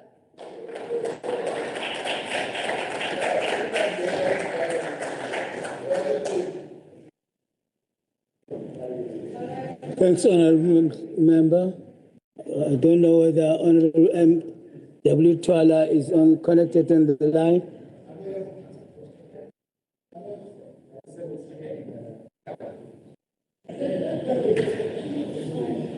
Right, we've received an apology from Honourable C.M. Shinga. We now move to Honourable Patricia. Don't ask questions. Look at the order paper, you are a whip. You are a whip, look at the order paper. The speaker's list. No, look at the speaker's list. Honourable Patricia, for 3 minutes, over to you on behalf of the TA. Thank you, Honourable Chairperson. I haven't really had the time to prepare something. We've certainly shuffled along the speeches pretty quickly. Chair, yeah, you know, once again, I listened to the benches opposite, and I'm thinking, you know, Honourable Rogers coined the stage saying that you are mourning at the wrong funeral. And I'll just hear it again and again and again. Honourable Barcelos was the one that said, is anybody listening to this debate? Because people are crying here and crying there and crying there. This is a Treasury debate. It's how they run their department. Honourable Semi comes here and says, you're spending so much. Stand up. You're spending. Hold on. Sure. Just hold on, Member. Oh, okay. On Makoban, withdraw that ooh of yours. Withdraw it. I withdraw, Honourable Chair. No, please, Honourable Members, don't bring the House into disrepute. Please. Continue. You know, Honourable Chairperson, a well-timed heckle that really goes to the heart of things is an art. Making noise like that is just childish stuff. But anyway. Okay, so coming back to Honourable Semi. Honourable Semi comes and says, your administration is so top-heavy. How on earth is Treasury supposed to look after 54 municipalities, 14 departments, and innumerate amount of entities? Anyway, you know what? You're shouting a lot, but what you don't realize is that when people listen to this, they can't hear you. They can hear me because I'm the one with the microphone. But carry on.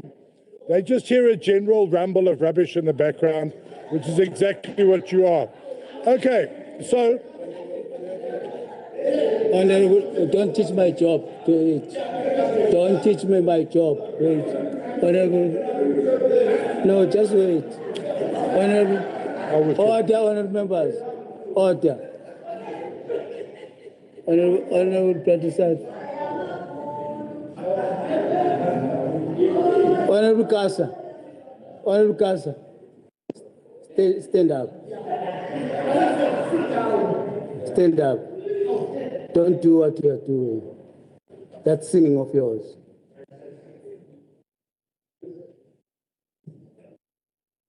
Honourable Patricia. We throw the reference to. No, just wait. What's wrong with you? Just withdraw the rubbish that you referred to. I withdraw unconditionally, Chairperson, and I apologise to the House. Anyway. All right. Just wait. Let's see. I really hope you're stopping the clock. Thank you.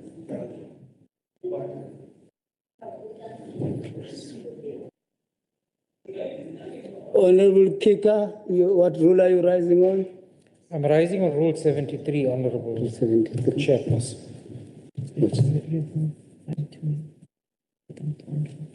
Yes, can you elaborate? Chairperson, we refer to members of this House as Honourable.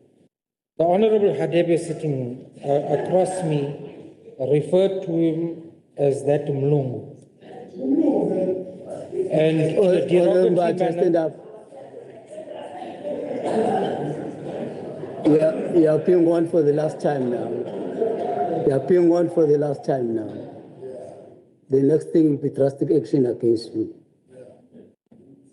You're still on the floor. Take a seat, Honorable Mbata.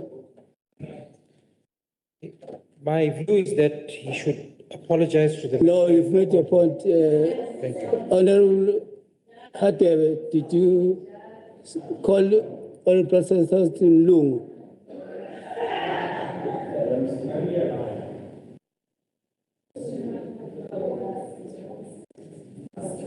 Did you call Honorable President Mlung?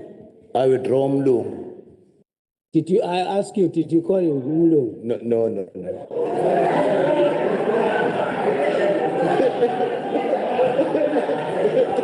Withdraw. I never called him Mlung. Order. Honorable Senator, don't do that. Just withdraw so that we move forward.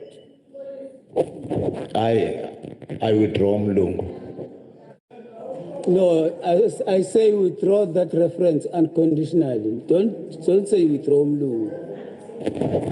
I withdraw Mlungu unconditionally. Okay. He's black. Honorable Hatebe, why do you refer to the color of black now? Withdraw unconditionally. No, I withdraw unconditionally. Thank you. Continue, Honorable Professor. Thank you, Honourable Chair. We're making progress. You know, a while back, Honourable Hadebe called me a murderess, and I'm just a Mlungu, so I'm happy. We're making progress. Anyway, Chair, if I may just conclude the debate. It's a matter of debate. I want to conclude the debate. I'm running it. Chairperson, I just want to conclude by saying this. I'm very proud to be a former member of a really brilliant organization called Roundtable. Roundtable International does a huge amount of charity work around the world and is known for looking after people right across the world. Honourable Rogers was also a member of that organization. The reason I refer to it is that the motto of Roundtable is adopt, adapt, and improve. You adopt what worked well in the past, you adapt it to changing circumstances, and you improve it wherever you can. I can see, unwittingly or not, this DNA in the work of Treasury. They're adopting, they're adapting, and they're improving, and it will take us forward. I thank you very, very much. Thanks, Honorable Professor. We now move on with the debate and ask Honorable M.T. Sangweni on behalf of the ANC to participate in a debate for 4 minutes. Honorable House Chair, Honorable MEC of Finance, Honorable MECs present, Honorable Members. The greatest scholar in public finance, Richard Musgrave, argued that government has 3 fundamental fiscal responsibilities: to allocate resources efficiently, to distribute opportunities fairly, and to promote economic stability. Those principles remain a foundation of every successful developmental state. It is through this lens that as the African National Congress will rise to support vote 6 of this budget. As the African National Congress, we welcome budget vote 6 policy statement by the MEC of Finance for 2026-2027 budget for Provincial Treasury amounting to over 756 million after the Financial Portfolio Committee, led by Honorable Lungwane, have satisfied itself that they are both in line with their annual performance plan and their strategic priorities are in line. Honorable House Chair, as the chairperson of the Portfolio Committee on Economic Development and Tourism, I have learned that there is a direct relationship between sound public finance and sustainable economic growth. Investors do not invest where finance is unstable. Business do not expand where institutions lack credibility. Economic growth does not occur where government is weak. Noble Lutheran. Honorable Hatem. Yeah, but my time also, Chair. No, stop the time. Obviously. Obviously. To Honorable Hatem. Honorable Hatem, withdraw what you said.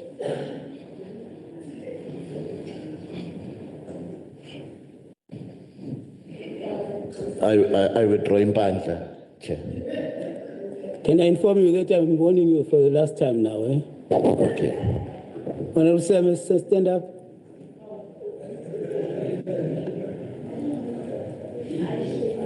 Why do you talk about what Honorable Hattab has said? Don't participate in something that will put you into trouble. Take a seat.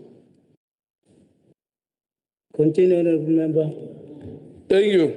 Noble Luther and Josephstein remind us that the market requires capable public institutions to function effectively.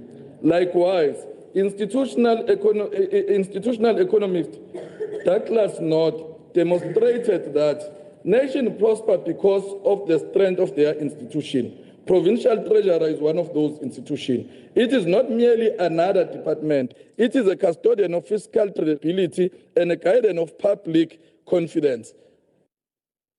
Some honorable members here will undoubtedly rise to reject the budget today. That is their democratic right, House Chair.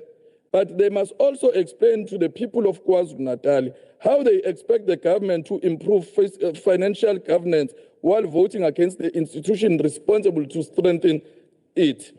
How do they demand clean audit while rejecting investment in internal audit? How do we call for stronger municipalities while opposing support for municipal financial management? How do we demand better service delivery while weakening the system that protects every rand entrusted to government? The Financial Portfolio Committee, led by the able and capable Ubaba Udlungwane, noted that the strategic focus of the department is sustainable resource management, financial governance, institutional audit, and municipal financial management. These are not administrative exercises.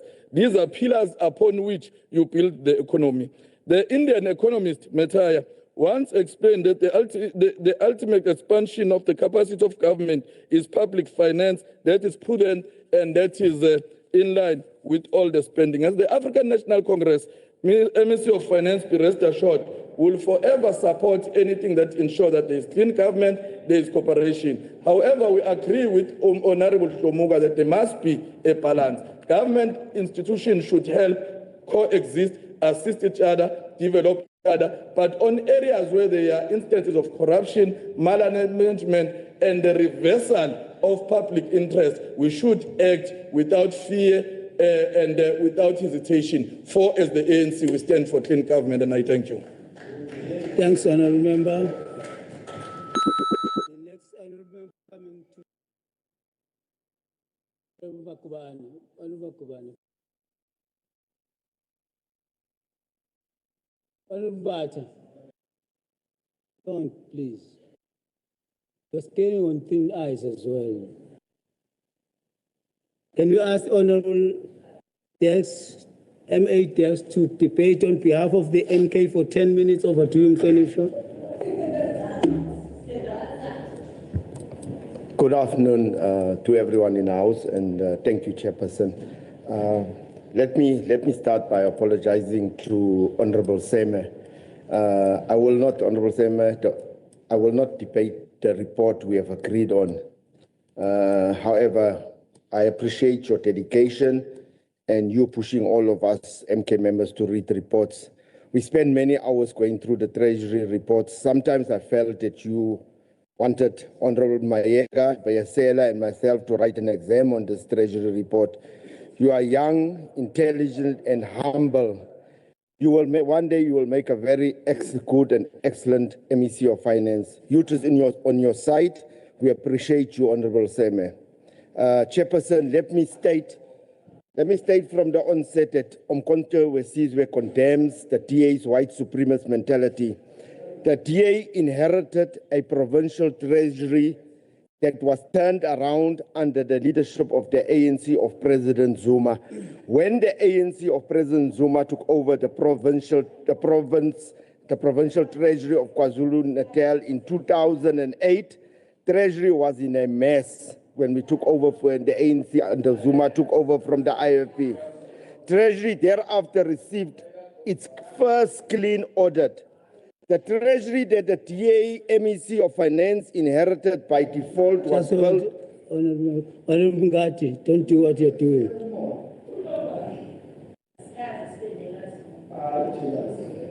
Okay, no, wait. Continue, Honorable.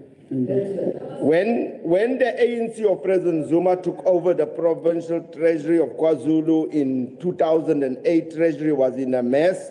Those ones that knows their history will remember when ANC took over this province, the Treasury never ever had a clean audit. Thereafter, it received its first clean audit.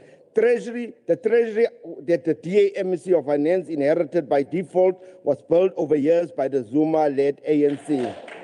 The leadership of the current Treasury was appointed by the very same ANC. The turnaround of this department began when the Zuma-led ANC took over KZN, and even under a future MK provincial-led government, it will improve because of the foundation that was laid by Baba Ngamalala, led by the ANC.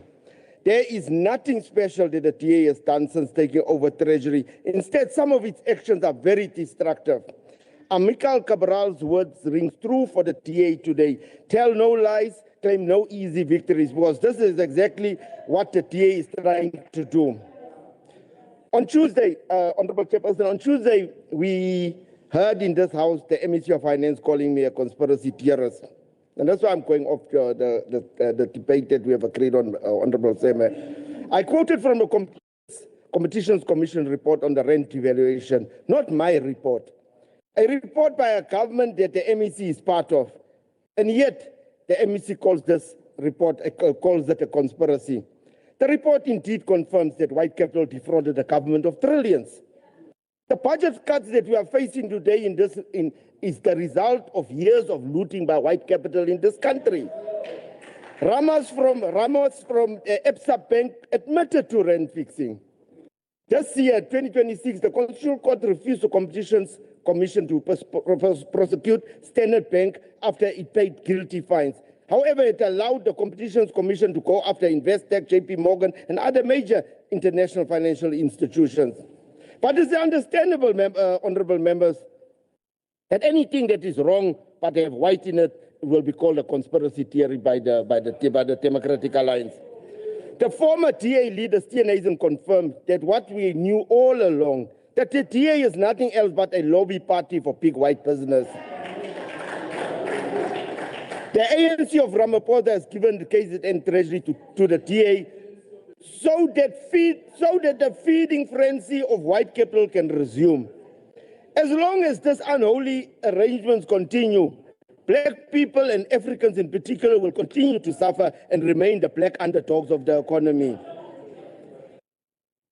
Now, this is the problem that we are experiencing in this House as I'm going to see. I see the political parties who stole state power that was not given to them by the electorate should not come and cry here. That's crying in the wrong funeral. Come and cry here. That controversies are not giving solutions because we will not do it. We do not recognize this illegitimate government of KZN. The DA has the audacity to ask controversies to present solutions. We will not present solutions to a legitimate provincial government. Don't ever expect us to help you govern. We will not do that nonsense. We will only bring solutions to the mess that the GPU created once we have removed the GPU from this stolen power.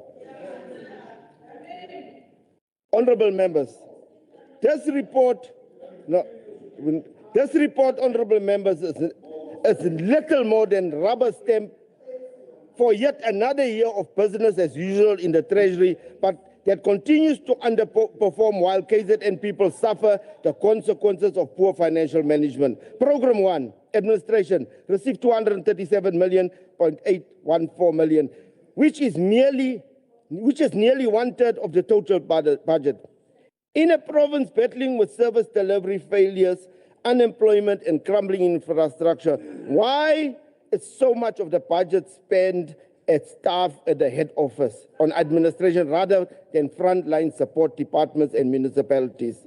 Program 5 is allocated only 77.594 million, despite the well-documented collapse of financial governments in many KZN municipalities. We continue to see disclaimers, qualified audits, fruitless and wasteful expenditure, and unauthorized expenditure year after year. The Treasury's oversight here has been demonstrably inadequate, allocating relatively modest resources while expecting improved municipal outcomes.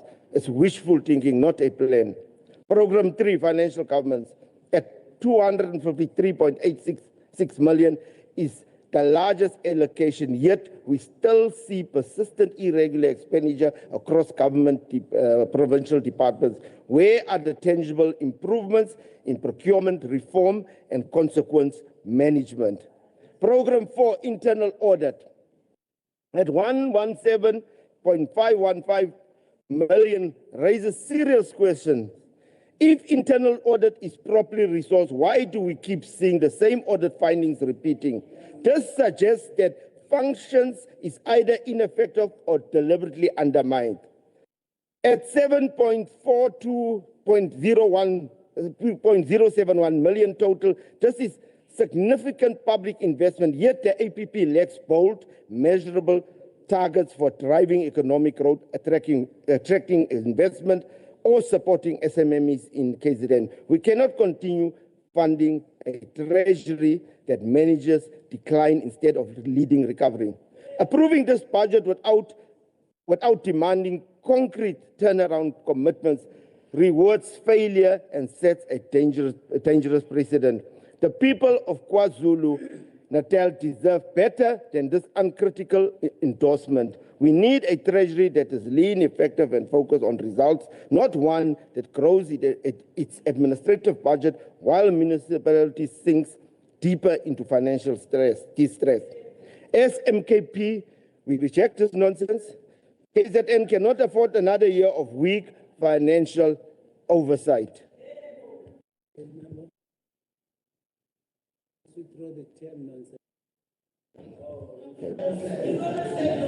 No, just wait, just wait.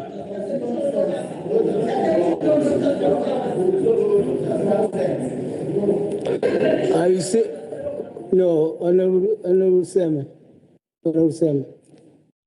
why do you speak seated? Why do you speak while seated and not recognized? Take a seat. Honorable Dates, can you just withdraw the white nonsense? Honorable Chairperson, the Speaker of this House made a ruling on the word nonsense. Just wait, let's hear Honorable Makubane. The Speaker of this House made a ruling on the word nonsense. Let's hear Honorable Makubane. Thanks, on the floor, Honorable Makubane. Thanks, Honorable Chair. I'm rising on 57. 1A, the point of order, together with Rule 14.2. The Speaker of the Presiding Officer must discharge his or her responsibilities in an impartial manner. The word nonsense has been repeatedly mentioned by even Honorable Rogers in this House, and the Speaker of the House has never called that member into order and to apologize on that name. Nonsense simply means what you're talking or what you presented doesn't make sense. It's a simple word. It simply means what you're saying or what you presented doesn't make any sense. There is nothing wrong about that. If anything doesn't make any sense, it doesn't make any sense. We cannot say it makes sense, but it doesn't. Okay.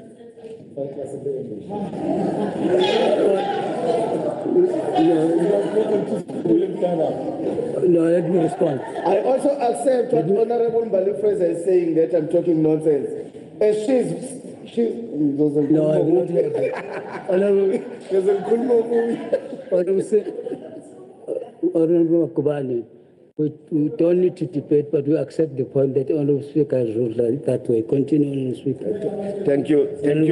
Yeah, thank you very much, Chairperson. Honorable Chairperson, in conclusion, I won't throw my 1 minute away because we are taught by my former SG in the ANC, Comrade Super, that if you don't finish your minutes, they'll deal with you. I see that the chair of the committee just left 2 minutes and he went and sat down. More than 2 minutes. I think the Honorable Zuma is no more strict like he used to before, because Honorable Lungwana just gave away 6 minutes like that. You see, honorable members, the GPU needs to understand this thing here. We are not their friends, and we will never be their friends. And we are never going to agree to anything that the GPU present. And you should not cry as a GPU. When you'll approve your budgets, we don't cry, we leave you because you'll got these kind of numbers that you'll got, and you'll do what you'll want to do. So don't cry when we say we're not going to support you. We're never going to support this year. We're never going to support it. So we are not your friends. We will never be your friends. We are going to deal with you on November 4th. And we just want to say to all the people out in KZN, on the 4th of November, vote for Mkonto Wesizwe to remove this nonsense from government. Thank you very much.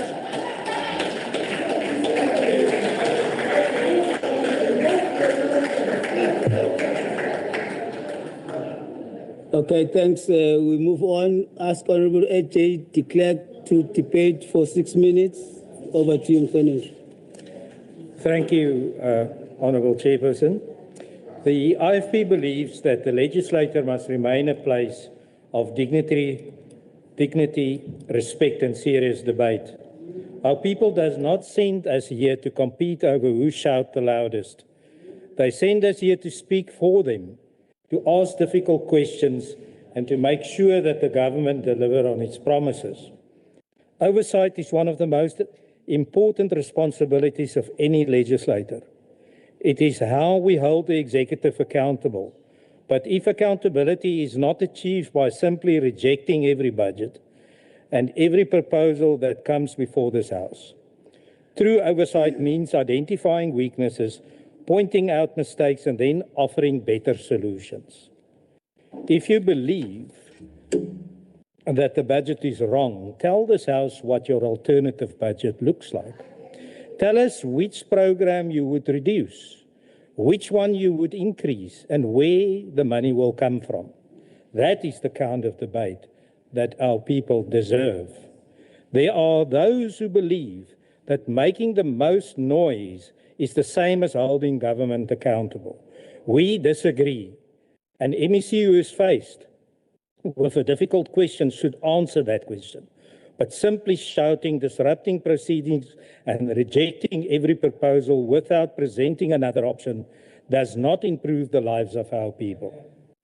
It is easy to criticize. It is much harder to provide practical solutions. The people of KwaZulu-Natal expect more than criticism. They expect leadership. As members of this House, every one of us has a responsibility to use the legislator's time wisely. The people of KwaZulu-Natal expects to debate ideas to improve the government's decisions. If an opposition party believes the budget should not be supported, then let it present an alternative budget. Let it explain how services will still be delivered, how jobs will be created, and how communities will benefit. That is constructive oversight. That is what you are paid for. That is the job of a legislator. Constant disruption without alternatives is unacceptable and rejectable. The IFP has always believed in a strong oversight requires discipline, facts, and solutions. You can disagree with the government while remaining respectful. We can point out weaknesses while also proposing better ways of doing things. That is how democracy grows. Simply saying no to everything without putting another plan on the table does not move the province forward. If we look at where the most meaningful oversight takes place, it is often on committee meetings. Members study reports, question departments, and make recommendations to improve government performance. That is where real solutions are developed. Oversight is not about creating the loudest moment. It is about producing the best outcomes for the people we serve. We must also think about the message we send to the public. Young people are watching us. Communities are watching us. If all they see is shouting and insults and disorder, they may lose confidence in a democratic institution. They may begin to believe that the legislator cannot solve problems, that would be a great loss for our democracy, because strong institutions depend on public trust. The people of KwaZulu-Natal deserve more than endless arguments. They deserve practical ideas. They deserve representatives who can identify problems and propose solutions. To stand here and say we will not give solutions is just shocking statement. If members believe that the budget is not good enough, then they should tell us what is the alternative budget is. They should tell us what they fund, how they will fund it differently and how they would pay for it. That is what is responsible leadership looks like. Let us therefore uphold the dignity of this House. Let us replace shouting with solutions, disruption with constructive debate, and empty criticism with practical alternatives. That is how we strengthen oversight, improve governance, and honor the trust that people of this province has placed in us. I thank you.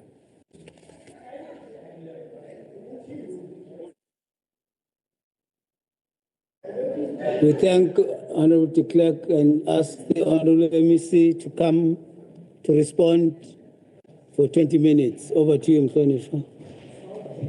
Thank you very much, Chairperson, and thank you for the comments on the debate.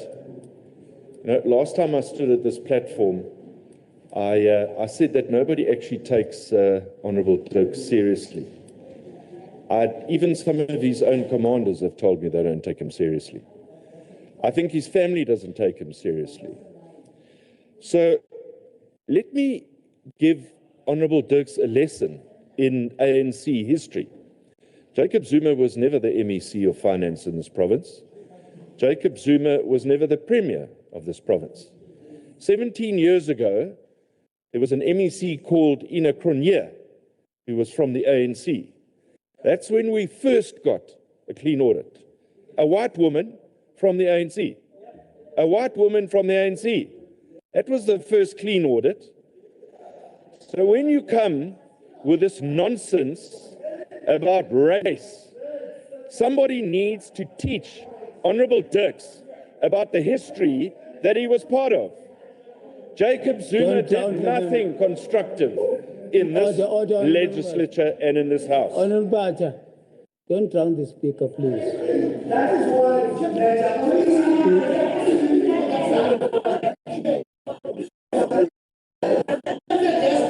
Honourable Fraser, please. Please.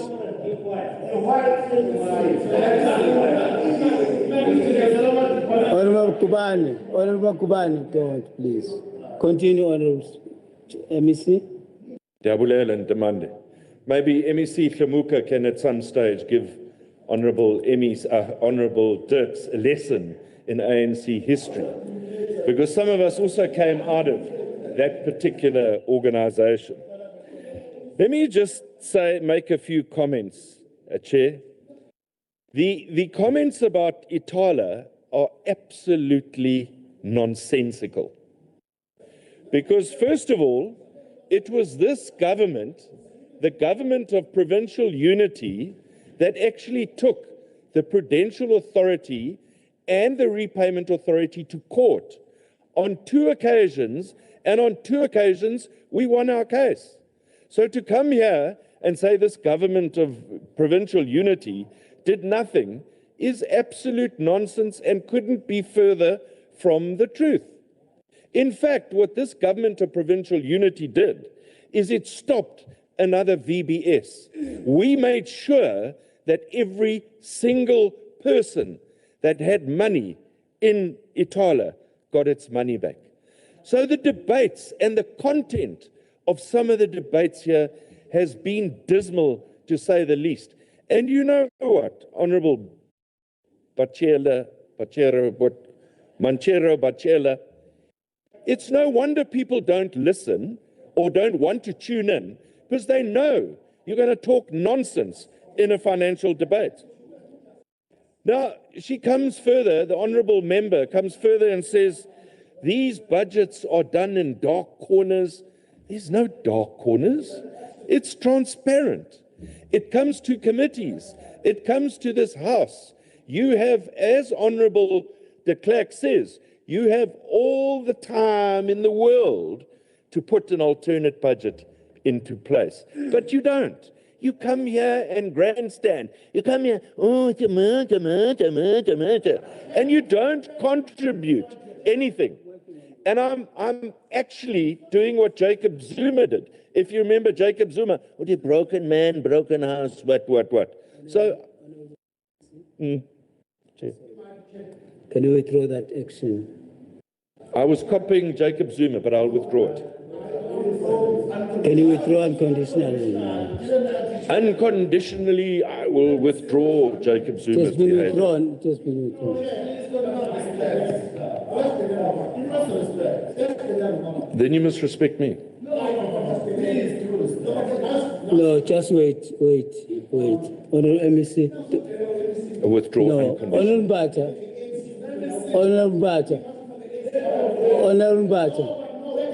Honorable Bata, just be in order, please.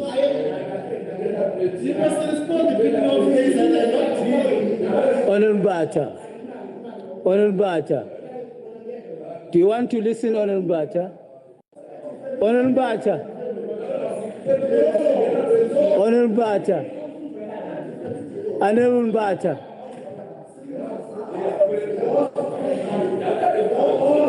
Honorable Bata. Honorable Bata. Is going to be removed. Honorable Bata, you'll be removed if you don't want to listen. Honorable Bata. Honorable Bata, you will be removed if you don't want to listen. Just wait. Just listen. But MEC must respect our president. You have not been recognized, Honorable. No, you have not been recognized. Honorable members. Honorable members. Honorable Makubani. Honorable Makubani. Honorable Don. Just read this Rule 62 on the record and tell them, all these members. If the president is the opinion that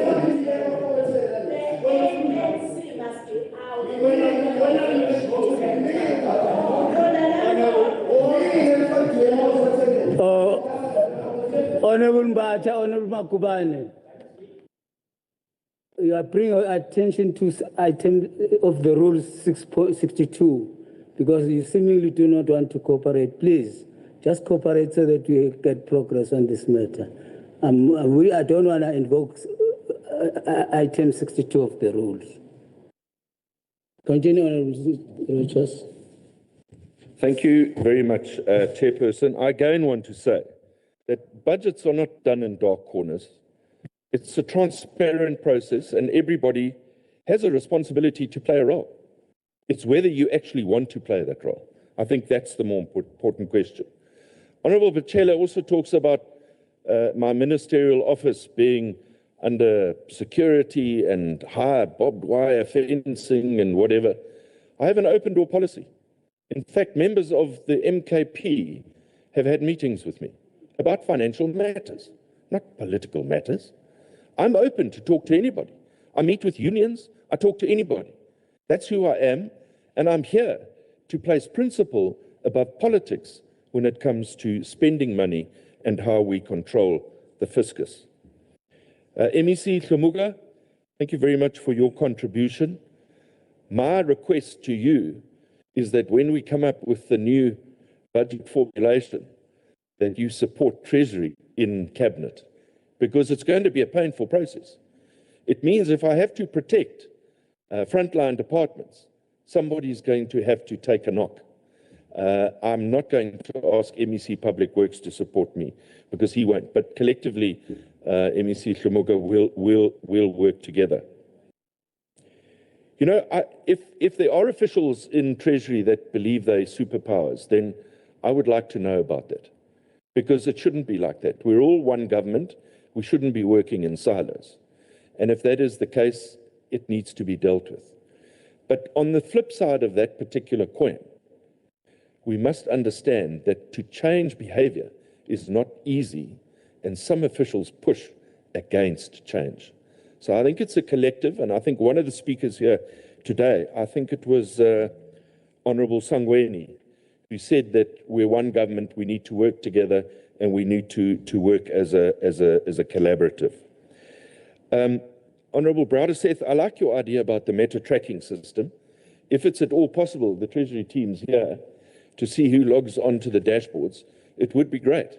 Maybe we'll get some better input into financial matters when it comes to committees and when it comes to this debate. You know, Honourable Seme again, and I'm not going to talk about her qualifications, but it really worries me that she'll come to a debate of this nature and she'll accuse Treasury of not implementing consequence management. It's not Treasury's responsibility to implement consequence management. Each department, imagine if I could implement consequence management. May I be then called an extra super nuclear superpower department? It's not the case. Each department has to implement its own consequence management. We can identify the weaknesses, and from there it's departmental, and if it's got to be escalated, it's then through the Office of the Premier. So to ask Treasury to come and supply a report on consequence management, again, is mourning at the wrong funeral. It's not my responsibility. Honourable Browder-Seth, I'm glad that you also highlighted the procurement system, because for years, our procurement and SCM has been the coalface of corruption. And if we can implement this and implement it effectively, I certainly think it's going to make a difference. Thank you very much, Honourable Sangweni. What you said resonated with me. If you don't have fiscal stability, you will never encourage investment into your province. And I think that is something that this government of provincial unity has done. In closing, Chairperson, Treasury will never be intimidated. It never has been intimidated.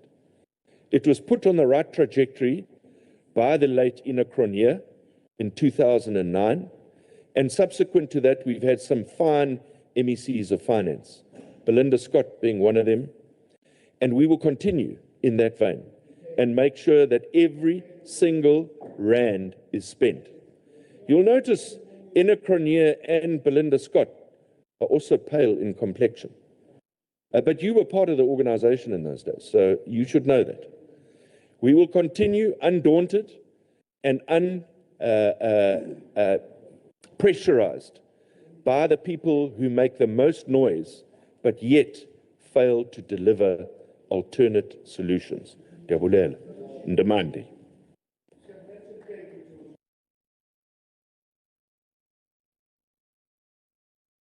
Honourable Tax, don't. Honourable Tax, Honourable Tax, don't.